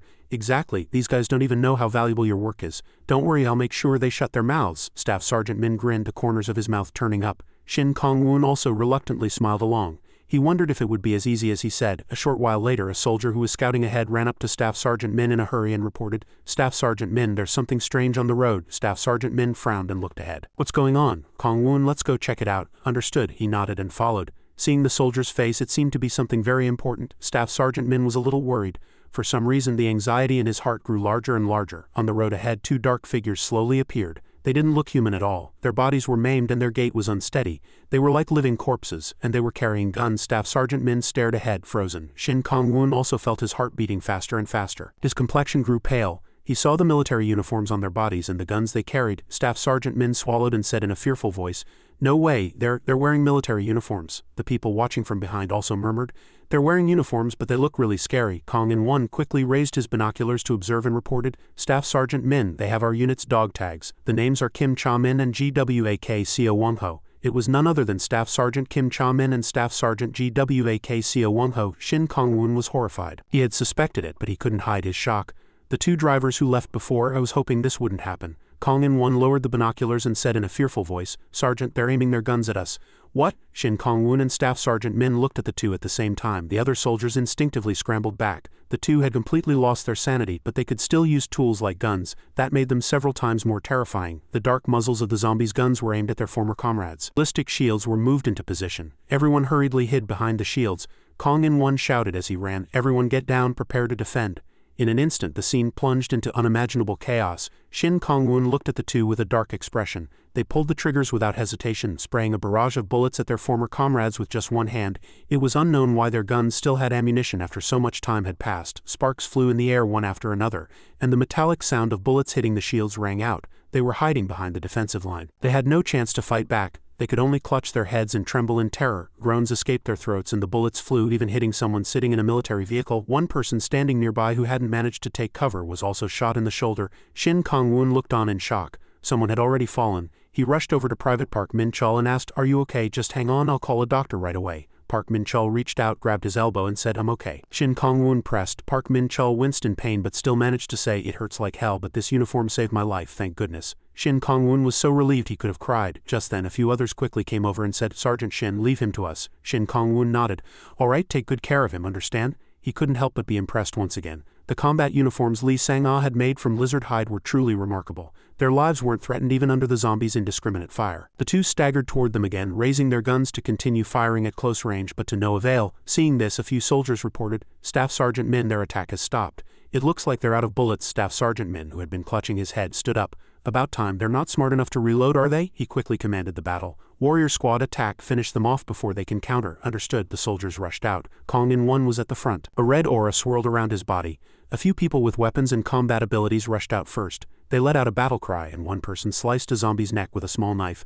Another joined in, inflicting several more wounds on the other zombie's body. As the two zombies fell instantly, some were a little surprised. It was as easy as pie. Kong-in-won charged at the remaining zombie. He reached out, grabbed Kim Cha-min's scarred head and crushed it with force. Fresh blood sprayed out. His eyes were filled with a red light and his uniform was splattered with blood. The two zombies lay fallen, their blood staining the ground. A few soldiers gathered around to check the situation again. Kong-in-won looked at his bloody hands, frowned, and swore, "Damn it, fighting people who were once comrades is a terrible thing." From a distance, Shin Kong-woon and Staff Sergeant Min watched calmly. Shin Kong-woon muttered, asking, "Is it over?" Staff Sergeant Min frowned and said, "Looks like it, but I'm worried about how human-like those zombies were." Shin Kong-woon glanced at him. "So you think so too, Hung Nim?" Suddenly, a flock of crows flew in from the sky. Their caws echoed through the mountains and forests, indescribably eerie and frightening. It was one thing after another, truly unsettling and draining. "What's going on?" The soldiers, as they were trained, quickly gathered to defend. "The whole mountain is in an uproar. I can feel the chaos too." Kong-woon, don't tell me, Staff Sergeant Min asked worriedly. Shin Kong-woon nodded. "Yeah, it seems the gunshots triggered a reaction. All the monsters in this area are swarming toward us." "Then what do we do now?" Shin Kong-woon gritted his teeth and thought to himself, "There's no more time to waste." Shin Kong-woon stood on the roof of the vehicle and said, "We halt our advance here. Marksmen, modify your targeting systems. Mages, lift your firepower restrictions. We need to use all the firepower we have. All Awakened personnel, get on the 2.5-ton trucks and cover the vehicles. Warriors, run at full speed and deal with any monsters that catch up. If we can escape this mountain range, we'll have a chance to live. Let's get out of here as fast as possible." Soldiers received their orders and rushed to carry out their duties. Shin Kong-woon approached the driver again and asked, "How much longer until we're off the mountain?" The driver said, "We're almost there. Without monsters, we could be out in 30 minutes. Shin Kong-woon said, "Good, I'll place a marksman in the passenger seat so you just focus on driving. This is an emergency." All soldiers except the warrior squad board immediately. "Marksmen, get on the vehicle roofs." The civilians now obediently followed the soldiers' instructions. They knew if they didn't, they wouldn't survive the day. A bustling scene unfolded. Shin Kong-woon frowned and looked into the distance. He strengthened his resolve, thinking, "I will survive and get out of this place no matter what." From the forest below, a swarm of hard-shelled insects was crawling up. Shrimp-like monsters from the game Skyrim flew in from the sky, and there were also herds of giant elephants and hungry white-fanged wolves. The monsters charged in as if to tear apart their prey, and the soldiers below fought back desperately. Lights of all colors flashed in the air. Small monsters crashed into the front of the military vehicles. Some surrounded and attacked a soldier, and the flying monsters relentlessly targeted the moving vehicles. "Don't let the front line get bogged down. Warriors, secure the path ahead." Kong-in-won came running from the back, exuding the aura of a ferocious war god. He growled, "Out of my way!" He leaped into the air and jumped alone into the monster horde, landing a series of heavy punches on their sharp shells with his massive body. The insects that had been giving a few people trouble were sent flying so easily. The slowing vehicle pushed the monsters off the road. Kong In-1 quickly gave a precise order. The snipers on the vehicle roofs weren't idle either. The flying monsters were shot down one after another, but the snipers were also exposed to their attacks, making it very difficult to dodge. Ammunition was limited and there were many monsters. Seo Hee-wook had barely fired a few shots when he ran out of bullets. He hurriedly ordered a resupply of ammunition. A soldier heard the order and was about to get up, but as soon as he did, he saw a pack of wolves charging at them. They were more insanely ferocious than any monster they had faced before. "What are those?" they shouted in surprise. "It's a pack of ferocious wolves. Sergeant Shin, come look at this. They look stronger than the Tixides." Shin Kong-woon, who was in the vehicle's cargo bed processing food, hurried out to check. They were wolves with sharp fangs and claws and seemingly limitless strength. They charged toward the moving vehicles and most importantly, they had 6 legs. They were so fast that even the warriors could barely keep up. "It'll be a disaster if the vehicles are destroyed." Shin Kong-woon gritted his teeth and swore, "Damn it, they look like they're going to eat us alive. They're more like wild animals than Tixides. Moving by vehicle is really difficult." Suddenly, Shin Kong-woon's gaze fell on a chunk of chopped meat behind him. An idea suddenly occurred to him. Outside, the warriors were struggling against the monsters, only able to defend one-sidedly. Because confronting them was a truly difficult task, they were very strong and the soldiers couldn't hold out much longer. What on earth are these monsters? Suddenly, their movements stopped, because they noticed numerous chunks of meat flying from behind the person in front of them. It was Tixide meat. Shin Kong-woon had just cut it, and it was still dripping with fresh blood. Immediately, the wolf pack rushed in, snatched the meat and gave up fighting the soldiers. They tore at the meat like they had been starving for a long time. "What?" the soldiers exclaimed in surprise. "Are they going crazy over Tixide meat?" "Sergeant Shin, they're reacting." When the reporting soldier reported, Shin Kong-woon nodded and said hurriedly, "Yeah, we have plenty of Tixide meat. Keep throwing it." Just as I thought. Shin Kong-woon looked outside. They attacked fiercely, but they calmed down as soon as they saw the meat. They're different from the intelligent Tixides that attack systematically. They're strong but more faithful to their wild animal instincts. If they see prey, they'll chase it no matter what. Of course, Shin Kong-woon wasn't confident that the Tixide meat could hold them off completely. He activated Chef's Eye. "If I find their weakness, this fight will be easier." Analyzing ingredients, obtained low-grade cooking secret. Learned how to butcher meat in one go. Shin Kong-woon smiled. So that's their weakness. Once their weakness was known, the wolf pack was quickly annihilated without a doubt. Of course, this was thanks to using the Tixide meat as bait, which made it easy to target their weakness. Shin Kong-woon let out a sigh of relief inwardly. "We've passed the crisis. If I use Tixide meat, I might be able to easily tame other monsters too. Thanks to this, we should be able to overcome crises easily." Adding the chef's special sauce to the Tixide meat can produce the desired effect.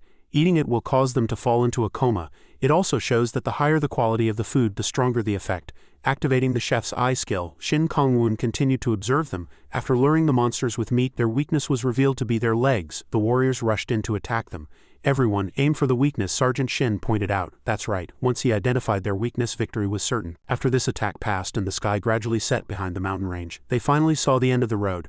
"We made it." It was a truly joyous occasion. In any case, their stamina was already depleted, but thankfully they had managed to escape. Staff Sergeant Min grinned, struck a special pose and said with a laugh, "Kong-woon, we did it." "Yeah," Shin Kong-woon forced a smile. It was truly hellish. He could feel his head spinning and his consciousness gradually fading. "Did I overuse my skills? My eyes and head hurt like crazy." "I see. So this is what it feels like when your mana is depleted." Shin Kong-woon collapsed right there, hearing the sound. Staff Sergeant Min turned his head blankly. When Shin Kong-woon fainted, Staff Sergeant Min and the others were all terrified. Shin Kong-woon woke up with a start. His whole body was drenched in sweat and fatigue was evident in his eyes. Just as he woke up, Staff Sergeant Min's voice reached his ears. "Kong-woon, are you awake? Are you okay?" "No." Shin Kong-woon sat up. "I felt like I was going to die." Staff Sergeant Min laughed and said, "You look fine." Shin Kong-woon asked again, "Where are we?" He was sure this wasn't a vehicle and that their journey had definitely left that mountain behind. Staff Sergeant Min laughed and said, "We found an abandoned farm and set up camp here."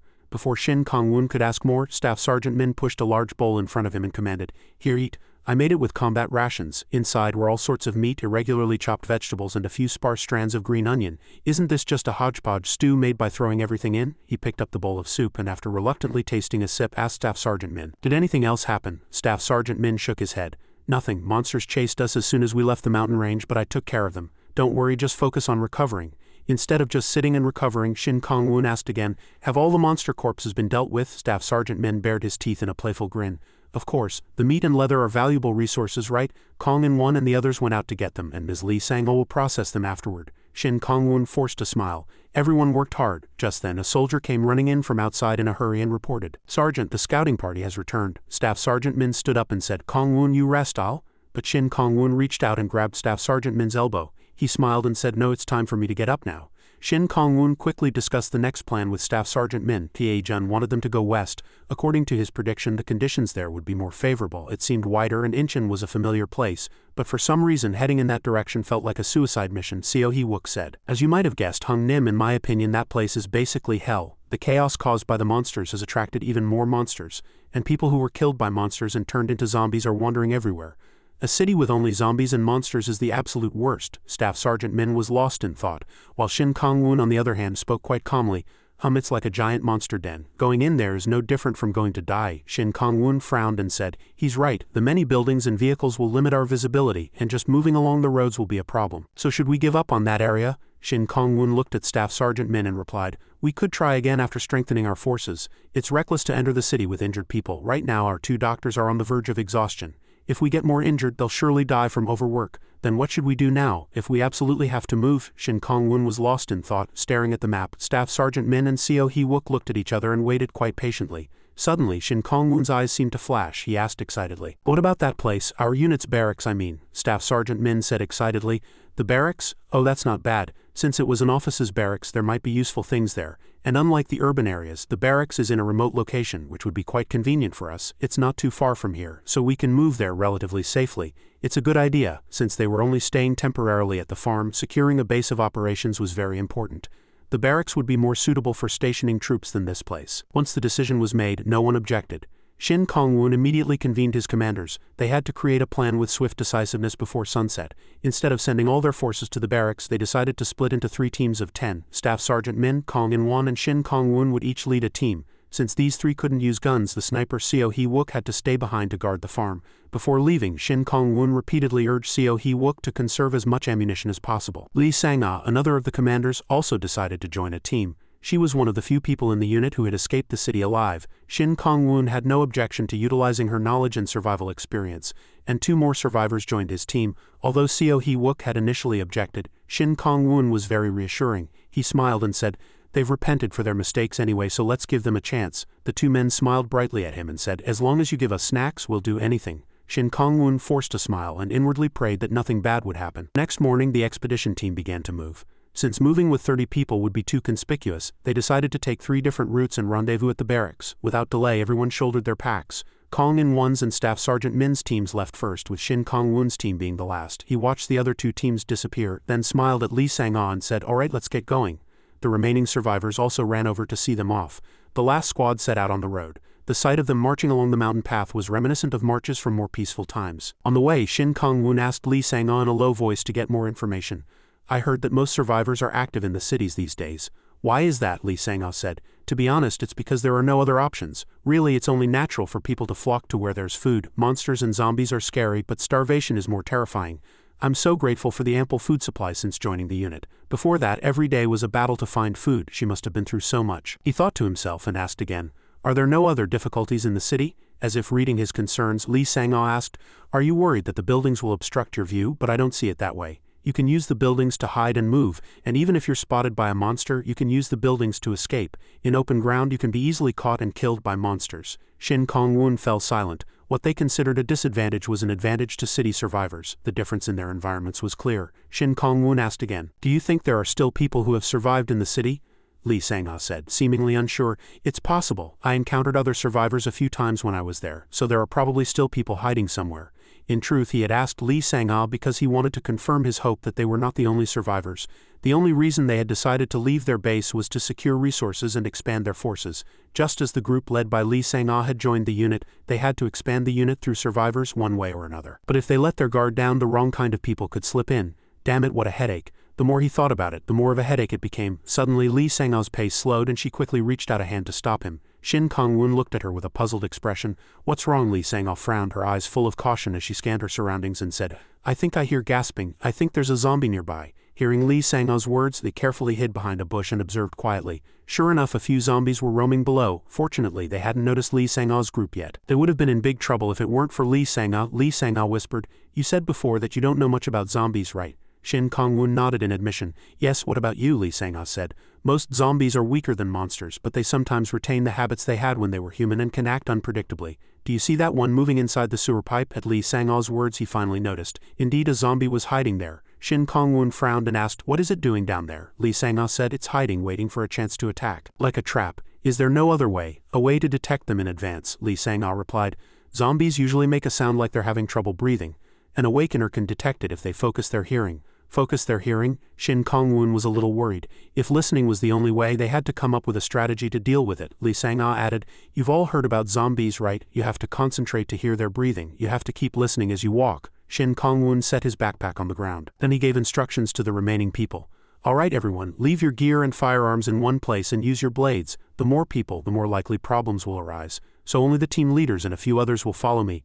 The rest will guard the area near the barracks and our weapons. Let's move out." As soon as he finished speaking, everyone moved quickly. Naturally, Shin Kongwun, Staff Sergeant Min and Li Sang all formed a small group and moved forward. They carefully entered an abandoned building. Inside the building lay a corpse. Since Li Sang knew this area best, she took the lead and scouted the way. No one spoke. Everyone was extremely quiet, wary of the zombies' movements. Judging by the echoing sounds, they could hear the zombies. But the most important thing was that there were so many zombies that it was difficult to pinpoint their exact locations. Staff Sergeant Min asked worriedly, "What should we do?" Shin Kongwun said, "Only a few are roaming outside. It seems they've all hidden. I've never seen so many zombies." Li Sangha said worriedly. Shin Kongwun swallowed nervously. Moreover, their old superior was among those zombies. He approached Staff Sergeant Min and whispered, "This looks a bit dangerous. How about we assess the situation and retreat?" Staff Sergeant Min nodded. "Yeah, let's do that. Let's check around the barracks and then go back. Kong In-won, you take the lead." The moment he turned to look at Kong In-won, who was standing near the door, a zombie dropping from the sky caught his eye. It lunged toward Kong In-won, its grotesque mouth drooling saliva, its two eyes bloodshot. A growl rumbled from its throat.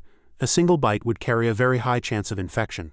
A knife thrown from inside struck it squarely in the temple, knocking the leaping zombie off course. Kong In-won instinctively ducked to avoid it. The sudden scene terrified everyone, and for a moment they didn't know what to do next. In an instant, a zombie had almost harmed one of their comrades. Staff Sergeant Min looked worriedly at the corpse propped up in the nearby hallway, his heart pounding with fear. Fortunately, Shin Kongwun reacted quickly. The kitchen knife was his. The knife he had just thrown had saved Kong In-won's life. The zombie collapsed to the ground, drool and fresh blood spreading out. Li Sangha shouted urgently, "Hurry, the zombies will swarm us soon. These things are very sensitive to sound." Sure enough, as soon as she finished speaking, countless zombies rushed in from all directions, chasing them madly. They had no choice but to flee frantically. There was no time to delay. "Get outside, quickly," Shin Kongwun urged them on as he ran. After some time, they finally escaped outside. As soon as they got out, Shin Kongwun heard the news that the one who had just attacked Kong In-won was Sergeant Park from their department. Shin Kongwun frowned slightly.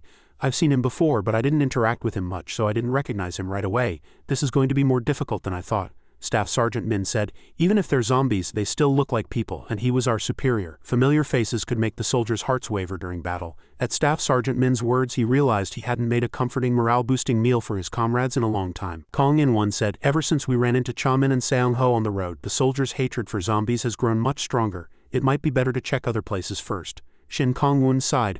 "I thought so too at first, but I still think we need to check the barracks." "What do you mean?" Shin Kongwun said. "I'm talking about morale management." Staff Sergeant Min and Kong In-won instinctively fell silent, understanding the meaning of what Shin Kongwun had said. The soldiers' anguish might be temporary, but what if there were survivors in the barracks? What if they could save them? Li Sangha was silent. This would surely boost the soldiers' morale and courage. They would know they were fighting to save people. Staff Sergeant Min asked, "So you mean we should create this situation instead of letting them get depressed?" Shin Kongwun nodded. "Yes, we'll go to the barracks and check for survivors. I think it's necessary." Staff Sergeant Min and Kong In-won once again let out long sighs without realizing it. It was a truly difficult task, but what had to be done, and as always, Shin Kongwun began to formulate a plan to solve the problem from within.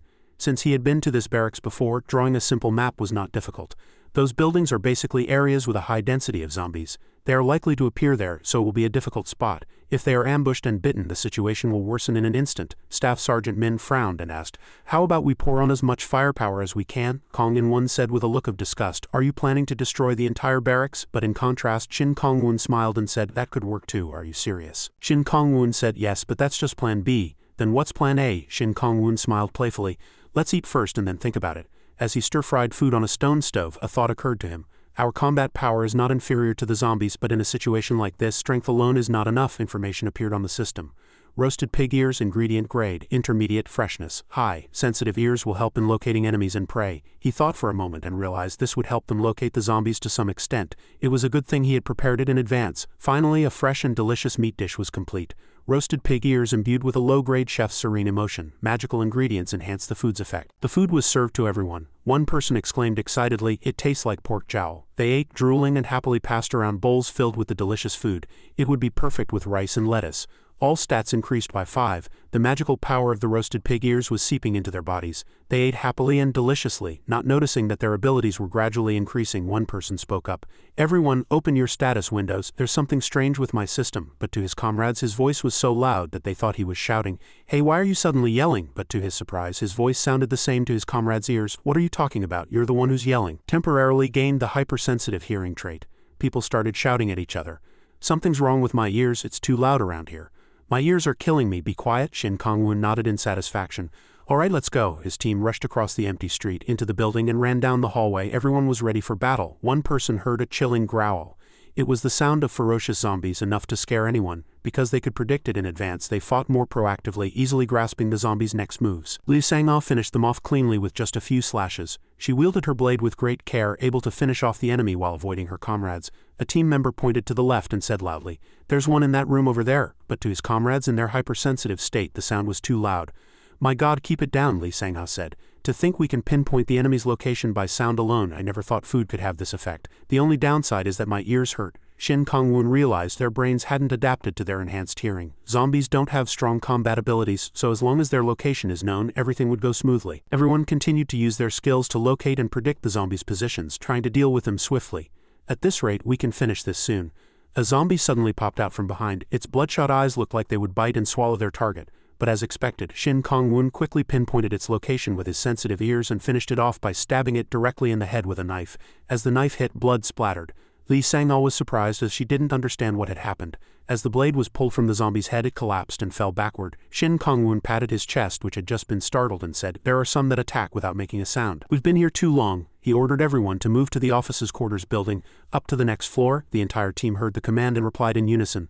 "Understood, let's go." His team began to move. Shin Kongwun thought to himself, "At this rate we can finish without any major problems." Finally, all the squads met up again. Shin Kongwun greeted Staff Sergeant Min. "You're here." Staff Sergeant Min replied as well. "You're too slow." One person reported the situation. "Sergeant Shin, we've taken care of almost all of them." Shin Kongwun heard the situation and replied, "Well done," but he said, "I feel sorry for the zombies now. They don't even have any attack skills. There's only one left now, right?" As he said that, the two looked at a zombie sitting on the ground. Staff Sergeant Min confirmed, "Yeah, it's Major Gukhan Yang, our battalion commander."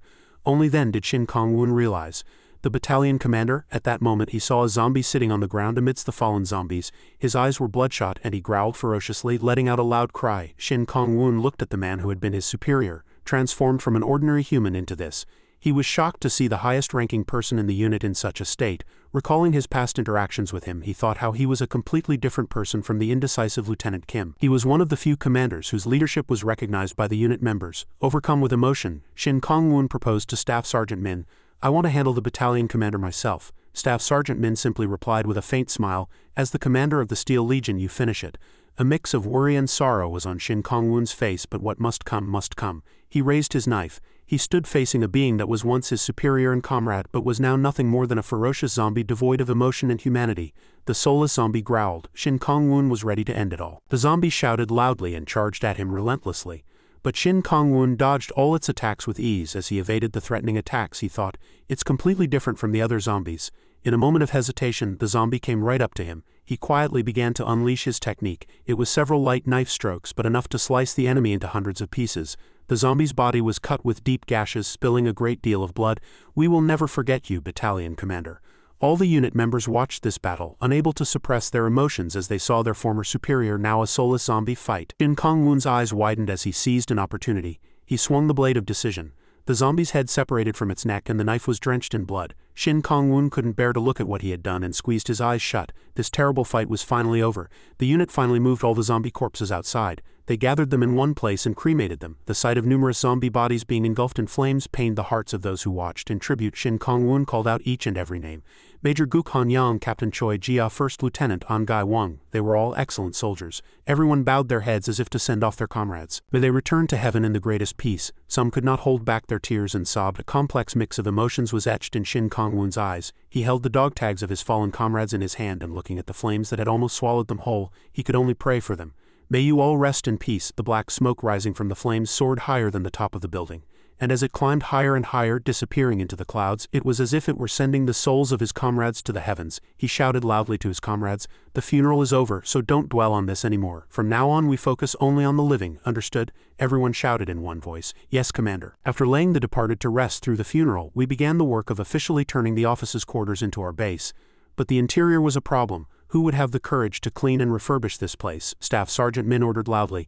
"All right, from now on we start erasing all traces of the living dead. This will be our home from now on, so everyone work hard. Move to your designated floors quickly." Everyone was a bit reluctant, but they obeyed their superior's command. They quickly dispersed and moved to their assigned places. Li Sang-ah also commanded her team. "We will go to the nearby stream and fetch water." Her team members obeyed. Understood. Each of them then picked up a water container and moved swiftly under Li Sang-ah's lead. A soldier reported, "Staff Sergeant Jaeon, we've assembled." Staff Sergeant Jaeon too gave orders to his subordinate without a moment's rest. "We need to gather firewood and water before the sun sets. Collect firewood from around here." Meanwhile, Shin Kong-woon told Seo Hee-wook, "Seo Hee-wook, we need to set up a defensive fence like the one we had at the base." He pointed at the map and said, "Here, here, and here. Securing the line of sight for the mages and snipers is the top priority." Seo Hee-wook understood and followed the order.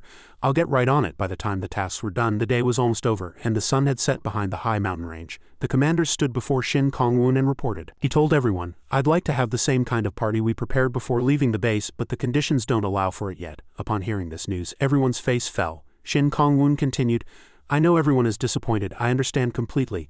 I'll try to make sure we have one next time. The next important thing is that we need to decide our next destination." Staff Sergeant Min patted his shoulder and said, "I'll explain." Shin Kong-woon agreed. "Good," he began. "As you all know, we came here to expand our forces, but right now we lack even the resources needed for survival, let alone expansion." He wrote the needed items on a blackboard. "First, food. Second, fuel. Third, ammunition. Fourth, etc. This is the list of supplies we need." Everyone understood the problem. Suddenly, one of the unit members raised his hand. "I have a question. What do you mean we're short on food? Didn't we stock up on a lot of meat?" Staff Sergeant Min explained. "That's right, we have a lot of meat, but if we keep eating only that, we'll die of boredom. Besides, meat only provides protein and fat." Shin Kong-woon's face was lost in thought. "I don't know how strong the mana is in the Awakeners' bodies, but I can't guarantee they'll be able to stay healthy if their basic nutritional balance is broken." Staff Sergeant Min continued, "Eating only meat for a month might be fine, but if it goes on longer than that, we don't know what will happen. To be precise, the problem isn't food but securing nutritional diversity." Everyone nodded in agreement upon hearing this. Staff Sergeant Min continued, "I'm not done yet. We're also short on fuel and ammunition. We need to secure fuel for the vehicles and the generator. And ammunition. The reason is all too obvious. Now's the time to find a solution. Anyone with good ideas speak freely." A unit member, Sergeant Lee Gong-ji-yu, raised his hand and said, "I have an opinion." "Oh good, what's on your mind?" he said. "I propose we secure crafting materials." All the team leaders looked like they didn't understand. Even Staff Sergeant Jaeon asked puzzled, "Why are you suddenly talking about materials?" He said, "It will definitely help." Shin Kong-woon thought. "Securing materials," he thought to himself. "I also thought about securing crafting materials when we came down the mountain. Our vehicles couldn't even do their job. If we had good materials, I might have been able to do something." After thinking, he went down and asked, "Your profession is combat engineer, right?" He answered. "That's right," Shin Kong-woon said. "Then come up here and explain in detail." That soldier began to step forward. Gonggu's logic was very persuasive. Securing food or fuel was more difficult than one might think. He argued that securing crafting materials was comparatively easier. "We need to find a way to travel safely on the ground," he said. "So we have to build and repair combat vehicles that can withstand monsters. If we could make something like the catapults or siege weapons used in medieval warfare." Staff Sergeant Min also agreed. "Right, if we had stronger vehicles we wouldn't have to move so cautiously. Then it would be easier to find food and fuel too." Staff Sergeant Min acknowledged his opinion. "Oh," Shin Kong-woon said to the soldier. "So a combat engineer can make those things?" He replied, "It's possible as long as I have enough time and materials." Shin Kong-woon was persuaded by his words. In a way, combat engineer is also a production class. I guess he's thinking of adding armor to the vehicles. This guy has quite a bit of potential. Just like Sang-ah, if my guess is right, production classes in this game are stronger than they seem. This might be a good opportunity. Shin Kong-woon agreed but still warned cautiously. "I'm saying this just in case, but if you're thinking of just trying this out and taking everything lightly, I'll say no. Are you certain that this is more important than anything else?" the young man asserted. "I'm certain." Shin Kong-woon took another step toward him and grabbed his shoulder. Shin Kong-woon said happily in a loud voice, "Good, that's enough. Do your best." He was glad to have found a way to solve the problem. "Other things are important, but this is the key." He announced clearly to everyone, "That's all for today. We'll discuss the details tomorrow. Everyone rest, good work." Dismissed. Finally, it was time to cook. Shin Kong-woon came back with a few pieces of firewood. He set up a stone stove, lit a fire, and let out a sigh. "Phew, this should be enough to cook. I should ask the others to help set the table. Without electricity and water I can't do anything in this kitchen." A temporary mess hall like this isn't too bad. He looked back at the ingredients he had prepared. All right, what should I start with? His hand picked up a ladle and stirred. A large lump of fat began to melt in the heat of the fire. This is the monster fat I've been collecting. As he stirred, he said, "Ah, this smell is no joke. I was worried because I was almost out, but it can't be helped." He also opened the system notification window. Mana, mixed animal fat. Animal fat containing various types of mana. When used in cooking, it transforms to match the food's mana. A cheat-like ingredient in the world of cooking that can make anything delicious. As the fat completely melted, heat-induced bubbles rose to the surface. The oil is ready. A soldier pointed at the map and said, "There's a pretty big steel warehouse near the officer's quarters." Staff Sergeant Min asked cautiously, "How do you know?" The soldier explained, "The base sometimes needed crafting materials urgently, so I used to go there often." Having grasped the information, Staff Sergeant Min crossed his arms and thought, "So we can get the materials there?" The soldier, who seemed to know the place very well, answered, "Yes, that warehouse is very large, so it should have most of the materials we need. The monsters appeared on the weekend, so the chances of encountering living dead there are low." Shin Kong-woon thought to himself, "It's close to here but pretty far from the city center. A few living dead might show up. It's an optimal location for us to handle." The soldier, who knew the location well, gained Staff Sergeant Min's trust. He praised him. "You're very thoughtful. Kong-woon, what do you think?" "I think it's fine too." Shin Kong-woon also agreed. It's a good opportunity." Then he said to Kong-in, "Kong-in, get ready. We'll move in 3 teams, just like when we entered the officer's quarters, and it would be good to have 1 combat engineer accompany each team." Staff Sergeant Jaeon immediately received the order. "I'll get ready right away." He also ordered Gong Ji-yu, "Bring a vehicle in good condition to the front of the officer's quarters." Gong Ji-yu also immediately followed the order. "Understood, Commander." Staff Sergeant Min asked worriedly, "Isn't it dangerous to go by car?" Shin Kong-woon simply replied, "There's no other way. We have to transport enough materials. Let's move as carefully as possible." The journey on the road was met with numerous difficulties. The soldiers had to face many monsters. In the process, the soldiers suffered 1 casualty. A team member shouted, "How many are injured?" A soldier reported, 3. "Unfortunately, 1 is seriously injured." Shin Kong-woon quickly gave an order. "All right, get them out of the danger zone and then treat them. Kong-in, secure the route." Kong-in received the order. "Understood." Gong Ji-yu was in charge of driving the vehicle.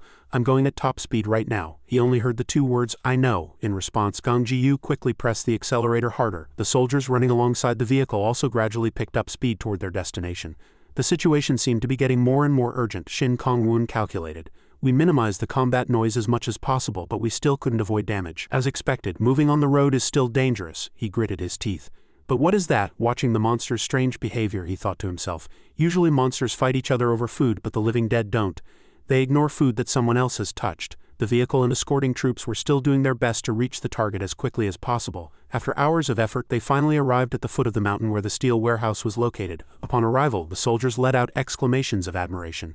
"This place is huge. It must have most of the materials we need." After looking around, Gong Ji-yu reported, "It seems there's nothing inside." Shin Kong-woon said with confidence, "Good, let's go." He ordered Sang-a's team. Sang-a's team will stand guard. Sang-a competently received the order. "Leave it to us," he told the combat engineers. "Explain to the soldiers what you need. The rest of the personnel will bring the materials as instructed by the engineers. Move out." The entire team received the order.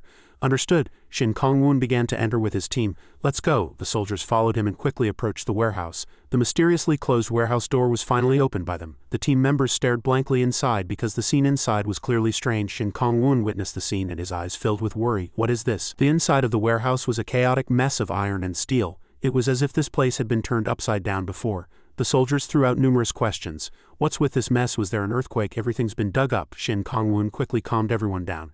"Don't worry about it. Just grab the materials we need and get out. Hurry." He continued to urge everyone to move quickly. "We need to move the items to the car, so stay away from the entrance." Gong Ji-yu and the other soldiers hurried to get to work. The team leaders also began to direct. "Grab the steel plates from here first. There are a lot on the floor, so move carefully." As everyone was highly focused, a sudden loud noise stopped their actions. The sound was so terrible it frightened everyone. Gong Ji-yu spoke up. "What was that sound?" "You all heard it, right?" Everyone agreed. "Yeah," Staff Sergeant Min shouted nervously. "Kong-woon, there's something inside the warehouse." Shin Kong-woon seemed to have expected this. "Damn it, I knew things were going too smoothly." "Everyone to your battle positions." Everyone quickly followed the order, trembling in fear as they pulled out their weapons. They swiftly got into a battle-ready stance. Everyone was afraid, but they took a stance, waiting for whatever was coming. The strange sound echoed again. Everyone shuddered at the sound, and Shin Kong-woon was no exception. It turned out this eerie sound was coming from the steel bars on the floor. As if being controlled by something, they suddenly began to float into the air. Not just a few, but almost all the steel pieces on the floor floated into the air one after another. It was as if someone invisible was moving them. They flew up and crashed, injuring the soldiers. Everyone dodged desperately. "The steel is moving." They flew up together and gradually gathered at one point. Someone noticed a black energy vortex at the back of the warehouse, and gradually all the metal materials inside the warehouse were sucked toward it. Everyone was horrified and fled their positions, running in chaos to avoid the sucked-in steel masses. All of it gathered into the black core inside. It slowly began to take shape. Everyone shouted in terror. The steel is clumping together and forming a shape.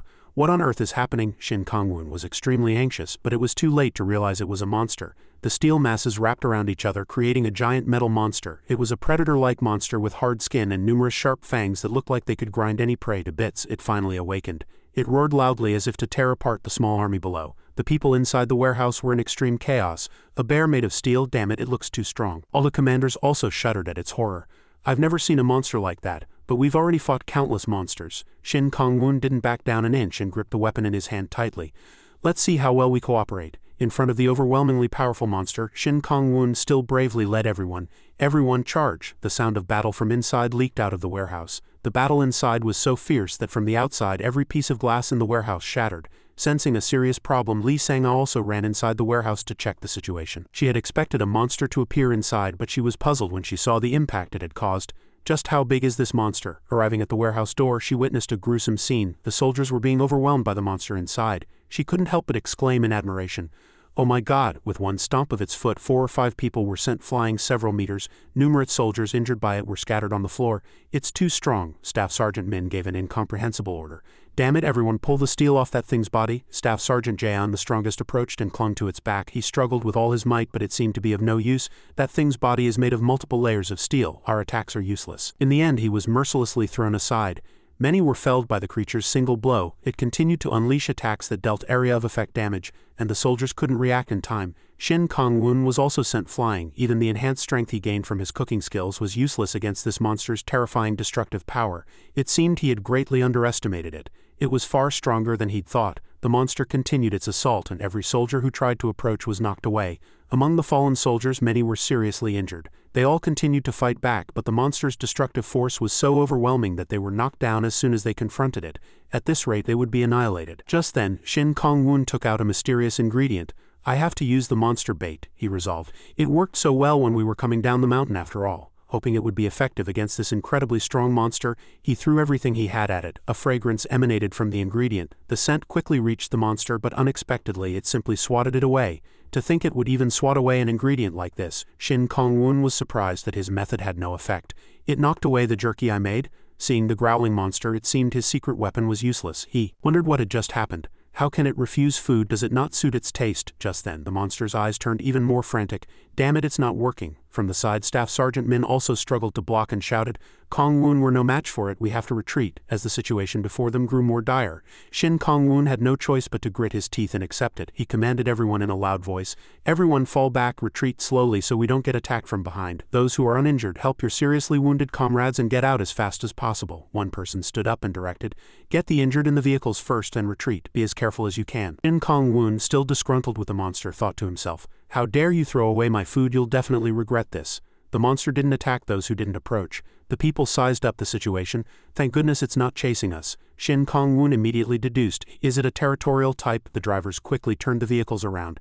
Get in, quick. They floored the accelerator and sped away at full throttle, swiftly getting everyone out of the dangerous area. They all retreated successfully, and the unit took a short rest nearby. Staff Sergeant Min said, Kong-woon, forget about the materials. They're not worth the risk and they're not worth sacrificing our soldiers for. The injured soldiers were resting, receiving first aid from their comrades. He was right. We can't defeat it with our current strength. Did you happen to find any weaknesses?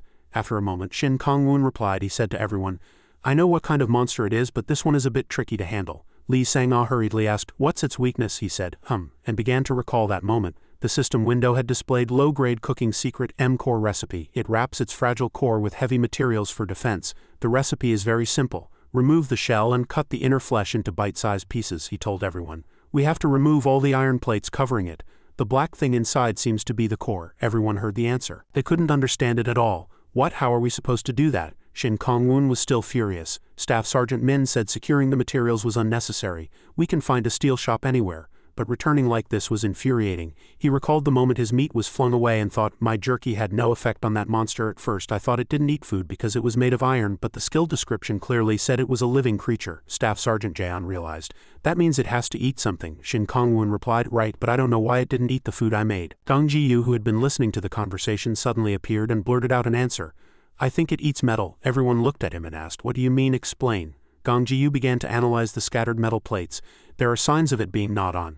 He pointed out a detail that everyone else had missed. Staff Sergeant Min was still very skeptical. Are you sure? Shin Kong-woon also asked again cautiously. It's not just rust marks, but Gong Ji-yu had worked in this field for a long time. He explained, combat engineers have a skill to identify materials. These are not rust marks. Staff Sergeant Min scratched his head. But how do we feed it metal? Do we just throw it at it? That remark touched a sensitive nerve in the protagonist. He shouted, that's it. Lee Sang-ah and Gong Ji-yu looked on, unable to understand. He came up with a very strange suggestion. I made some oil this morning, so let's try frying the steel plates with it. You know what they say, even a shoe is delicious when fried. The other two couldn't believe their ears at such an absurd answer. Fried? Do you think a monster will like that? He explained. We can't win in a frontal assault anyway, so we should at least try something before we retreat. We have nothing to lose. Lee Sang-ah agreed with his opinion. That's right. Gong Ji-yu, standing beside them, also agreed and said, yes, as long as we can get it to eat somehow. With everyone's agreement, Shin Kong-woon became even more determined. He began to give orders. All right, let's get ready. Check if there are any intact steel plates left. Lee Sang-ah saw through his attitude. Why is he so angry? Does he hate that monster that much? A short while later, a large pan filled with oil was placed on top of a steel plate. He looked at the finished product and said, filled with anger, how dare you refuse my food? I will make you submit. Inside the pan, the steel plate slowly began to change due to the heat. Just then, the system displayed a message. Fried steel plate imbued with a low-grade chef's frustration. A metal dish imbued with mixed magic to add flavor. A dish that transcends the concept of normal cooking. You are the first to open a new horizon in cooking. Shin Kong-woon realized something. Even the best chefs rarely cook with inedible ingredients. Many chefs are trapped by that limitation and fail to advance to a higher level. But you are an exception, he thought to himself. Is fried steel plate that big of a deal? Then a new notification appeared on the system. A reward is given to the pioneer who blazed a new trail. Reward no material restrictions. The system offered a very generous reward and the protagonist couldn't help but say out loud, no material restrictions. Finally, the dish was complete. Gong Ji-yu looked at the steel plate and analyzed it. Combat engineers have a skill called material identification. Using that skill on this steel plate, Staff Sergeant Min interjected.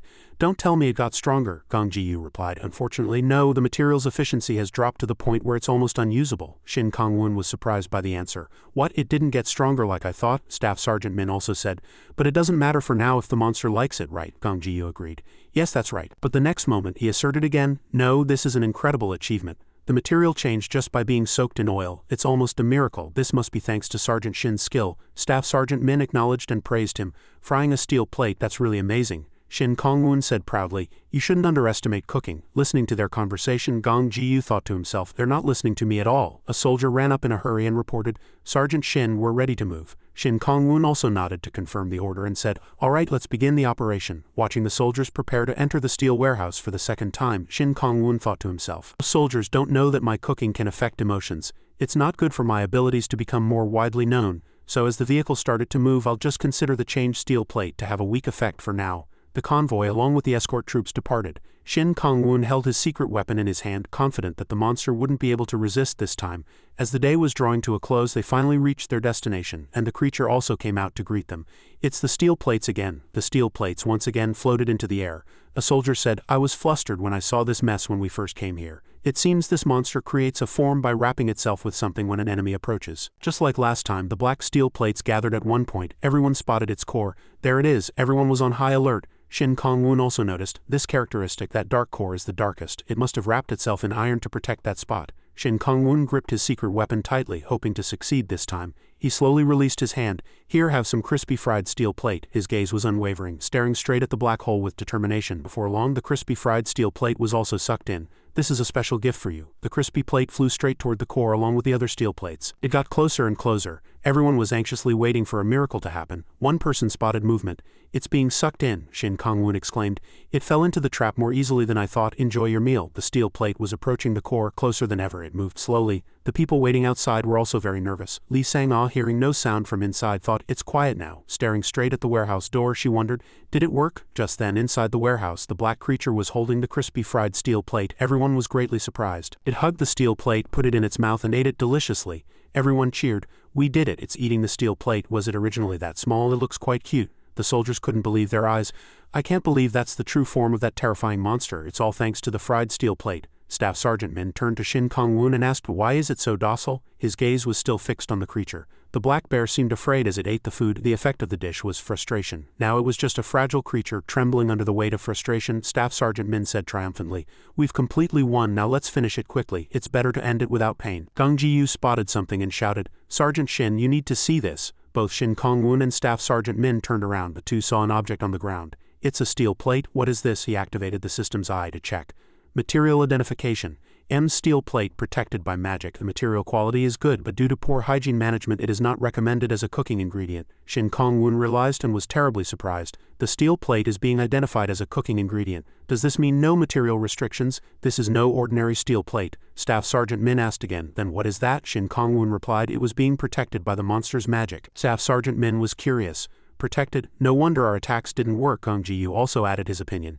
It seems to be the same even after being separated from the monster. Shin Kong-woon placed his hand on the steel plate and said, this steel plate looks quite useful. Gang Ji-yu also agreed. Yes, it would be great if we could use this. How about we keep the monster alive? Staff Sergeant Min, as impatient as ever, shouted, keep a monster alive? What are you talking about? You want to just leave that monster be? Shin Kong-woon heard the very bold proposal and voiced his opinion. Gang Ji-yu, I know what you mean, but it's too dangerous. Gang Ji-yu also broke into a cold sweat, looked at the monster on the ground and continued, it's docile now because it ate the fried steel plate, but we don't know when it might try to kill us again. Staff Sergeant Min agreed more with that decision. Yeah, Kong-woon is right, it's better to deal with it right now. Gang Ji-yu still desperately tried to stop them, believing in his opinion, and proposed once more, but we can make something amazing if we use this characteristic. It's too much of a waste to miss this opportunity. Shin Kong-woon began to ponder what to do. What should I do? Gang Ji-yu continued. It will definitely be a great help to us. It won't be dangerous if we lock it up somewhere safe. Shin Kong-woon seemed to be persuaded by his words.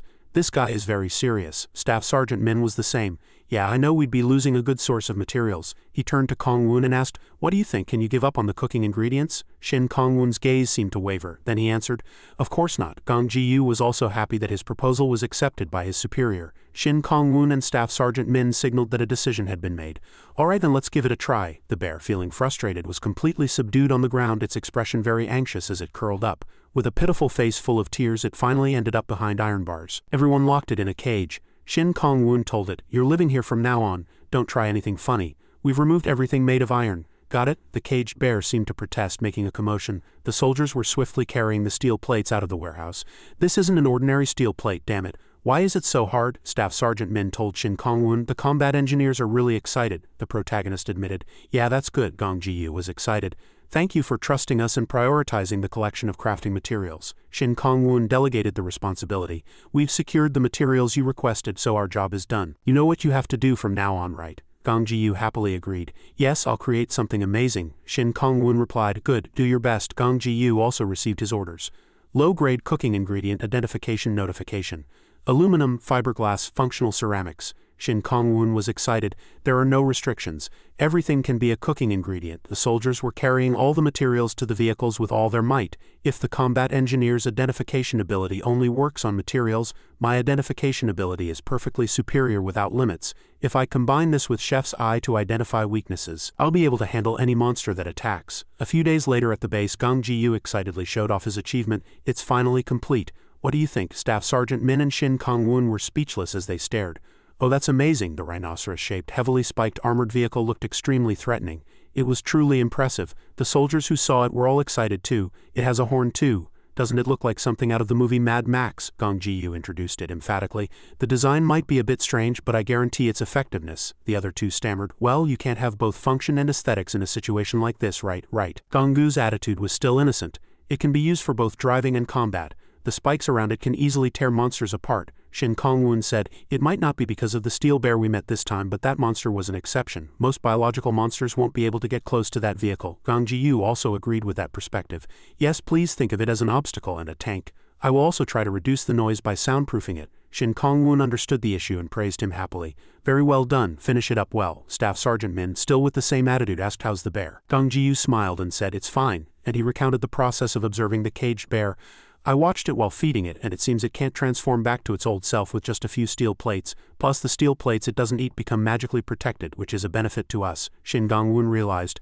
So if we feed it steel plates it protects the steel plates for us, Gong Jiyu replied. Yes, it seems to do so instinctively. It's a really amazing effect, Gong Jiyu continued. The protection process is currently slow, but I'm trying to optimize it. If we have enough materials, we might even be able to make things like walls someday. The other two still couldn't follow Gonggu's idea and stood there blankly. A wall, that's not a bad idea. The time was approaching noon. The clouds floated leisurely. In the conference room, everyone seemed to be discussing something. One person spoke up. There's a convenience store near here. It was Li Sang-ah. She found the map and pointed with her finger. Here, Staff Sergeant Min saw it and said, oh, it's almost right on the border. Li Sang-ah made a decision. It's not decided yet, but how about we take the new car out and check? Shin Kong-woon said, we've run out of everything except lizard meat. We need food and medical supplies. Staff Sergeant Min also gave his opinion. We can't just stay here in this situation. Let's do something. Li Sang-ah seemed uncertain. Yes, I agree, but I don't know if there's anything useful left. Looking at the X marked on the map, she continued. It's not a very well-known place, but people living nearby would have continued to use it. Oh right, other survivors might have already passed through. But let's go. It won't be completely empty. Shin Kong-woon also said it was worth a try since it was so close and didn't seem like a bad idea. Let's prepare and depart. The unit began to receive orders. Understood. Everyone set out and arrived at the destination smoothly. Wow, this car is amazing. It's the first time we've moved so smoothly. It tears most monsters to shreds. Staff Sergeant Jaeon looked at the car with concern. But we'll have to clean it. It's covered in blood and bits of flesh. Gong Jiyu replied. I didn't think about cleaning it. Shin Kong-woon watched the situation from the side. Good work, everyone. Did you bring your combat rations? A soldier replied. Yes, Sergeant. Good. Eat ration number 3. Everyone reached into their pants pockets and took out a piece of jerky. Numbering them according to the food's effect was convenient. Everyone took a bite. A system notification appeared.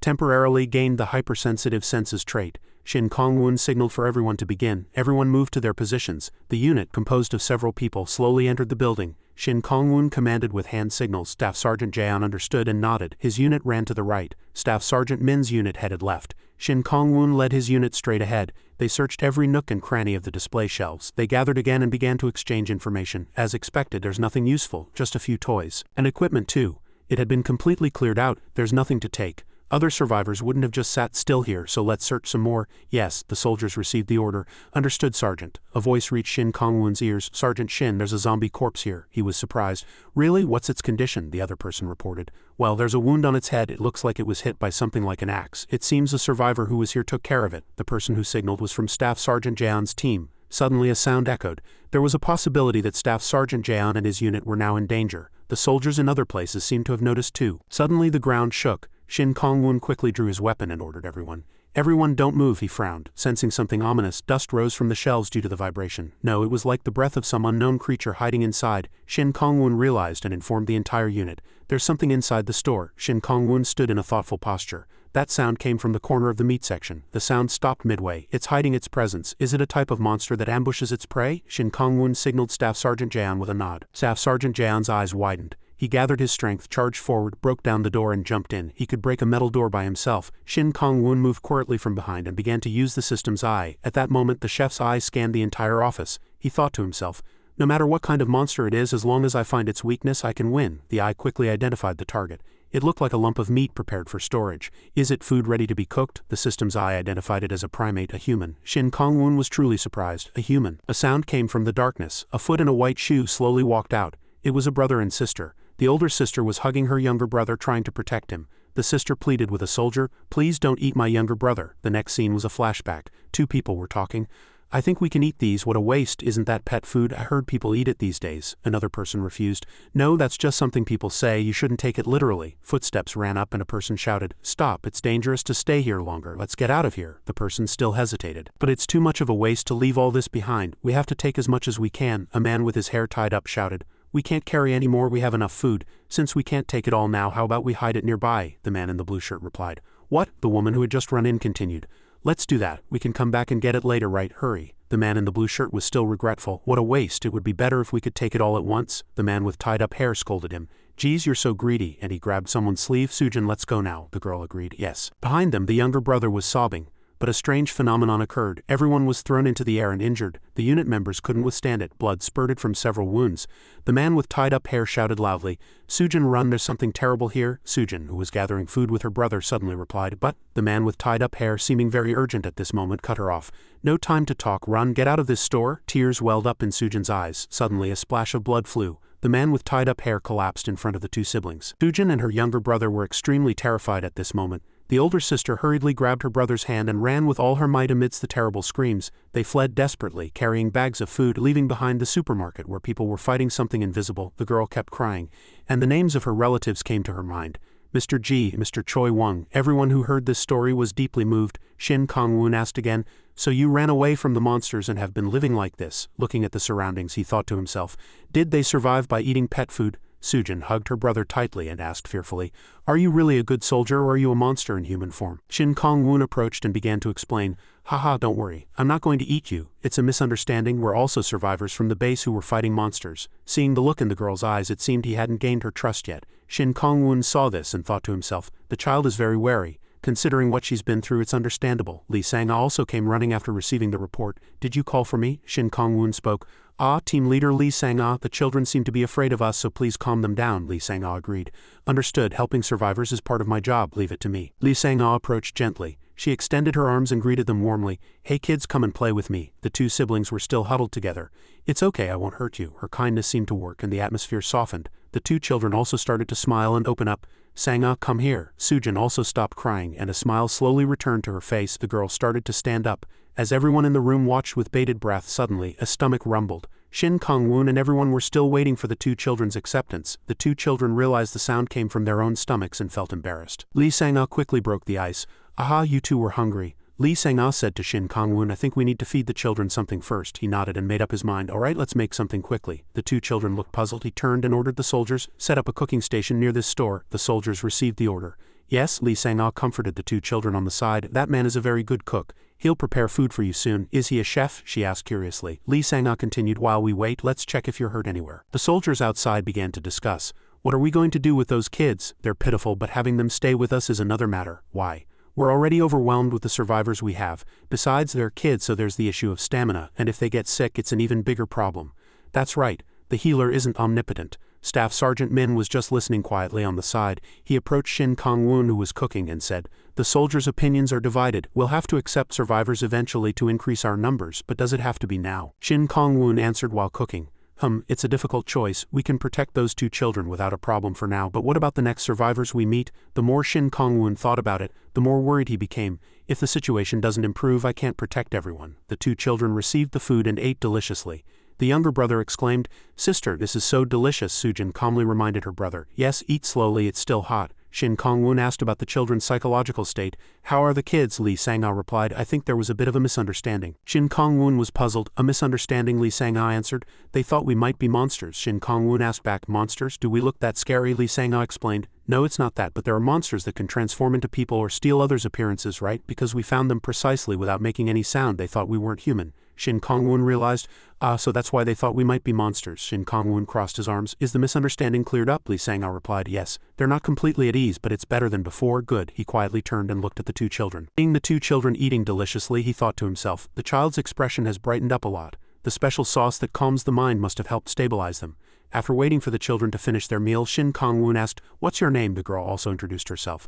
"I'm Lee Soo-jin and my younger brother is Lee Soo-hyuk." He approached and said, "Ah, Soo-jin and Soo-hyuk. You're sleeping so soundly with a full stomach, ha," and he handed a bag of food to the two children. "Here, take this." The girl took it and asked back, "What is this?" Shin Kong-woon said, "It's jerky I made myself and it's quite delicious. You might wonder why I'm giving it to you." As the girl asked that, Shin Kong-woon felt a bit reluctant to lie to the children. "It's because we have too much meat."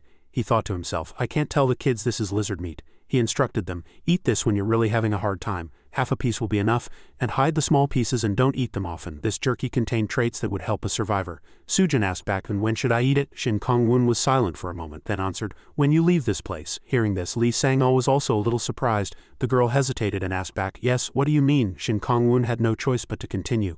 "When you have to move because you can't endure it any longer, eating it then will help." Sujin was puzzled. "Are you telling us to keep hiding here? Can't the army protect us?" Faced with this difficult question, Shin Kong-woon seemed to have already expected it. He thought to himself, "I knew she would ask this question. The answer is already decided." He began to speak. "I'm sorry, but that will be difficult." The girl's voice became more anxious and frightened. "Why? Why?" Shin Kong-woon began to say something he didn't want to. "I'm a soldier too, but we've lost contact with other units. The ground base is also unstable, so it's difficult to add any more uncertain elements. I'm sorry, but try to hold out as long as you can with that food. When the situation stabilizes, I will come back to this area." The girl's eyes grew moist at this. It was as if she knew there would be no more chances. But Sujin was a mature child. She replied, "I understand. Everyone must be in a similar situation. After she finished speaking, she couldn't hold back her tears and hugged her sleeping younger brother tightly in her arms. Seeing the two pitiful children, Lee Sang-ah felt a little sorry and couldn't bear to look away. Sujin tried, but she couldn't stop her tears. Shin Kong-woon knew he had just said something hard to hear, but there was no other way. Finally the girl stopped crying. She said, "I'll guide you to the supermarket I escaped from before." Shin Kong-woon was puzzled. What do you mean?" The girl, with 2 streaks of tears still on her cheeks, said. "You said you wanted to find other supplies, right? You'll be able to find what you need there. And it's quite close to here." Shin Kong-woon was surprised. "Ha, really?" Sujin replied. "Why would I lie?" Shin Kong-woon and Lee Sang-ah, the two looked at each other. If that was true, this was very valuable information. He asked the girl again to be sure. "Why are you suddenly telling me this?" The girl hesitated for a moment, then exclaimed, "Let's make a deal." A big question mark appeared in Shin Kong-woon's mind. "A deal?" The girl gathered all her courage and said, "In exchange for me telling you the location, please protect us." Shin Kong-woon knew the girl's purpose and thought to himself, "Ha, interesting. I didn't know a child could be this bold." The girl Sujin looked up and waited for an answer. Shin Kong-woon thought quickly for a moment and replied, "Your proposal is very attractive, but it's still difficult. To some extent this is for your own good too." The girl didn't understand his words and asked back, "What?" He began to explain. "The nature of our group is different from survivors who just hide. Our goal is to gradually expand our forces." The girl found it increasingly difficult to understand. Forces? Shin Kong-woon thought to himself, expanding forces and conquering territory. "As long as that is the rule of this game, we have to follow it." He replied to the girl, "Yes, and in that process we often have to fight monsters or zombies. Having more people isn't always a good thing. It also means we're more easily discovered by the enemy. So it might be safer for you to hide here than to go with us." The final proposal was also rejected. Sujin tried to hold back her tears. Lee Sang-ah tried to remain very calm and not show any emotion at this time. The girl's tears started to flow again. She shouted, "I don't care about hiding in a terrible place like this." And the tears once again followed her emotions, flowing down her cheeks in a long stream. Shin Kong-woon was having a very hard time. He closed his eyes and thought, "What should I do? I understand how this child feels." Finally he said to the girl, "I could make a deal as you proposed, but the place you mentioned has a high possibility of already having been visited by someone, so it would have no value to us." But the girl replied firmly, "No, the things there are still there." The two were puzzled. "How do you know?" The girl cried even more at this point, her emotions heightening. "Because I saw it." As she said this, her voice wavered with emotion. "Even the dead people." Outside, the soldiers talked amongst themselves. "Did Sergeant Shin really make that decision? This is going to take longer than I thought." Staff Sergeant Min replied, "Yeah, we have to follow the commander's choice. It must have been very difficult for him to make that decision. Leaving the children behind is never an easy choice." Staff Sergeant Jaeon nodded quietly in understanding. Being a leader was a truly difficult position. Inside the store, Shin Kong-woon asked Sujin, "So you're saying your group went there and despite having awakeners, everyone died except you and your brother?" The girl replied, "Yes, that's right. Suwon-uni and Jae-oppa were both awakeners." Shin Kong-woon and Lee Sang-ah, hearing that answer, they thought to themselves, "An enemy so strong that even 2 awakeners couldn't handle it. I need to gather more information." His eyes filled with worry. A thought suddenly crossed his mind. Wait, could it be? Shin Kong-woon lowered his body and asked the girl, "Let me ask you a few things." Sujin replied, "Yes. Your condition is to tell us about that place, right? But is that condition really beneficial to us?" The girl's eyes were filled with incomprehension. His gaze grew more and more serious, to the point of being a little scary. He asked again, "You're not trying to use us for revenge, are you?" Lee Sang-ah quickly cut in to stop his heartless words. "Wait a minute, Commander, are you serious? There's no way a child would have such dangerous thoughts." Shin Kong-woon reminded her. Team leader Lee Sang-ah, this is an important issue. We must always verify when exchanging information, even if everything else is true. If the motive is wrong, it's hard to agree. Lee Sang-ah was at a loss for words. Shin Kong-woon thought to himself, "How can I be sure that child doesn't have such intentions?" Sujin's eyes grew more serious. The girl said, "Actually, I can't say I haven't thought about revenge even once." Lee Sang-ah tried to stop the girl from saying such things. The girl continued, "But they were good to us." Shin Kong-woon thought to himself, "So my thought was right." He said to the girl, "In that case I can't accept this deal for revenge." Before he could finish his words, the girl interrupted, "But not anymore. I don't want revenge anymore." The girl said that she and Soo-hyuk had survived. Soo-hyuk was sleeping soundly, unaware of the conversation. Sujin continued, "If we obsess over avenging the dead and end up getting killed too, their sacrifice would be meaningless. They gave their lives to save us, we can't do that." Shin Kong-woon, imagining what such a thoughtful girl must have been through, thought to himself, "This child thinks like an adult." The girl continued, "My goal is to survive. I only mentioned that information as a condition for a deal. I have no intention of getting revenge. It's true. Please believe me." Lee Sang-ah was moved and looked back at the commander. Shin Kong-woon had already made up his mind. He said to the girl, "I'm sorry for misunderstanding. I've changed my mind after hearing you." Sujin shouted with joy, "Really?" Seeing the girl's face light up, Shin Kong-woon also nodded. "Yes, but let's change one condition." "Change a condition?" When the girl looked puzzled, Shin Kong-woon explained, "Taking you in and protecting you is not easy. We don't have the privilege of protecting anyone. So join our unit as a child soldier. Then I'll agree to the deal." Hearing those words, everyone couldn't understand his decision. Li Sang-ah asked again, a child soldier. Do we really have to do that? Shin Kong-woon calmly said to the girl. If you're okay with it, it's not a problem. I won't send you into dangerous battles so your age doesn't matter. Li Sang-ah hurriedly tried to stop him, but his eyes grew cold. There are children in the survivor group. Sang-ah leads as well. I was planning to awaken those children anyway, so it won't be a big loss. Sujin asked again. I'm not sure, but you're saying you'll accept us? Shin Kong-woon bent down and said, think about the condition of fighting with us from now on. The girl immediately agreed. Yes, I won't be a burden to the adults. He looked at the two children, took a deep breath and extended his arm toward them.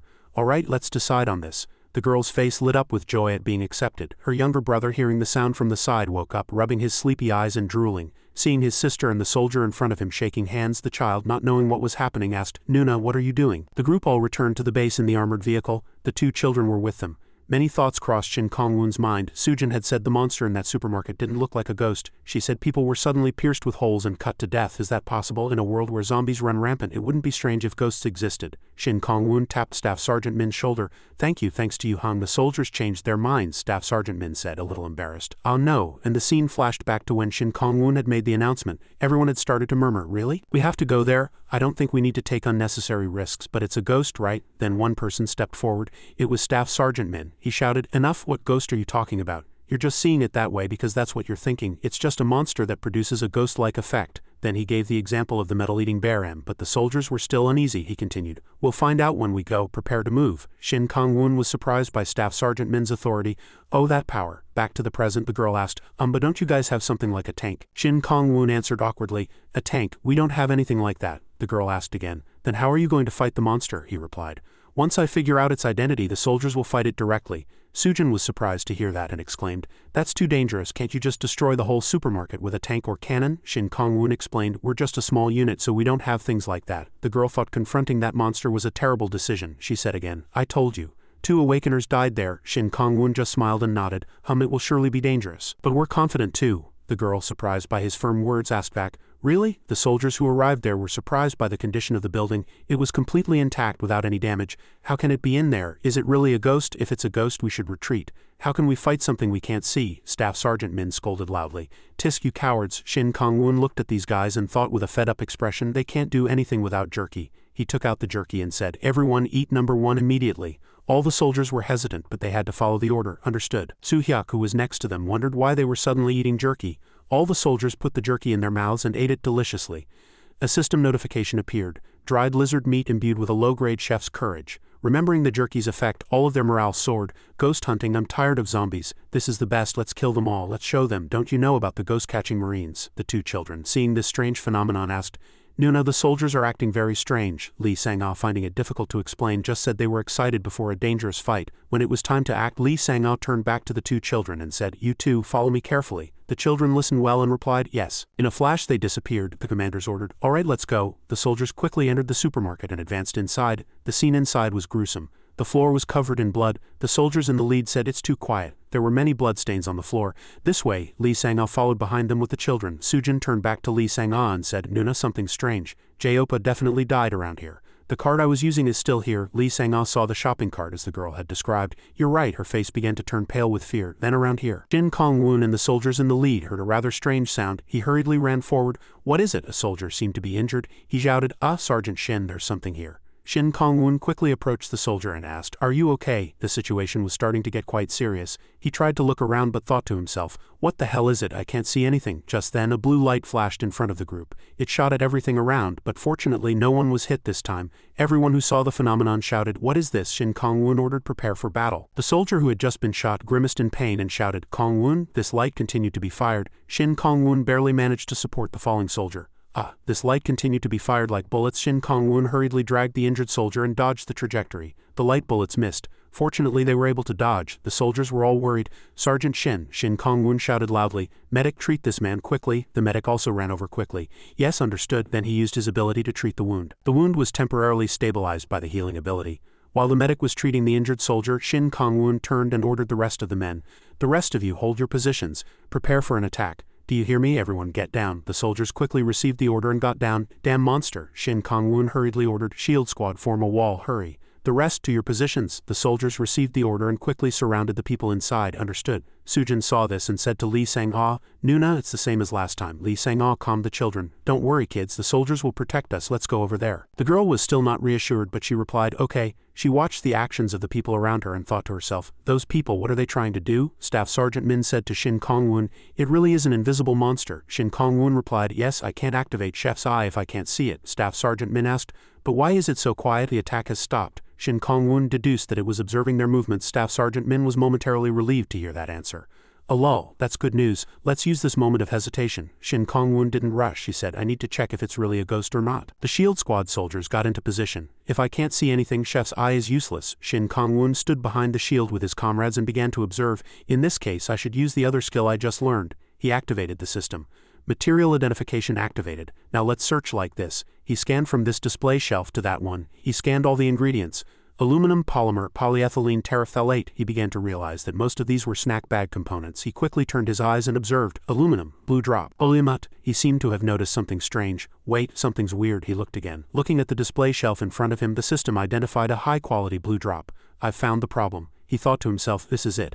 What is that blue drop anyway? It's definitely not a ghost, it's a monster disguised as a snack. On top of the snack bag there was indeed something that looked like a drop of water. Staff Sergeant Min hurriedly asked about the situation. Kong-woon, did you find it? Shin Kong-woon announced, I found its location now. Everyone was delighted. As expected of Sergeant Shin, it's over now. Shin Kong-woon told everyone, I'll explain later. First we catch the bastard. I'll take the lead so you cover me hung. The shield squad will advance with me. The soldiers quickly received the order. Yes, understood. The two children asked Lee Sang-ah, Nuna, they found it? That can't be, there's nothing there. Sujin wondered to herself, who on earth is that person? Two shield bearers stood in front and behind them. Shin Kong-woon got into position. He shouted, it's here, open the shields. The shield bearers quickly opened their shields and taking advantage of the opening, Shin Kong-woon rushed forward and threw the knife in his hand with all his might. The main target was the blue snack bag on the shelf. Just then the snack bag began to change. Blue energy enveloped and stretched out from around it. Something like a drop of water started to fall, firing 3 bullets. The knife that was flying straight was knocked back by the successive bullets. Seeing the drop of water, Shin Kong-woon rushed toward it like an arrow. So it was this. You've finally shown your true colors. He turned on the system's eye to check what it was. Chef's Eye activated. You have learned how to butcher a blue drop. Information was displayed on the system. Blue drop disassembly method. The blue drop is composed of a liquid mass and a central core where mana is concentrated. The strange drop of water was firing a series of bullets to defend itself. It's difficult to classify it as a slime because it has a regenerative ability as long as its core is intact. Shin Kong-woon barely dodged. HMPH. He gripped the knife in his hand tightly. What ghost? It was just an imitation. The key to disassembly is the core in the center. He prepared to attack and charged straight at the creature. Facing such a strange creature, he shouted, finishing blow. Die, drop monster. As such a strange creature appeared, everyone gathered around and asked, Sergeant Shin, what is this? Shin Kong-woon explained to everyone, this is the true identity of that ghost. Everyone was surprised. What? Monster? It looks like jelly. We couldn't see it before. Why, at first it looked like food. Shin Kong-woon confirmed again. That's right. It has a mimicry ability that allows it to blend into its surroundings. Staff Sergeant Min was curious about this monster, so it hid in disguise and waited for its prey to appear. There's a high possibility that other creatures of the same kind are hiding in this supermarket. The people Sujin mentioned were probably victims of this monster. Sujin said, mimicry ability. Shin Kong-woon said, it's weak, so it has to hide and disguise itself like this. Its weakness is very simple. There's something that looks like black jelly in the center of its body. You just have to attack there. Then a soldier asked, but how do we distinguish the ones hiding in that huge pile of snacks? Shin Kong-woon replied with great confidence, leave that to me. They began to attack these mimicry monsters. Under Shin Kong-woon's command he shouted loudly, Kong In-won, there's one inside the ice cream freezer on the left. Kong In-won immediately received the order. Understood. The discovered drops quickly defended themselves to protect themselves. Staff Sergeant Jaeon was one step faster. He rushed in and pushed the creature against the wall. When attacked, the creature struggled to resist. Seeing the stubborn creature, Staff Sergeant Jaeon treated it even more roughly. He grabbed the creature's core and tore it from the wall. He seemed to have subdued the creature. A soldier next to him watched anxiously. Staff Sergeant Jaeon treated it more and more roughly. As he crushed the creature, it burst and splattered everywhere. One down, next one's turn. Shin Kong-woon instructed Staff Sergeant Min. There are a few more in front of the kitchen area. Staff Sergeant Min quickly got into a stance. Okay, everyone stand back. Staff Sergeant Min began to use his ability. Lightning shot out from his hand. He focused all the lightning forward and shot it straight at the products on the shelf. The products on the shelf were electrocuted. The drop-shaped creatures inside were also hit. After dealing with that side, Shin Kong-woon continued to direct the others. Next, Staff Sergeant Min. There's one inside the white microwave above your head. The monster kept attacking, but it couldn't break through the unit's dense shield wall. Taking advantage of the opening, the soldiers continued to advance and attack relentlessly. Sujin watched this scene with admiration. Amazing, they're taking down the monsters with ease, but her expression quickly darkened. From somewhere more and more monsters appeared. The soldiers were surrounded in an instant. What's happening, Sergeant Shin? They're appearing from all sides. The soldiers knew the situation was getting more and more serious. Suddenly the drop-shaped creatures began to change strangely. They slowly mutated. As one of them began to change into the shape of a human hand, someone shouted. They're changing form, then its entire body gradually transformed into a complete human shape, and it gave a chilling smile. Shin Kong-woon was the first to be horrified. Kong In-won was also surprised by the phenomenon. Soon all of them had changed into human forms, even holding shields and swords in their hands. The one in the lead smiled like a demon. Kakeke, Shin Kong-woon was surprised. Human form? The soldiers quickly protected the two siblings. Sujin suddenly seemed to realize something. Ah, she shouted loudly. Aunt Suan? Seeing the girl had noticed something, Shin Kong-woon turned and asked, Aunt Suan? She's a warrior-class awakener, the girl replied. Yes, she was the strongest person in our group. Seeing the siblings' reactions, Shin Kong-woon grasped the situation. It seems they've switched to combat mode since hiding is no longer effective. Looking at the group of aggressive people the drops had turned into, Shin Kong-woon realized those must be the forms of the people they targeted. These creatures could also speak. The one in the form of the ant said, This is getting interesting. The human-shaped creatures finished their battle preparations. Let's see what you've got, they growled, becoming more aggressive. The drop in the ant's form opened its mouth wide and laughed. Kong In-won didn't give them any time and immediately charged in. What nonsense are you spouting, you bastard? He threw a powerful punch as if striking down from the heavens, hitting the creature squarely. And it flew backward, writhing. Hit by Kong In-won's punch, it cried out in pain. Kuek, Shin Kong-woon spoke. She was a powerful warrior-class awakener among the survivors. He recalled the battles he had fought. We leveled up by hunting lizards and we honed our combat skills with numerous awakeners, plus we have lizard hide gear that can even block bullets and the buff effects from the food I make. He added the final words. Sorry, but even the youngest member of our unit can beat you. Everyone excitedly began to gather supplies. It's been a while since I've had ramen. There's a lot of rice here too. Toilet paper. I could use this right now. The supermarket battle ended in victory. Everyone talked cheerfully. There aren't many medical supplies, but with bandages and rubbing alcohol we can't ask for more. Everything inside the building was now ours. A squad leader commanded, Hurry, move the items to the car. Secure the food first. Everyone followed the order. Understood, this should take care of the immediate problem. Shin Kong-woon smiled with satisfaction. Just then, Staff Sergeant Min ran over from a distance and called out to the protagonist. Kong-woon? Kong-woon replied, Oh, what is it? Staff Sergeant Min said, panting. Look at this. The people around also turned their heads in curiosity. In Staff Sergeant Min's hand was a bottle containing a strange dark blue liquid. Kong-woon asked, Is this thing still alive? Staff Sergeant Min said, Of course. I caught a few, but some died during the battle. I brought it because I thought it might be useful for cooking. Seeing the bottle containing the creature, Kong-woon said happily, Good job, gather them all. They'll definitely be useful. Staff Sergeant Min turned around excitedly.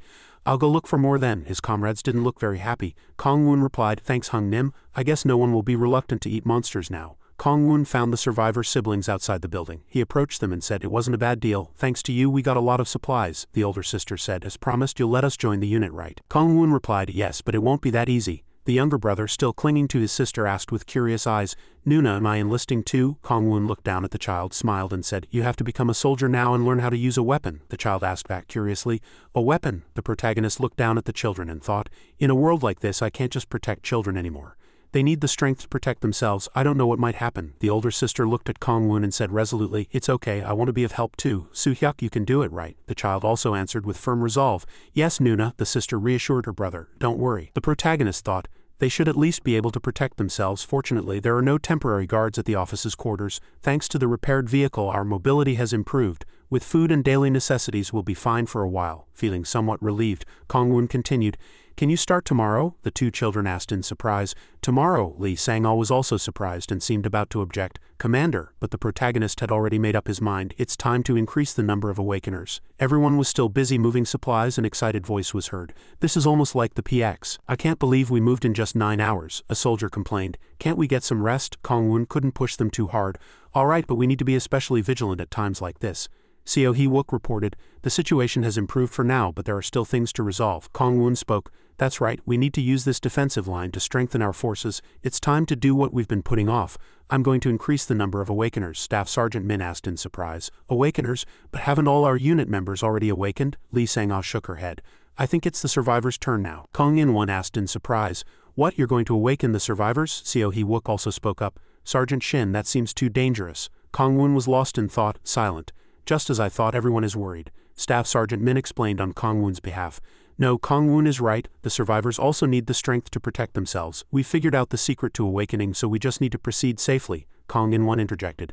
We awakened without any problems, didn't we? Seo Hee-wook also agreed. Looking at the recent situation, it doesn't seem like there will be any major accidents. Kong Woon turned to Li Sang-ah and asked, "What do you think, Miss Sang-ah, as the leader of the survivor group?" Li Sang-ah thought for a moment and then answered, "I'm worried because they are people who trusted and followed me. But in a situation like this, we must take risks to survive." Staff Sergeant Min cheerfully promised Li Sang-ah, "I promise no dangerous situations will occur." Li Sang-ah accepted. "Yes, I'll trust you. But doesn't the decision rest with the survivors?" Faced with the difficult question, Li Sang-ah fell silent, waiting for an answer. Everyone quietly pondered, looking for an answer. Kong Woon also agreed. That's right." Finally, he made a decision. "Let's go and hear what they think." At that moment, in the room where the survivors were staying, Kong Woon was asking for the opinion of an elderly custodian. He said, "I know what you mean. I knew our turn would come." Kong Woon reassured him. "Soldiers will accompany you, so there's nothing to worry about." The old man agreed. "Good, in fact, I've waited a long time for this day." The unit members were surprised. "Really?" Kong Woon looked much happier. The old man said, "I don't want to continue being useless like this. I want to be of some help too." One person stepped forward from among the survivors. "That's right, we should contribute too." "I agree. I'm sick and tired of just sitting around like this." Everyone's morale rose, everyone resolved with one mind. "I'll awaken too." "Me too." Kong Woon was pleased and filled with hope. "I was worried for nothing." A young boy grabbed his mother's clothes. The child called for his mother on the verge of tears. The mother kindly bent down and comforted her son. "It's okay, you have to enlist someday anyway." The girls looked at each other with hopeful eyes. The siblings from before also looked much more excited. The younger brother asked his sister, "Nuna, are you really okay with this?" The sister reassured her brother. "You saw how strong the soldiers were at the supermarket, right? This is a process we have to go through to become stronger." Li Sang-ah reported to the protagonist, "It seems most of them have made their decision." The protagonist also said, "I thought some people would oppose it. This is unexpected." Li Sang-ah also agreed. "Everyone is of one mind." Kong Woon didn't keep people waiting and began to command. Seo Hee Wook, Kong and Won, form teams. "We will now begin hunting in earnest." Everyone received the order. "Understood." Kong Woon's resolve hardened. "Our Steel Legion will become stronger." The soldiers subdued a monster and held it firmly for the survivors. A man holding a gun trembled as he looked at the monster's corpse. He closed his eyes and hardened his resolve. The muzzle of the gun was aimed straight at the monster's head, and a gunshot rang out. He was startled when the awakening information window appeared before his eyes. The people around also began to shoot and kill the monsters. Awakening windows appeared before their eyes, one after another. Flashes of light followed, and one by one they awakened. Everyone was overjoyed. They said, "I'm an ice mage, right? I'm a flame mage." Everyone cheered. "I succeeded too. I can't believe I've become an awakener." The old man was surprised to see the system window in front of him. He spoke as if he couldn't believe his eyes. "A blacksmith." Li Sang-ah happily ran over and told Kong Woon, "Mr. Park has awakened as a blacksmith." Kong Woon was surprised and asked, "Really?" He was pleased. "No wonder he sharpened my knife for me back then." "It's really good to have more people with diverse roles." Li Sang-ah smiled happily. Just then, with urgent footsteps, Kong and Won came running. He shouted, "We found new survivors." Both Kong Woon and Li Sang-ah were surprised. Survivors in the forest. A large crash occurred, sending dirt and wood flying everywhere. As the impact grew, people's screams could be heard. "Damn it, everyone fall back, rally at point 3. How do we escape? Our rear is completely blocked," a middle-aged man shouted. "Then find another escape route. We're all going to die at this rate." "We'll lure it and buy some time." A giant creature's foot hit the ground, making it shake, and its steps charged forward quickly. It was a giant mutant elephant. Someone shouted, "That's not how you fight a monster." On a rock, the figures of soldiers could be seen. It was Shin Kong Woon and Kong In Won. Kong In Won said, "Besides, awakeners of that level won't last long." Kong Woon silently observed and assessed the situation. "It's a pretty big group of survivors. They seem to have experience fighting monsters. Should we help them? But we don't know who they are. Getting involved could become a hassle." A soldier with a crew cut spoke up. "So are you saying we should just let them die?" A soldier next to him said, "Our safety comes first. Getting involved in that will be a nuisance." Kong Woon remained silent, thinking, "Let's save them first and hear their story later." He turned calmly and said to everyone, "I understand your concerns, but it's not right to just stand by and watch people die in front of us." Everyone spoke up worriedly. "That's right," the protagonist thought. "Besides, making a quick decision is better for the soldiers too." The commander shouted, "Prepare for battle, move out." Kong Woon patted Kong In Won's shoulder and entrusted him.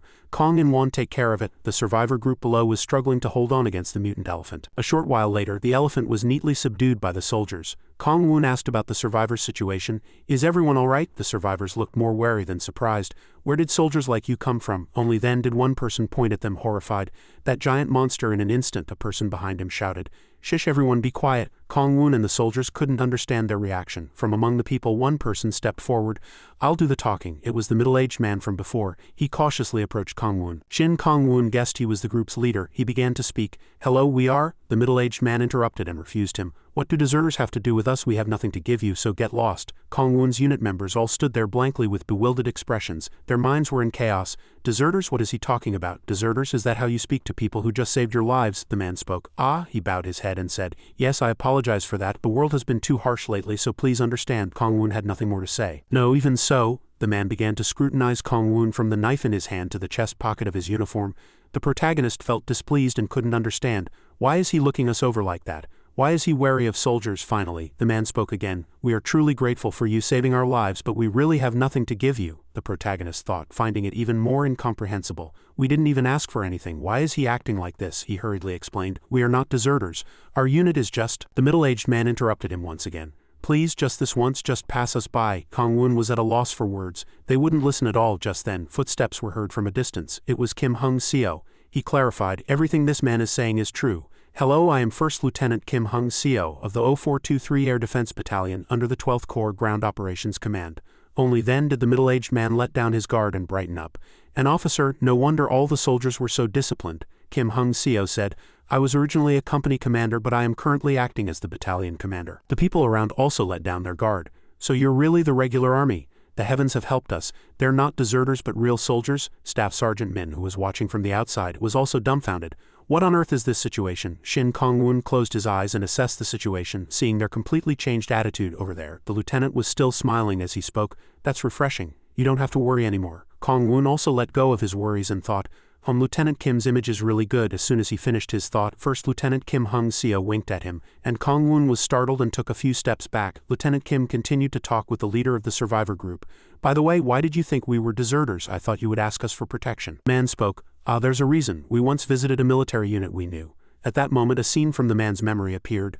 A desolate landscape filled with monsters. All the soldiers had been wiped out and monsters had taken over the unit. So we gave up and turned back. But then we found soldiers who had abandoned their post and fled. Being soldiers, they naturally had weapons. Back in the present, Lieutenant Kim assessed the situation. It seems they used them for bad purposes. Only then could Shin Kong-woon let go of his initial frustration. So that's what happened. That's why we were wary of you. The people around also began to speak. Many people have been looted by deserters. It would have been fine if they just took our belongings, but they even took our people. They're complete lunatics, the leader of the survivor group added. On top of that, we heard rumors that there are deserters in this area. We were originally trying to go to a place with fewer zombies, so that's why we ended up here. We saw your military uniforms and thought you were deserters. We're truly sorry, Lieutenant Kim said sympathetically. No, we understand. Just then, Shin Kong-woon approached and spoke again. We are looking for a force that can fight with us. In times like these, wouldn't it be better to join forces? The survivors watched carefully. The man looked at Shin Kong-woon with suspicious eyes for a moment before finally speaking. We're truly grateful, but we must decline. You may not be deserters, but joining up with people we've just met is a bit... He's a really cautious person, Shin Kong-woon thought. The middle-aged man continued to explain his reasons. Besides, our impression of soldiers isn't good because of the deserters. Please understand. Shin Kong-woon empathized. I understand. So what are your plans now? The unit members watched and listened intently. The man hesitated and said, well, in fact, there's a rumor that a group in this area has secured a large amount of daily necessities. Everyone was curious. A rumor, the man continued. I heard about a survivor group with a lot of food and weapons, but they said they're short on people. The rumor is they're looking for survivors to join them in exchange for sharing weapons and food. The unit members looked at each other with puzzled expressions. Shin Kong-woon was also really surprised. They have a lot of food and weapons and they're sharing them? He asked. There are many suspicious points. Is that rumor reliable? The leader of the survivor group answered honestly. In this world, what information is 100% reliable? Perhaps joining you would be a better choice, but we trust civilian survivors more than soldiers. Shin Kong-woon's side sympathized. We understand. Thank you for the information. The other side returned the courtesy. Thank you so much for saving our lives. If we ever meet again, we will definitely repay this debt. Shin Kong-woon said his farewell. Yes, please take care. The man finally gave a faint smile. I wish you a safe journey as well. Shin Kong-woon's group watched them leave quietly. Once the survivors were completely gone, Seo Hee-wook spoke up. That's really disappointing. Shin Kong-woon was curious and somewhat agreed, but it was a pretty big group. Persuading them to join us isn't as easy as I thought. I thought our image as soldiers would help. Shin Kong-woon sighed. It turns out some other guys have ruined our image.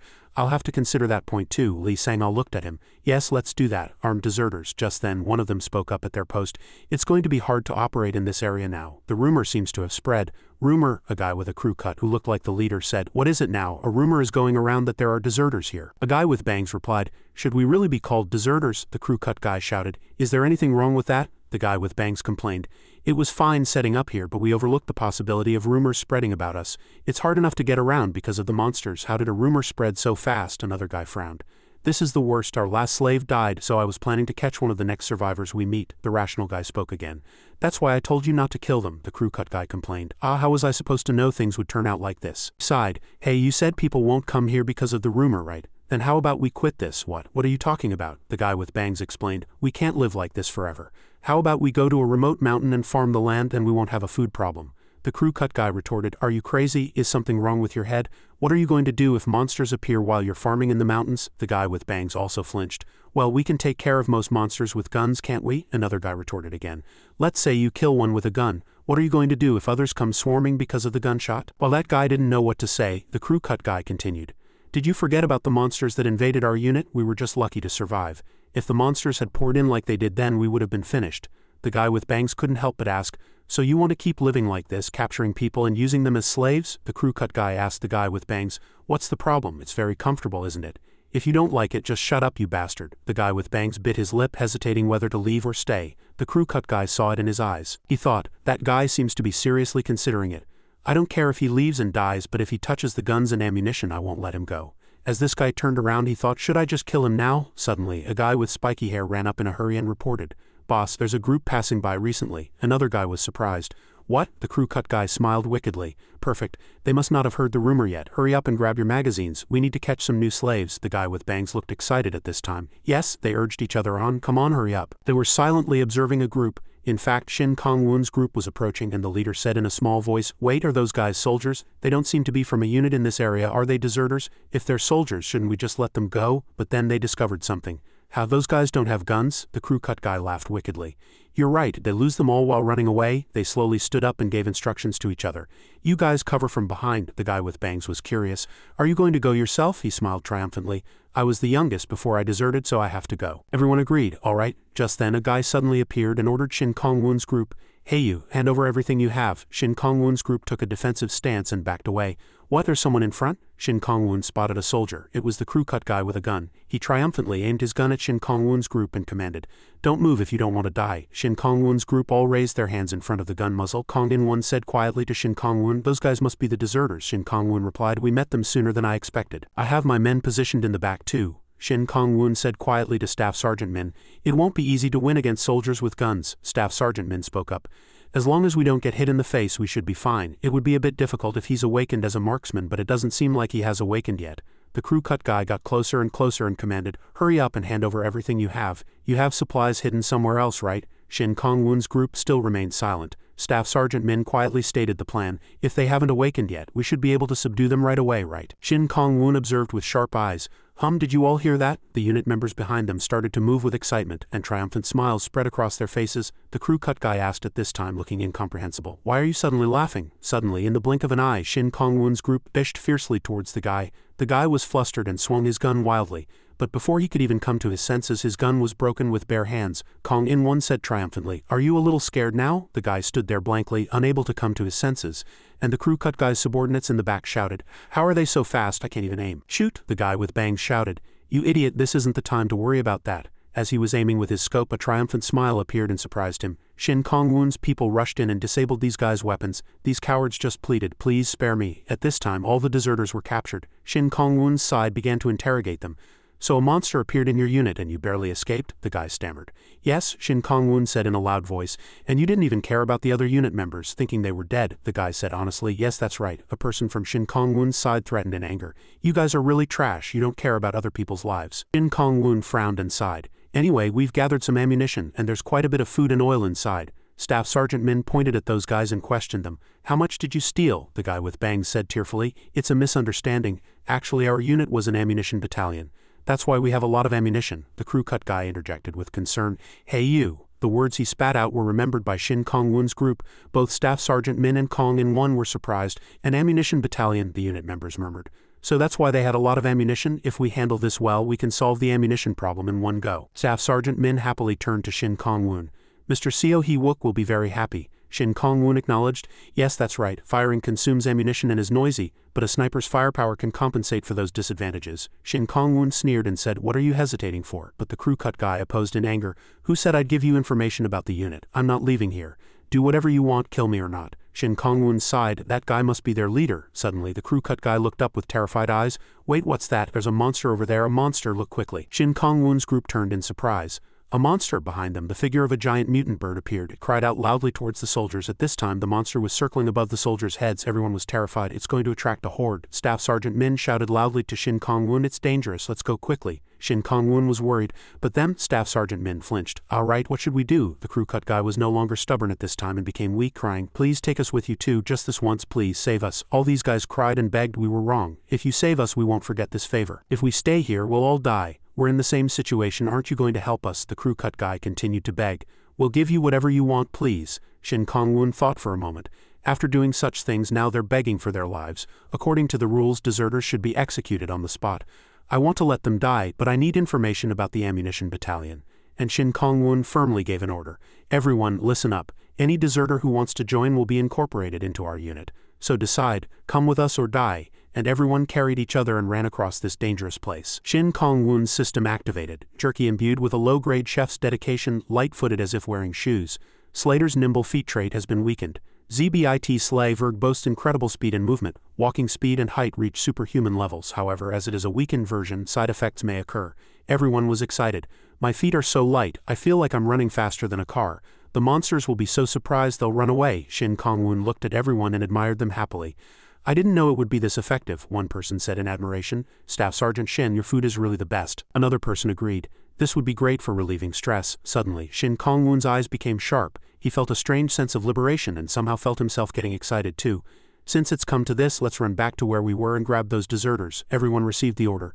"Understood," the deserters behind them shouted. "Please go a little slower." 2 days later, at Shin Kong-woon's group's post, Lee Sang-ah asked, "Commander, are you feeling a little better?" Shin Kong-woon said gratefully, "Yes, the side effects have finally subsided." Lee Sang-ah said, "I thought everyone would be bedridden for 2 days with muscle pain." Shin Kong-woon replied, "I know, we should have gone slowly to avoid the monsters, but I was too excited." He asked, "How are the deserters?" Lee Sang-ah replied, "They seem to be in a serious condition. They haven't woken up yet." Shin Kong-woon closed his eyes and said with satisfaction, "Good, keep an eye on them. When they wake up, they'll taste hell. I'll completely re-educate them with my special sauce and make them live as our unit's grunts. We need someone to do the chores anyway, so it's a good thing," Lee Sang-ah excitedly reported at this time. "Ah, did you hear?" Shin Kong-woon was curious. "What is it?" Lee Sang-ah explained. "Sujin and Suyuk awakened today." Shin Kong-woon was surprised. "Really?" Lee Sang-ah replied. "Yes, all the survivors have awakened now." Shin Kong-woon was inwardly pleased. "Oh, that's really good." The next day, Shin Kong-woon checked his status window. It's quiet. A notification appeared on the system window. Steel Legion Guild, Master Shin Kong-woon, Vice Master, Staff Sergeant Min, Kong In-won, Seo Hee-wook, Lee Sang-ah, Park Tae-jun, number of members 128. Shin Kong-woon thought, "It's increased to 128. There are no more survivors in our unit now." Everyone had found their place within the Legion. Someone opened the door and reported, "Commander, everyone is gathered." Shin Kong-woon turned happily and said, "All right, I'll be right there." The former survivors were issued military uniforms and stood in neat lines. Shin Kong-woon praised them. "You all did well. The uniforms suit you very well." Everyone was excited. Shin Kong-woon continued his speech. "Since you have awakened in various fields, we will have greater strength from now on, so I have a proposal to make now." As Shin Kong-woon paused, Kong In-won said, "Well, say it." Staff Sergeant Min was curious. "Kong-woon, don't tell me." Shin Kong-woon smiled and replied, "That's right, it's the issue of securing ammunition." Seo Hee-wook also spoke happily at this time. "Ah, Staff Sergeant Shin, really?" people murmured. "Securing ammunition? Are you serious? We haven't had any problems so far. It seems dangerous with all kinds of explosives." Shin Kong-woon's group assessed the situation. There are many opposing opinions. Lieutenant Kim stepped forward at this time and said, "There's an ammunition supply point near here. It's also called ASP Ammunition Supply Point or an ammunition battalion." The people below were curious. "Battalion Commander," Lieutenant Kim continued, "it has many names, but its role is very simple. It's a place where ammunition is stored to supply nearby units." Shin Kong-woon thought, "He's showing his officer-like side for the first time in a while. He's still useful," Lieutenant Kim continued. ASP is actually a very large area. In terms of unit structure, it's a battalion-level unit like ours, but its area is much larger than our units. This is because ammunition has a high possibility of exploding, and if something goes wrong, it can lead to a chain explosion. When storing ammunition, you can't place them too close together, so the buildings are all large and spread out. That's safer," someone voiced an opinion. "I understand that, but in the end, isn't it still dangerous if there are monsters inside?" Shin Kong-woon was silent for a moment before he spoke. "You're right, ammunition isn't more important than our lives, but we are soldiers. It is our duty to reclaim military bases, so I ask for everyone's cooperation." As soon as he finished speaking, everyone began to get into position. "Hurry and check your equipment and supplies for battle. Each team leader confirm and report." "Understood," Shin Kong-woon commanded Seo Hee-wook. "Mr. Seo Hee-wook, this time, please join us as a sniper." Seo Hee-wook received the order. "Understood." Later in the medical area, Shin Kong-woon was receiving a report on the deserters' condition. Commander, the deserters are still unable to move, Shin Kong-woon said. Is that so? A pity. It would be better if they could guide us. At the command post, the key figures were discussing the plan. Lieutenant Kim spoke up. We can see a part of the ammunition battalion from down here. Shin Kong-woon asked doubtfully. Really? Lieutenant Kim explained. Yes, I used to take this mountain path often when I went to the ammunition battalion. Shin Kong-woon thought, if that's true, this is very useful information. If we can observe the inside of the unit beforehand, we can greatly reduce the risk. The modified transport vehicles were mobilized. Everything was proceeding according to plan. This is the operational radius of the modified vehicles. A soldier gave a final report. The field kitchen vehicle you requested is also complete, Commander, the protagonist said. Oh, impressive. With a look of grim determination, Shin Kong-woon resolved, it's finally done. Just as the dawn light began to shine over the mountain ridge, the unit began to move. The ammunition battalion was in ruins. Someone said, but it seems too quiet. Staff Sergeant Min chewed on some jerky and assessed. The deserters said they fought countless monsters. Shin Kong-woon agreed. I wonder if they're hiding inside the buildings like zombies. Staff Sergeant Min wondered, couldn't the monsters have killed all the soldiers and left the battalion? This base is only valuable to us. The monsters wouldn't have any need for it. Shin Kong-woon agreed. That's true, but he was still lost in thought. But why did the lizards keep attacking our base? They attacked more than 10 times a day. Staff Sergeant Min said nonchalantly. They probably wanted to eat us. Shin Kong-woon had a different idea. Thinking back to the fight with the chieftain, he wasn't that stupid. He must have known what the result of continuing meaningless attacks would be, yet he carried out what was almost a suicide attack. Staff Sergeant Min reconsidered the incident. That's true. If it were me, I would have switched to easier prey. Shin Kong-woon concluded, if my hypothesis is correct, they had some purpose in trying to suppress humanity's military power. Staff Sergeant Min turned in surprise and asked, what? Suppress humanity's military power? Shin Kong-woon agreed, yes. Even if the soldiers are wiped out, if the military base is intact, survivors can find weapons and reorganize their forces, so if they wanted to weaken humanity's military power, they wouldn't have let us reclaim the base so easily. Staff Sergeant Min swallowed the last piece of jerky. He crossed his arms and agreed. That makes sense. In any case, that's just my speculation. We have to hope there are no monsters here. Everyone continued to search inside the barracks. One area was confirmed to be safe. Everyone gave instructions to each other. All right, advance. We decided to split our forces and check each area one by one as we moved forward. The soldiers maintained high alert and searched every corner thoroughly. Someone shouted, area secure. The group ran forward and continued their search. Advance. Once the path was secured, the modified vehicle entered. The squad leader gave the vehicle a stop command. In front of them was an ammunition depot. Someone said in admiration, is this the ammo depot? It's huge. It looks like it continues into the mountain. Aren't we worrying too much? There isn't a single monster. Staff Sergeant Min gave the order instead. Everyone stay alert. We don't know what's waiting inside. Shin Kong-woon stood to one side and commanded each squad leader. Kong In-won, Seo Hee-wook, follow me. We'll go in first. The two received the order. Understood. Shin Kong-woon moved forward, his sharp eyes scanning the area. He saw a dent in the warehouse door. He hoped to himself that his worries weren't true. The three of them cleared the way, opened the warehouse door, and carefully entered. Shin Kong-woon raised a hand to cover his nose. The smell is terrible. When they took a step, each of their feet got caught in dense spider webs. Both Seo Hee-wook and Kong In-won were surprised, and Shin Kong-woon was also slightly taken aback. What is this spider webs? I knew this place hadn't been used for a long time, but this is a bit much. Shin Kong-woon brushed aside the spider webs in front of him. This doesn't seem like a natural phenomenon. Seo Hee-wook, who was behind him, shouted. Commander, over there? Kong In-won, with a dumbfounded expression, looked up. He shouted. There are giant eggs everywhere. Damn it, Shin Kong-woon thought to himself. Are these monster eggs? So that's why it was so quiet. The eggs began to move. A few eggs started to crack and the fissures grew larger and larger.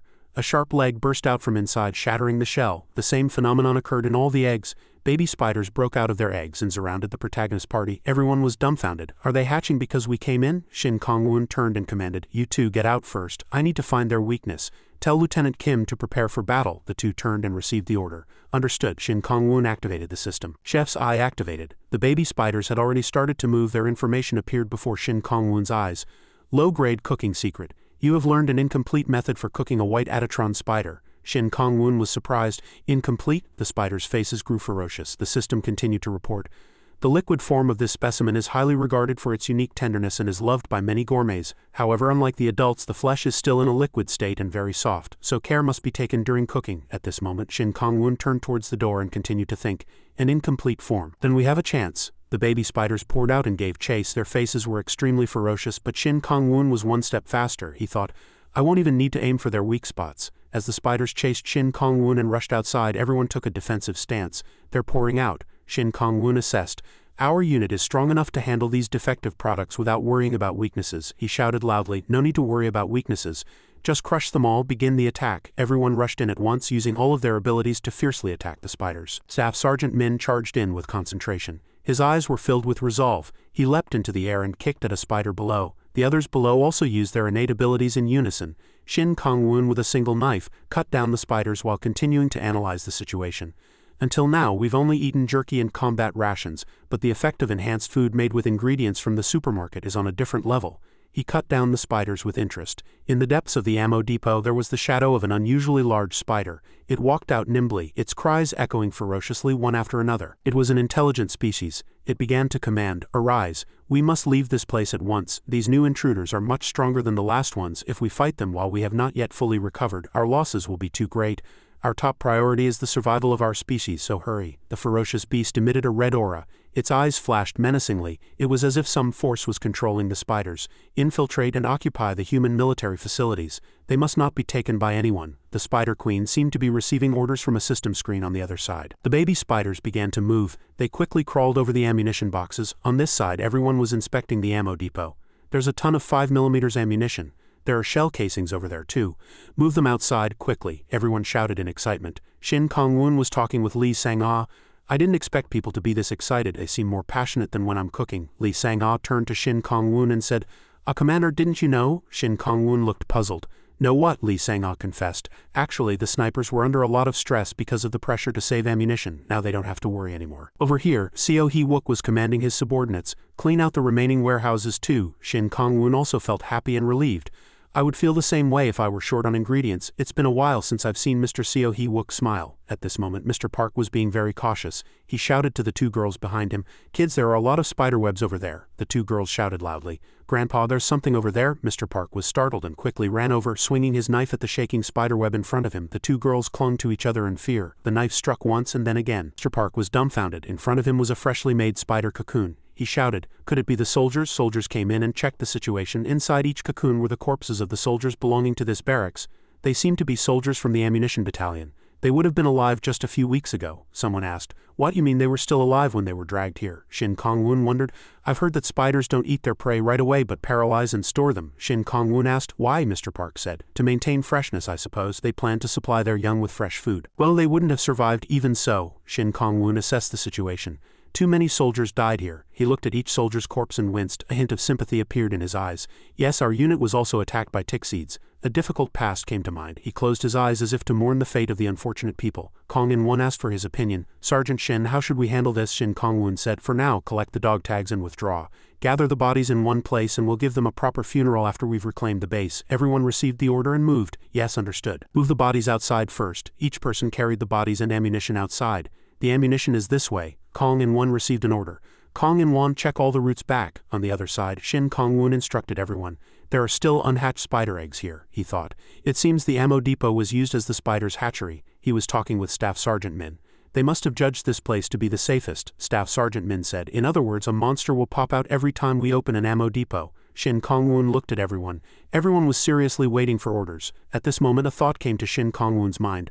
My belief that the other ammo depots are also monster dens has been confirmed, and immediately everyone was organized to retake each ammo depot. This is really easy. We've fought guys like this before, so this is too simple. When the battle was over, everyone shouted with joy. We won. We have nothing to worry about now. We've captured the ammunition battalion. Everyone happily put their arms around each other's shoulders and celebrated. And then, at the very moment they were lost in their complacency, a huge aftershock erupted from above them. The faces of everyone who had been off guard turned pale and tense. The aftershock was so strong that everyone could barely stay on their feet. Shin Kong-woon was also anxious at this moment. It revealed itself. The surrounding dirt and stones flew up like a storm. From the ruins and dust a giant figure appeared. It was the Spider Queen who had been hiding in the darkness. Her eyes flashed sharply as she roared. The sound shook the heavens. The monster, standing tall on the roof of an ammo depot, continued to let out a chilling scream. The shockwave from the scream spread powerfully around. The protagonist system reported. Keplan, the last queen of the Ark Brood, expresses her rage. The waves of the roar echoed in all directions, each wave shaking the nearby buildings. The queen's rage engulfed the battlefield. Everyone covered their ears in pain from the terrible scream.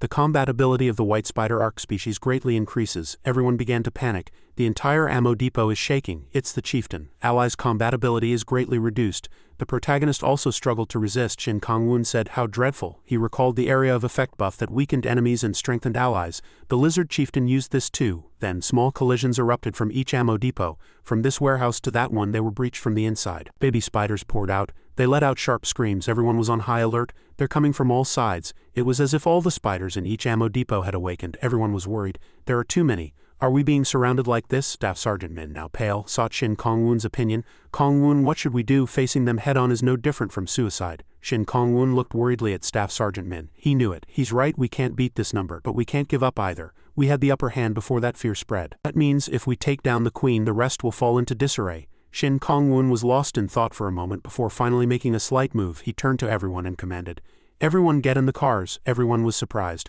What, are we retreating already? Yes, this looks impossible, doesn't it? Shin Kong-woon thought differently. No, in a situation like this, taking down the chieftain is the best option. I'm going to kill the Spider Queen. Everyone was surprised to hear this.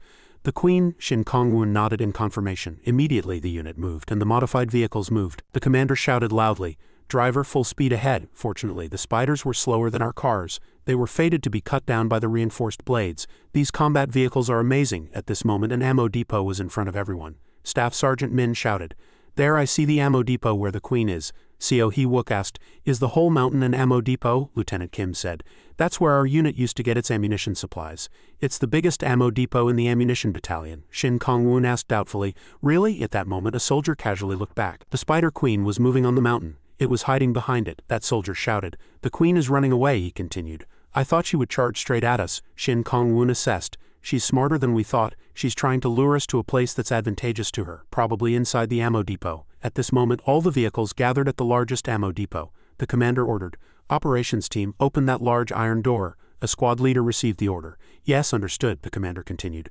"Drivers, create a defensive wall in front of the iron door with the vehicles." Shin Kong-woon directed each team. "We need to prevent the other spiders from breaking in while we take down the queen." Staff Sergeant Jaeon understood the order. By this time, everyone was inside the ammo depot. Shin Kong-woon reminded everyone to be on guard and calmly get into formation. The queen was very close. The queen was a problem, but around her were numerous minions. The baby spiders looked like they were about to charge in anger. Staff Sergeant Jaeon spoke up, "Are these guard spiders? They look tougher than I thought." Shin Kong-woon had to find their weakness quickly.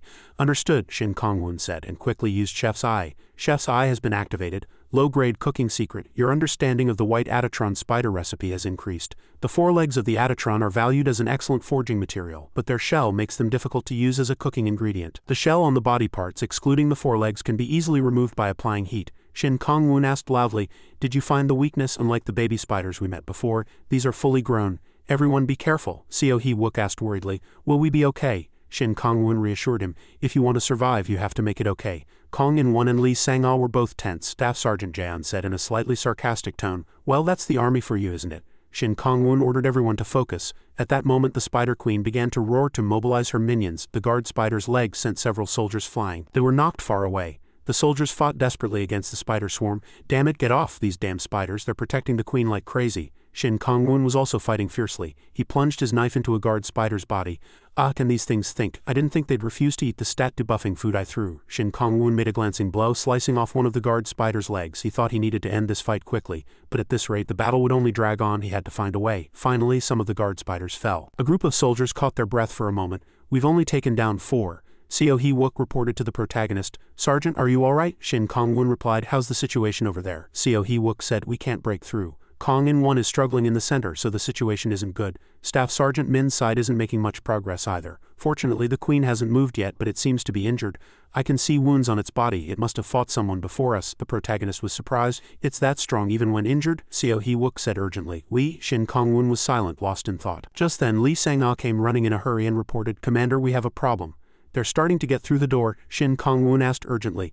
"They're already in," Lee Sang-ah continued to answer. "Yes, if we don't do something right now." Shin Kong-woon grew worried. "Damn it, what should I do? Should we retreat? Do we have to run? But if even one of our combat vehicles gets overturned, it'll be a disaster. Is there no other way?" He fell silent, lost in thought. Both Lee Sang-ah and Co. Hee-wook were waiting for his final decision. Spiderwebs covered the rocket shells. Shin Kong-woon also found ammunition boxes covered in spiderwebs. An idea popped into his head. "This is it." He turned to Lee Sang-ah and ordered, "Ms. Lee Sang-ah, call the flame-type mages." Lee Sang-ah was startled. "What? Understood." This Co. Hee-wook asked in surprise. "Why the flame mages all of a sudden?" The protagonist explained. "We're changing tactics a bit. We can't target the queen, so we'll lure the monsters into the ammo depot." Co. Hee-wook was still bewildered. "What are you talking about?" But Shin Kong-woon only ordered him to prepare for retreat. His eyes grew sharp. "We're letting the spiders into the ammo depot." Seo Hee-wook said urgently. Don't tell me, the protagonist cut him off. That's right, we're going to blow up the entire ammo depot. Only then did Seo Hee-wook understand, and a look of resolve appeared on his face. At that moment, Shin Kong-woon gathered a group of people to discuss the plan. They reported, Commander, all 7 flame-type mages have assembled. Shin Kong-woon immediately discussed the plan with them. Let me ask you one thing, can you use magic to delay the explosion slightly? One person asked, puzzled. You mean delay the explosion time? It's possible. Shin Kong-woon wasn't sure either, but he decided. Then delay the time and cast your magic on the rockets and shells. When I give the signal, set it to explode after about 3 minutes and begin. The people outside had another mission. They began to shout, get the survivors in the vehicles first. To lure the spiders inside, everyone hurried to cooperate and give instructions. Open the iron door, let them in. Seo Hee-wook and his team were now carrying out the rest of the plan. Drivers, once everyone is in the vehicles, immediately depart at top speed and get as far away from the ammo depot as possible. Shin Kong-woon's side was still desperately holding off the spiders at the ammo depot. Fortunately, the spiders aren't attacking first. It seems their top priority is to protect the queen. The Spider Queen was still observing the protagonist group with glowing eyes. Shin Kong-woon also didn't take his eyes off of it. Queen, you'd never imagine we're going to blow this place up. Just then a person ran up and reported in time. Sergeant, the mages are ready. Hearing the signal, Shin Kong-woon, Staff Sergeant Jaeon and Kong In-won all moved immediately. Good, light it up. The flame mages began to activate their flame magic circles. Everyone focus and aim precisely at the target. Everyone gathered their strength with resolve. Energy slowly formed within each magic circle and flames began to appear. Light slowly flashed from each magic circle. 3-minute countdown. Shin Kong-woon commanded the entire army. Abandon the ammo depot and retreat. Kong In-won, Lee Sang-ah and Seo Hee-wook began to move with determined faces. Staff Sergeant Jaeon ran outside and shouted loudly, retreat, this is an order. Even as the spiders poured in, everyone poured out of the door and got into the vehicles one by one. The entire army is in the vehicles. Most of the spiders have gone inside, only the mage group and the vanguard are left. Go and help them. Countdown 2 minutes and 43 seconds. The protagonist and the vanguard were still holding them off and clearing the way. Kong In-won said nervously, combat team, just hold on a little longer. They're almost at the cars. The Spider Queen began to move at this time. Its eyes were filled with tension. Countdown 2 minutes and 28 seconds. The reports began from outside. Everyone except the vanguard has assembled. Good, start moving. Vehicles that are ready, depart quickly. The vehicles began to depart. The commander over there ordered, get as far away from the ammo depot as possible. Finally the vanguard came out. They shouted, close both doors, don't let them escape, we can't let them push through. Countdown 1 minute and 52 seconds. Shin Kong-woon quickly got out at this moment. Good, everyone is safe. But before he could feel relieved, glowing eyes appeared through the crack of the closing door. It was the Spider Queen. As its forelegs swung, the soldiers who were closing the door were all sent flying. Everyone was horrified. We can't stop it, it's the queen. As it roared, a purple light gathered in its mouth. Countdown 1 minute and 37 seconds. Its powerful forelegs rushed toward the soldiers like spears, creating a terrifying wind pressure. The soldiers who barely dodged were also in a panic. It's too strong, push the door harder. If it opens, we're finished too. Shield Squad, protect the soldiers, the rest of you, draw its attention. The Shield Squad tried to block the monster's sharp claws but were all knocked away. One person reported urgently, Sergeant, we've enchanted the sword with flame magic as you instructed. Give it to me quickly. The person from over there ran over. He asked doubtfully, won't it be too hot? Shin Kong-woon grabbed the sword without hesitation. It's fine. He held the sword firmly with resolute eyes. A chef is used to high temperatures anyway. Countdown 1 minute and 12 seconds. He charged forward and ordered everyone fall back immediately. I'll finish this. One person was surprised. What? But Shin Kong-woon still ordered, hurry. When the warehouse explodes, this entire area will be destroyed. That person fell back and received the order. Understood. The power of fire shone from the protagonist's blade. The soldier who had just fallen back signaled everyone behind him to retreat quickly. Everyone take out ration number 4 immediately. We have to run as fast as possible. Everyone fell back. Only Shin Kong-woon charged forward to clear the way. The system notified. The shell is very hard, but it softens when it meets heat, making it easy to peel off. The protagonist's eyes were resolute. A sharp light flashed. 57 seconds remaining. The protagonist charged. His flame sword raged towards the restrained monster. As the monster trapped in the flames roared, Shin Kong-woon swung his blade with all his might. The flames dueled into the sky. At this moment there were 45 seconds left. The protagonist's blade, with unimaginable power, plunged straight into the monster's head. The tip of the blade pierced the shell of its head and burrowed deeper and deeper. Shin Kong-woon frowned, pushing the sword in as deep as he could. Now rest in peace. The flames erupting from the sword seemed to burn the Spider Queen's insides with a single slash. The protagonist split the monster's belly from head to tail. Everyone turned back in shock but made it to the vehicles in time. Countdown 33 seconds. After madly slashing the monster, Shin Kong-woon did not delay for a single moment and immediately left the spot. He gritted his teeth and ran towards his comrades. He cursed as he ran. Damn it, his footsteps grew faster and faster. 11 seconds remaining. His eyes were filled with resolve. Military life is so damn hard. 7 seconds remaining. The exit was right in front of him. Shin Kong-woon kicked off the ground and shot forward. His speed was like it could cut through the air. The last 4 seconds, the flame magic circles were now ready to be activated. Just 1 second, and finally, flames erupted from the ammo depot. A few days later, everyone began to gather here again. The commanders began to issue orders to each team. All right, gather all the equipment that can no longer be used separately. How are the vehicle repairs going? I will readjust the mission assignment chart. One person received the order. I'll go and check. The protagonist was now standing on top of the highest building in the barracks, lost in a daze. What a relief! I can't believe no one got hurt after that terrifying explosion and everyone recovered so quickly. Staff Sergeant Jaeon approached with a triumphant expression at this time and asked about his health. Kong-woon, are you coming to your senses? Are you feeling better? Everyone worked hard on repairs while you were unconscious. Shin Kong-woon praised them. Well done. Staff Sergeant Jaeon replied. Kong-woon, try to avoid such dangerous missions from now on. Everyone was shocked to see you collapse. Shin Kong-woon scratched his head and laughed. Don't worry, I don't have the courage to do something that crazy again. Staff Sergeant Jaeon leaned on the railing and confessed.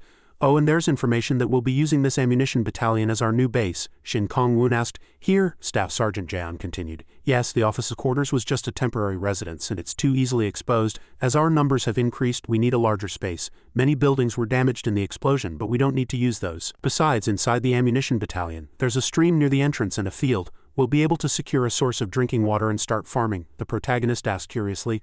Really, I'm all for that. Staff Sergeant Jaeon said happily. Good, I'll let the others know too, Shin Kong-woon thought. Speaking of bases, it reminds me of the B-Mama mobile fortress I received when I first awakened. I still don't know how to summon it. Staff Sergeant Jaeon spoke up again at this time. Besides, there's a lot of usable ammunition. We're still sorting through it. Shin Kong-woon asked. Really? Staff Sergeant Jaeon replied. Yes, everyone is working really hard. When we opened the other ammo depots, we found quite a few unhatched eggs. The protagonist asked curiously. Spider eggs? Staff Sergeant Jaeon replied. Yes, I told them to store them carefully without breaking them just in case you might need them. Shin Kong-woon laughed. You're the best when it comes to storing my ingredients. I'll make you a very special dish with those, Staff Sergeant Jaeon said, embarrassed. I'm sorry, but I'll have to pass on the spider eggs. Shin Kong-woon thought differently. As long as it's delicious, it's fine. How about a spider egg frittata? Staff Sergeant Jaeon sighed. Please, no. In his spare time, Shin Kong-woon looked at his system. The system notified. You have defeated Keplan, the last queen of the Ark Brood. A portion of the Kingslayer achievement condition has been completed. 1-3. Reward, Trait Enhancement Card, X1. Shin Kong-woon thought. Trait Enhancement Card. A card appeared.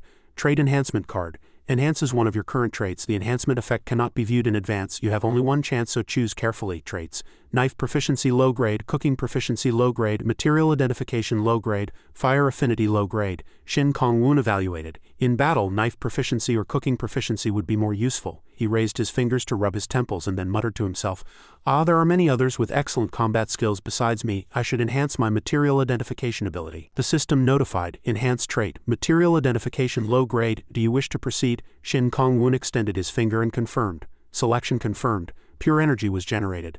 An invisible wind swirled around Shin Kong-woon. The system notified. Trait has been enhanced. Material Identification Low Grade has been upgraded to Material Identification Low Grade Enhanced. The skill automatically activated in the protagonist's eyes. He was surprised. Has it really changed? I need something to test it on. Just then, Staff Sergeant Jaeon suddenly returned. He said, Kong-woon, I almost forgot. Take a look at this notebook. The protagonist turned and asked, what notebook is it this time? Staff Sergeant Jaeon approached. Seo Hee-wook found it. It belongs to the garrison. The skill Material Identification Low Grade Enhanced was activated and an invisible shockwave was emitted. While the wave swept over Staff Sergeant Jaeon, he spoke about the notebook. It seems to be a log written by the commander of this garrison. I thought you should see this. The protagonist was now focused on the system screen. He was surprised. What? This is unbelievable. Line by line of the log appeared. X year, X month, second day. New soldiers transferred in. There was friction with a Sergeant Lee and soldiers from the guard company, but it was resolved amicably. X year, X month, 17th day. An interview with Private Nam and the battalion commander. There were no problems in the morning, but he seemed awkward when questioned. Is it true? Shin Kong-woon evaluated the notebook Staff Sergeant Min had given him. It has various folders like a military log. The text continued. X year, X month, 4th day, attacked by an unidentified creature while walking a dog around the base. The form is similar to a giant white spider with 4 legs shaped like blades and the size of a mid-sized car. Communication with the outside has been cut off. Confirmed that all communication systems are not working. Most soldiers died in the line of duty. He continued to evaluate. It even records the details of the day they were attacked by the monster. The protagonist continued to flip through the log page by page. List of casualties: Kim Han-in, Oh Yang-sok, Kim Dong-chan, Yoon Yang Suho, Kim Minha Jiho. List of missing persons. Shin Kong-woon was still lost in thought, evaluating. The log continued. Efforts to maintain the defensive line are no longer meaningful. Therefore, we will organize a counterattack. Death before surrender. Life beyond death. Even if we die, we will not die cowardly in front of those damn monsters. Shin Kong-woon closed the notebook with a feeling of irritation. The record file lay quietly on the desk. After that he went to Mr. Park, the blacksmith. Oh dear, it's too damaged. Is there no way to repair it? Mr. Park held the knife, examined it, and said it was impossible to fix. Shin Kong-woon asked, disappointed. Really? Mr. Park touched the blade and assessed it. Exposure to high temperatures isn't the problem, but if the cooling process is too long, the internal structure is bound to get distorted. Shin Kong-woon asked, disappointed. Is that so? Mr. Park explained. Yes, the very nature of the metal has changed. In other words, even though it looks the same as the original knife on the outside, it's essentially a different blade now. Shin Kong-woon sighed in disappointment.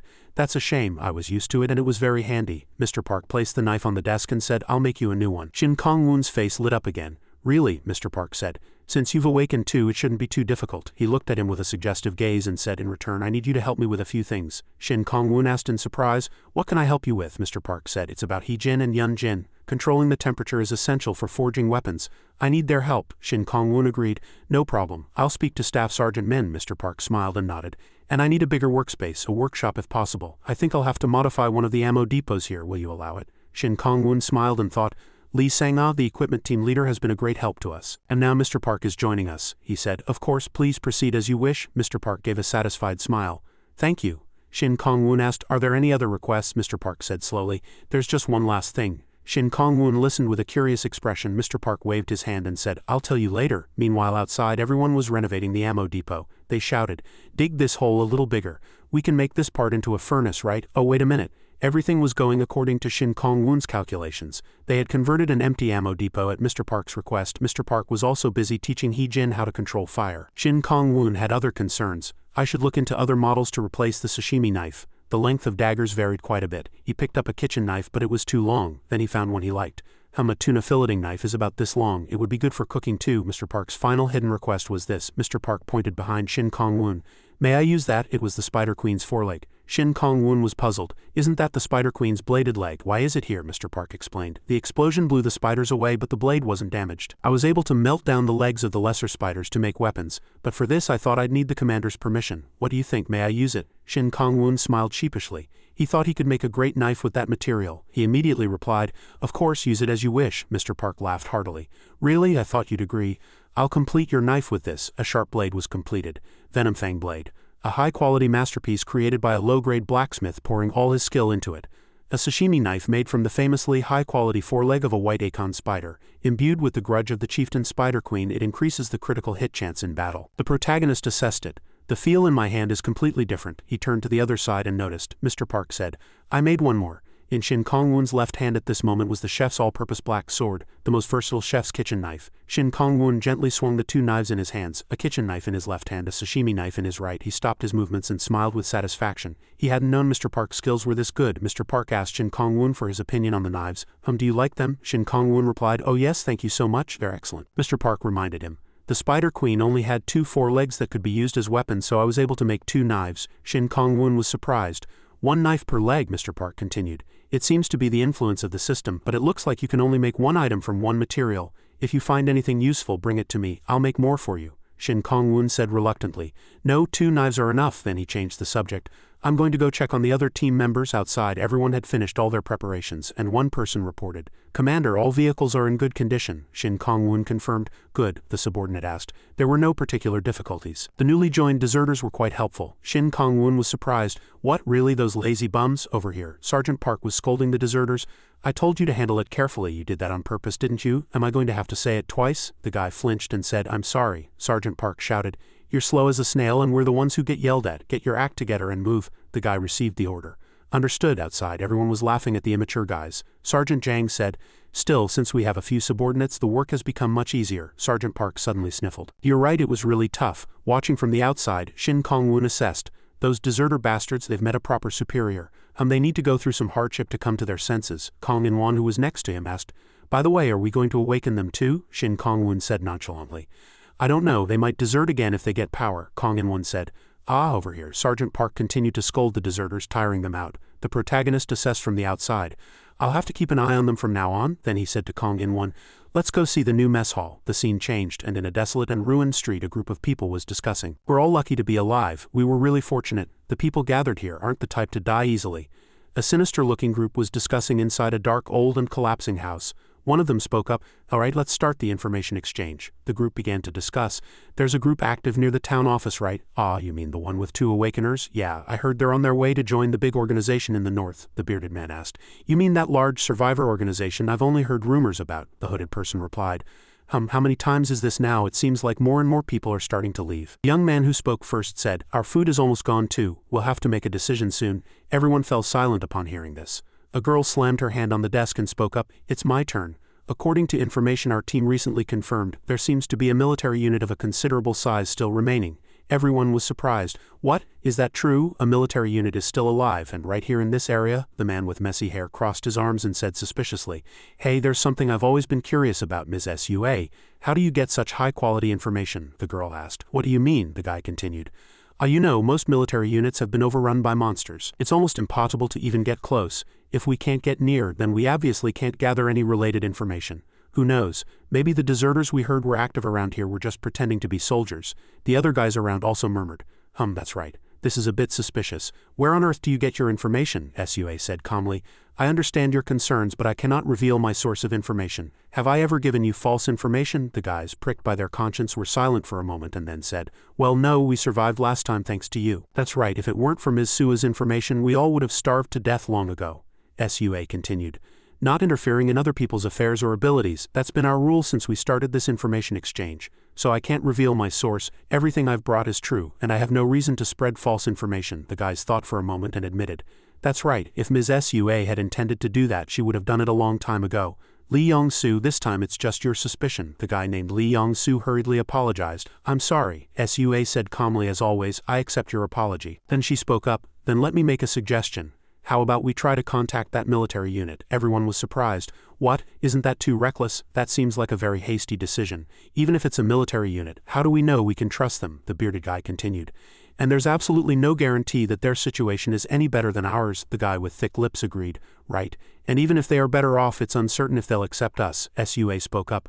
"I understand your opinions. In that case, our team will go and meet them first. We can at least make contact and check, right?" The guy with thick lips spoke up. Now that I hear it, that makes sense. But this time, the hooded guy said, "Wouldn't that be too dangerous for Ms. Sua's team?" SUA admitted. "It is dangerous, but this is a risk worth taking." The hooded guy, the guy with thick lips, and the bearded guy were all lost in thought. Only Lee Yong-soo was calculating inwardly. Interacting with a military unit, that must never happen. His gaze turned sinisterly toward SUA. "It seems it's time to end this information exchange." Meanwhile, at the military unit, it was 10 days after the operation to reclaim the ammunition battalion. Shin Kong-woon was reasoning. "This base, which has become our new stronghold, has now been modified to be more suitable for living. And the weapons made by Mr. Park and the technicians in the workshop were distributed to all the awakeners. Everyone who received a weapon was delighted. Amazing, it's very convenient even when using magic." At this time, everyone was discussing tactics. One person spoke up. "But isn't it still too dangerous to enter the city?" Shin Gong-woon also confirmed. It would be a lie to say it's not dangerous, but the system is demanding that we proceed with a conquest," Staff Sergeant Min agreed. "Right, expanding our territory is essential," Seo Hee-wook voiced his opinion. "Still, we don't have any information yet, so how about we start with reconnaissance first?" Kong In-won agreed.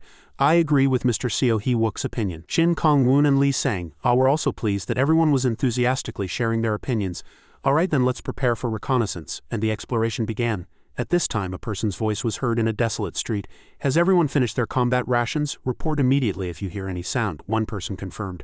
Yes, it was Lee Sang-ah leading the scouting party. She complained. "No matter how much we search, all that's left are corpses." Shin Kong-woon confirmed. "In a way, it's not that surprising. While we were at the base, fierce battles must have been fought on the ground." Staff Sergeant Min voiced his opinion. Shin Kong-woon, "What should we do now? Do you think it'll be difficult to find survivors?" "I don't hear a thing." Shin Kong-woon was also worried.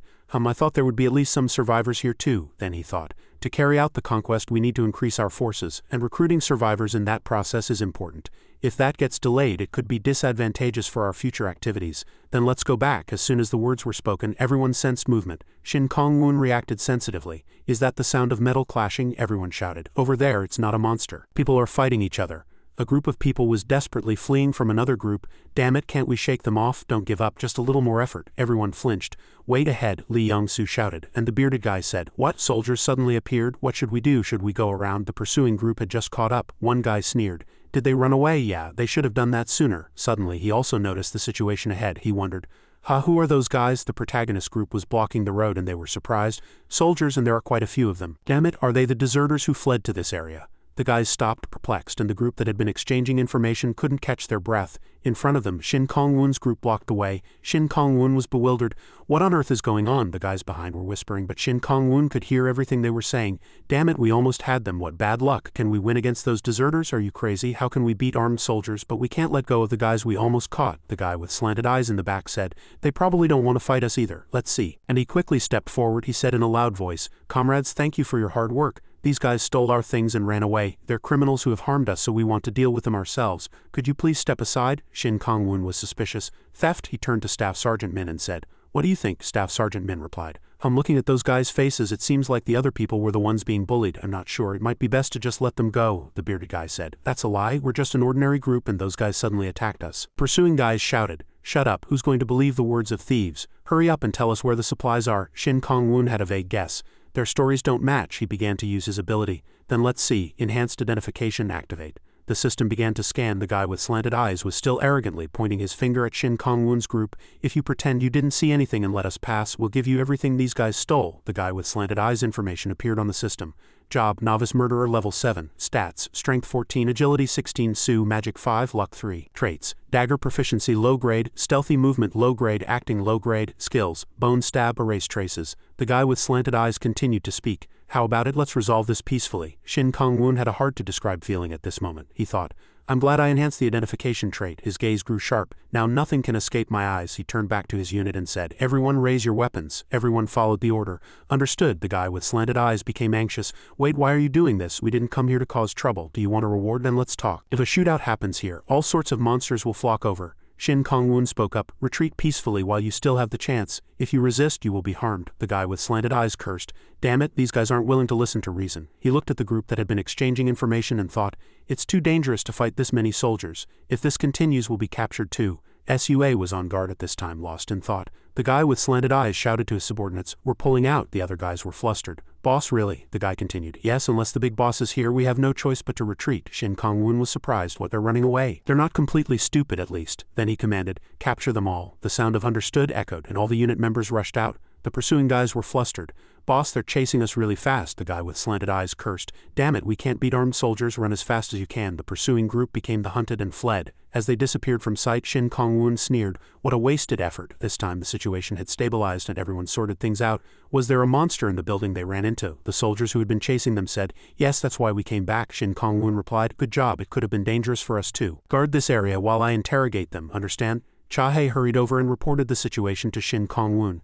I've gathered all the survivors inside the building. Would you like to meet with the team leader separately? Shin Kong-woon replied, Yes, set up a place on the second floor. I need to check a few messages first. Cha-hae confirmed, Understood, I'll prepare it right away. Shin Kong-woon was surprised. Huh? A message from Tae-chun. Shin Kong-woon replied, What's this all of a sudden? Park Tae-yoon said, I've received a prophecy. Shin Kong-woon said, You received a prophecy? Park Tae-yoon replied, I'm not sure who the people you've met are, but they know about us in quite some detail. Shin Kong-woon was suspicious. Really? Park Tae-chun said, Yes, I don't know the details, but I'm certain. Shin Kong-woon had nothing more to say. After ending the conversation, he rested his chin on his hand and thought, This should be interesting. He went up to the room where the survivor group's team leader was. SUA was sitting there.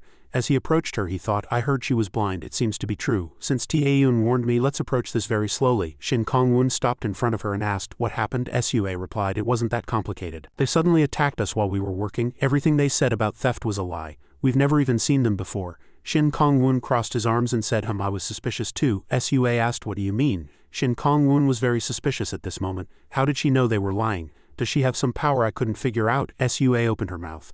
Anyway, thank you for saving us. If it weren't for you. Shin Kong-woon cut her off. You're welcome. I didn't expect you to thank me so frankly. She was surprised. What? Isn't it natural to thank someone who helped you? Shin Kong-woon explained, People these days don't have a good impression of soldiers. Some soldiers who deserted their units have done a lot of bad things. SUA sympathized. I see. Then are you different from them? Shin Kong-woon replied, Yes, at least for now. SUA was relieved. Then there shouldn't be a problem. Shin Kong-woon was lost in thought. I can't tell what she's thinking since she can't see. I should check right away. An invisible light flashed and enhanced material identification activated. Job, Spirit Magician stats, Strength 14 trait, Spirit Person. Shin Kong-woon was surprised, his face a mask of incomprehension with clear astonishment in his eyes. But would you like something to drink? We have instant tea and coffee in the car. The coffee was poured. The protagonist thought, No matter how much I offer, she'll refuse anything I give her. It could be that she's refusing out of courtesy, but as Tae-chun warned, she probably knows we're Awakeners, maybe even that I'm a chef. That Spirit Person trait is very worrisome. It means she can see despite being blind. Shin Kong-woon opened his mouth.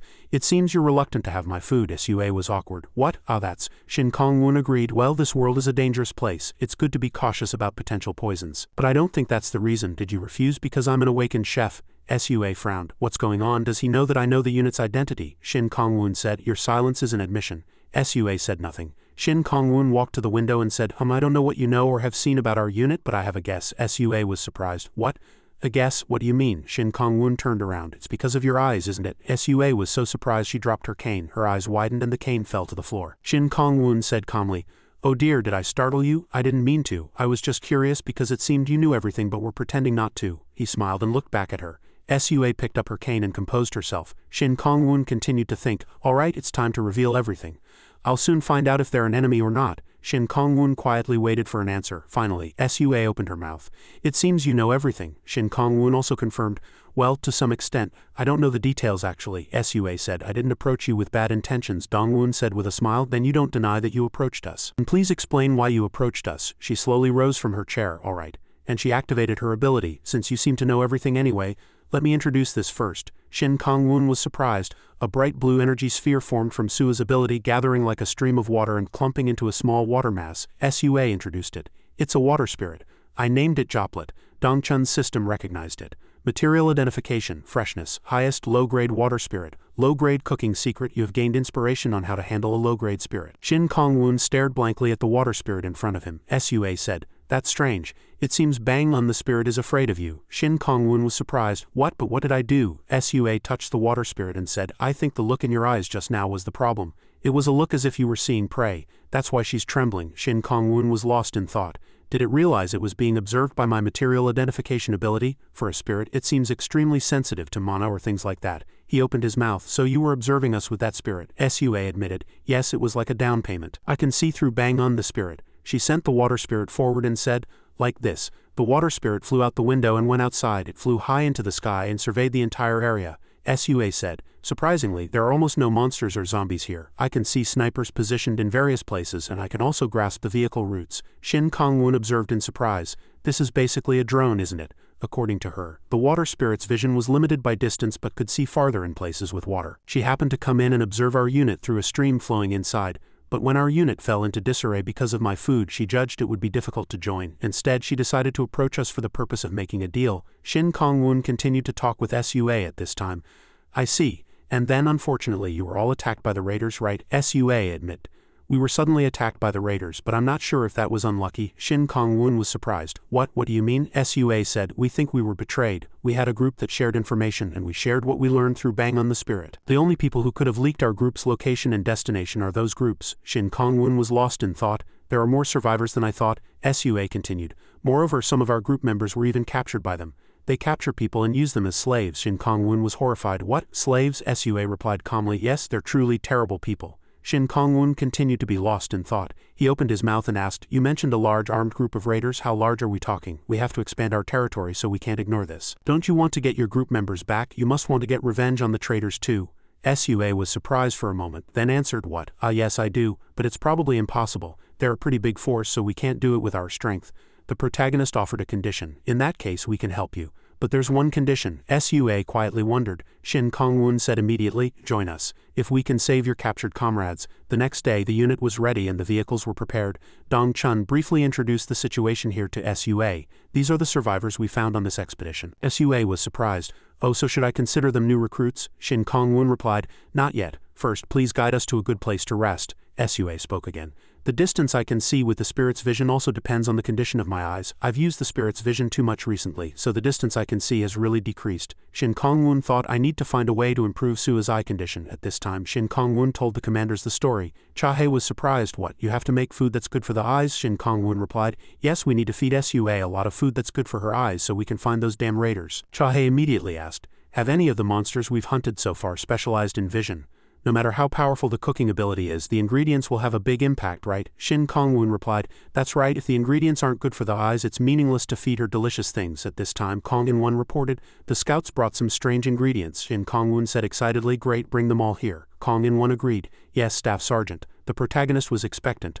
I hope there's something useful. A moment later the beast's corpses were brought over. The first was a mutant elephant corpse. Its trait was danger sense. Its range was dozens of li. Next was a shrimp with the nocturnal trait, dark vision. Finally, red meat with the red rage trait, infrared detection. Shin Kong-woon began to cook. Unfortunately, none of the ingredients had abilities related to vision. I'll have to make do with things that might be helpful. Shin Kong-woon twirled the kitchen knife in his hand and the pieces of meat were neatly sliced. He thought excitedly, if quality doesn't work, I'll just win with quantity, right? In the mess hall, Sua was eating greedily.